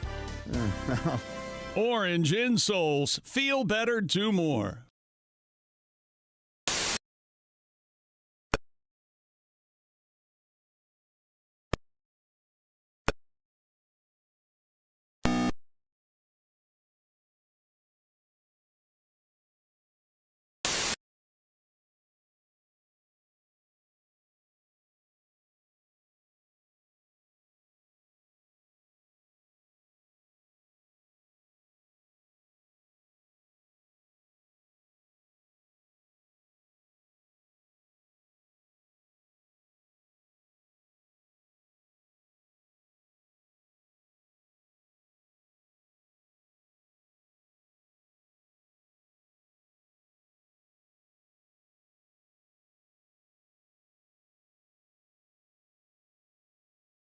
Onto his testicles.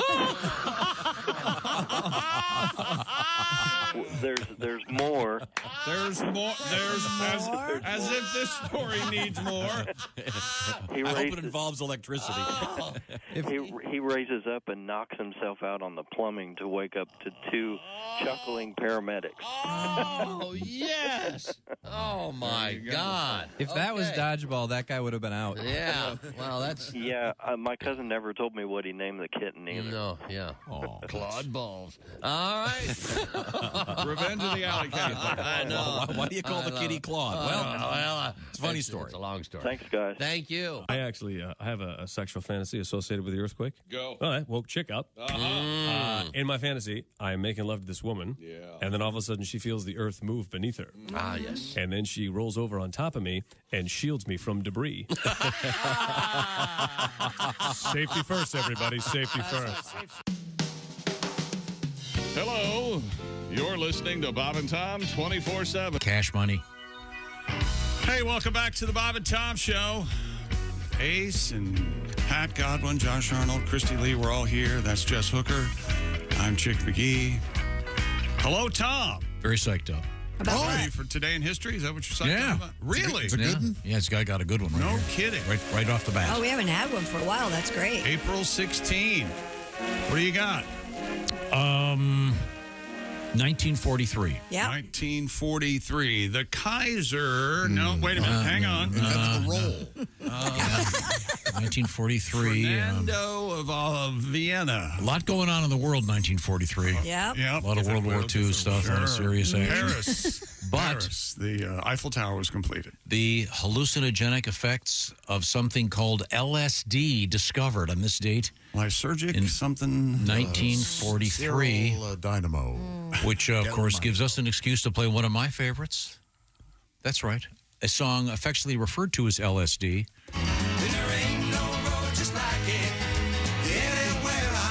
Worst song in the world.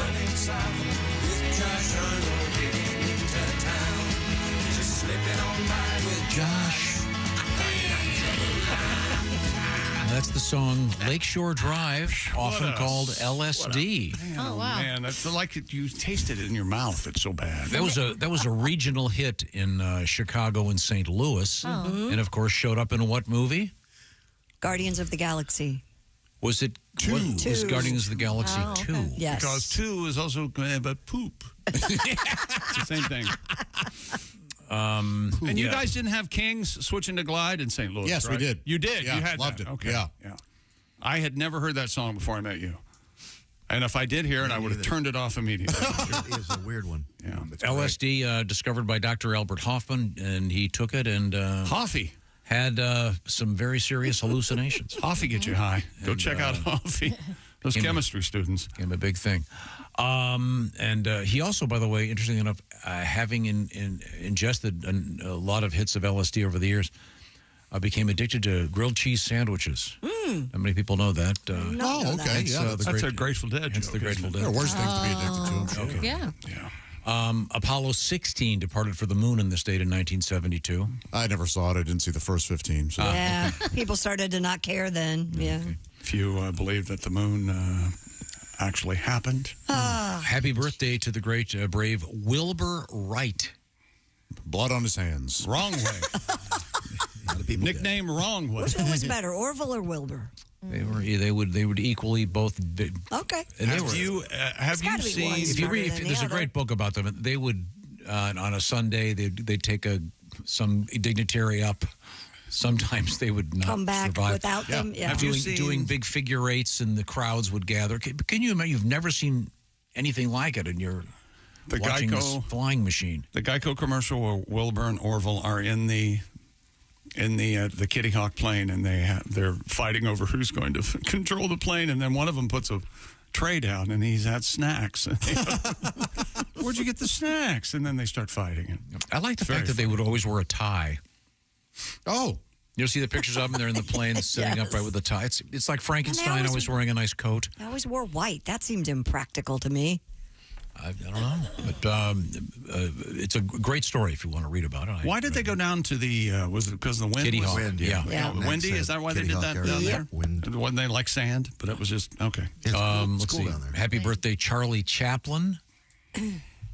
Anyone? Class? Well, sure, yeah. Fine filmmaker. Yeah. What do you want from us? Nice business. Yeah, that little mustache. Yeah, go on. Was that fake? The little tramp? The mustache at various times was fake, and it was real, yeah. Okay. 1924, Henry Mancini. Hank? Of course, the composer of The Pink Panther.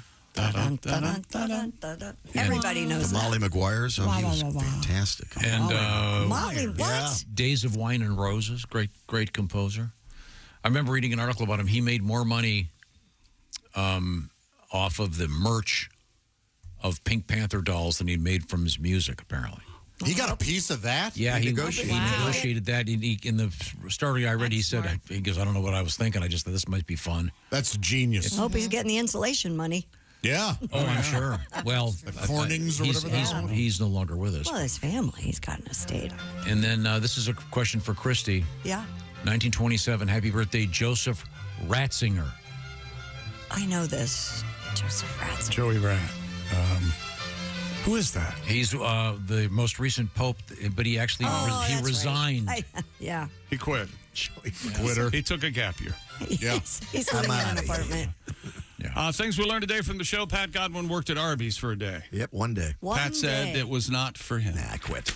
Didn't look good in brown? No. I didn't look good in grease. WNBA draft last night. The first pick in the 2024 WNBA draft, the Indiana Fever select Caitlin Clark, University of Iowa. And they are out of Caitlin Clark merchandise on the Fever website. Yeah, her nickname is Cha-Ching. I'll be selling fake Caitlin Clark shirts on my website. Christy Lee's working out after the show today. She did not wear her Steven Singer bracelet. I did not. That's what she Says said. you hate it or something? It rips your arm hair? I love my bracelet. What is wrong with very you? helpful, Josh. Christy, also the most likely one to scream out at one point during an evening, "You too good to drink with me!" Oh, yeah. Has been known to That's been known accost to happen. people at a bar. Exactly. Now, did Godwin's remark make it in there? When I asked if you would date a woman with 12 fingers. What's that known as, Pat? Whacker's dozen. Whacker's dozen. Hit that K. The WNBA commissioner, one of our emailers said we couldn't remember her name. I never saw her name. Kathy Engelbert. Pendergrass. Humperdinck. Let's try a little Engelbert quiz here. Humperdinck. Yeah. Miss Hooker. Yes. If you had Commissioner blank, what's the answer going to be? In any context. If it's Commissioner blank, it's you're doing a crossword. What's it going to be? Oh, I don't know. I don't know any commissioners. Commissioner Gordon. It's going to be Commissioner Gordon. Why? From Batman. It makes sense that Jess wouldn't have, that wouldn't pop That in was her a head. Batman comic in 1969. Yeah, how do I not know? God, I'm an idiot. You poor girl. Well, it's gaslighting. It's working. Oh, I know. Okay. This is the Bob and Tom Show. For a complete copy of the Bob and Tom Show contest rules, go to bobandtom.com/contest-rules. Or just scroll down to the bottom of the page and see contest rules. This is the Bob and Tom Show.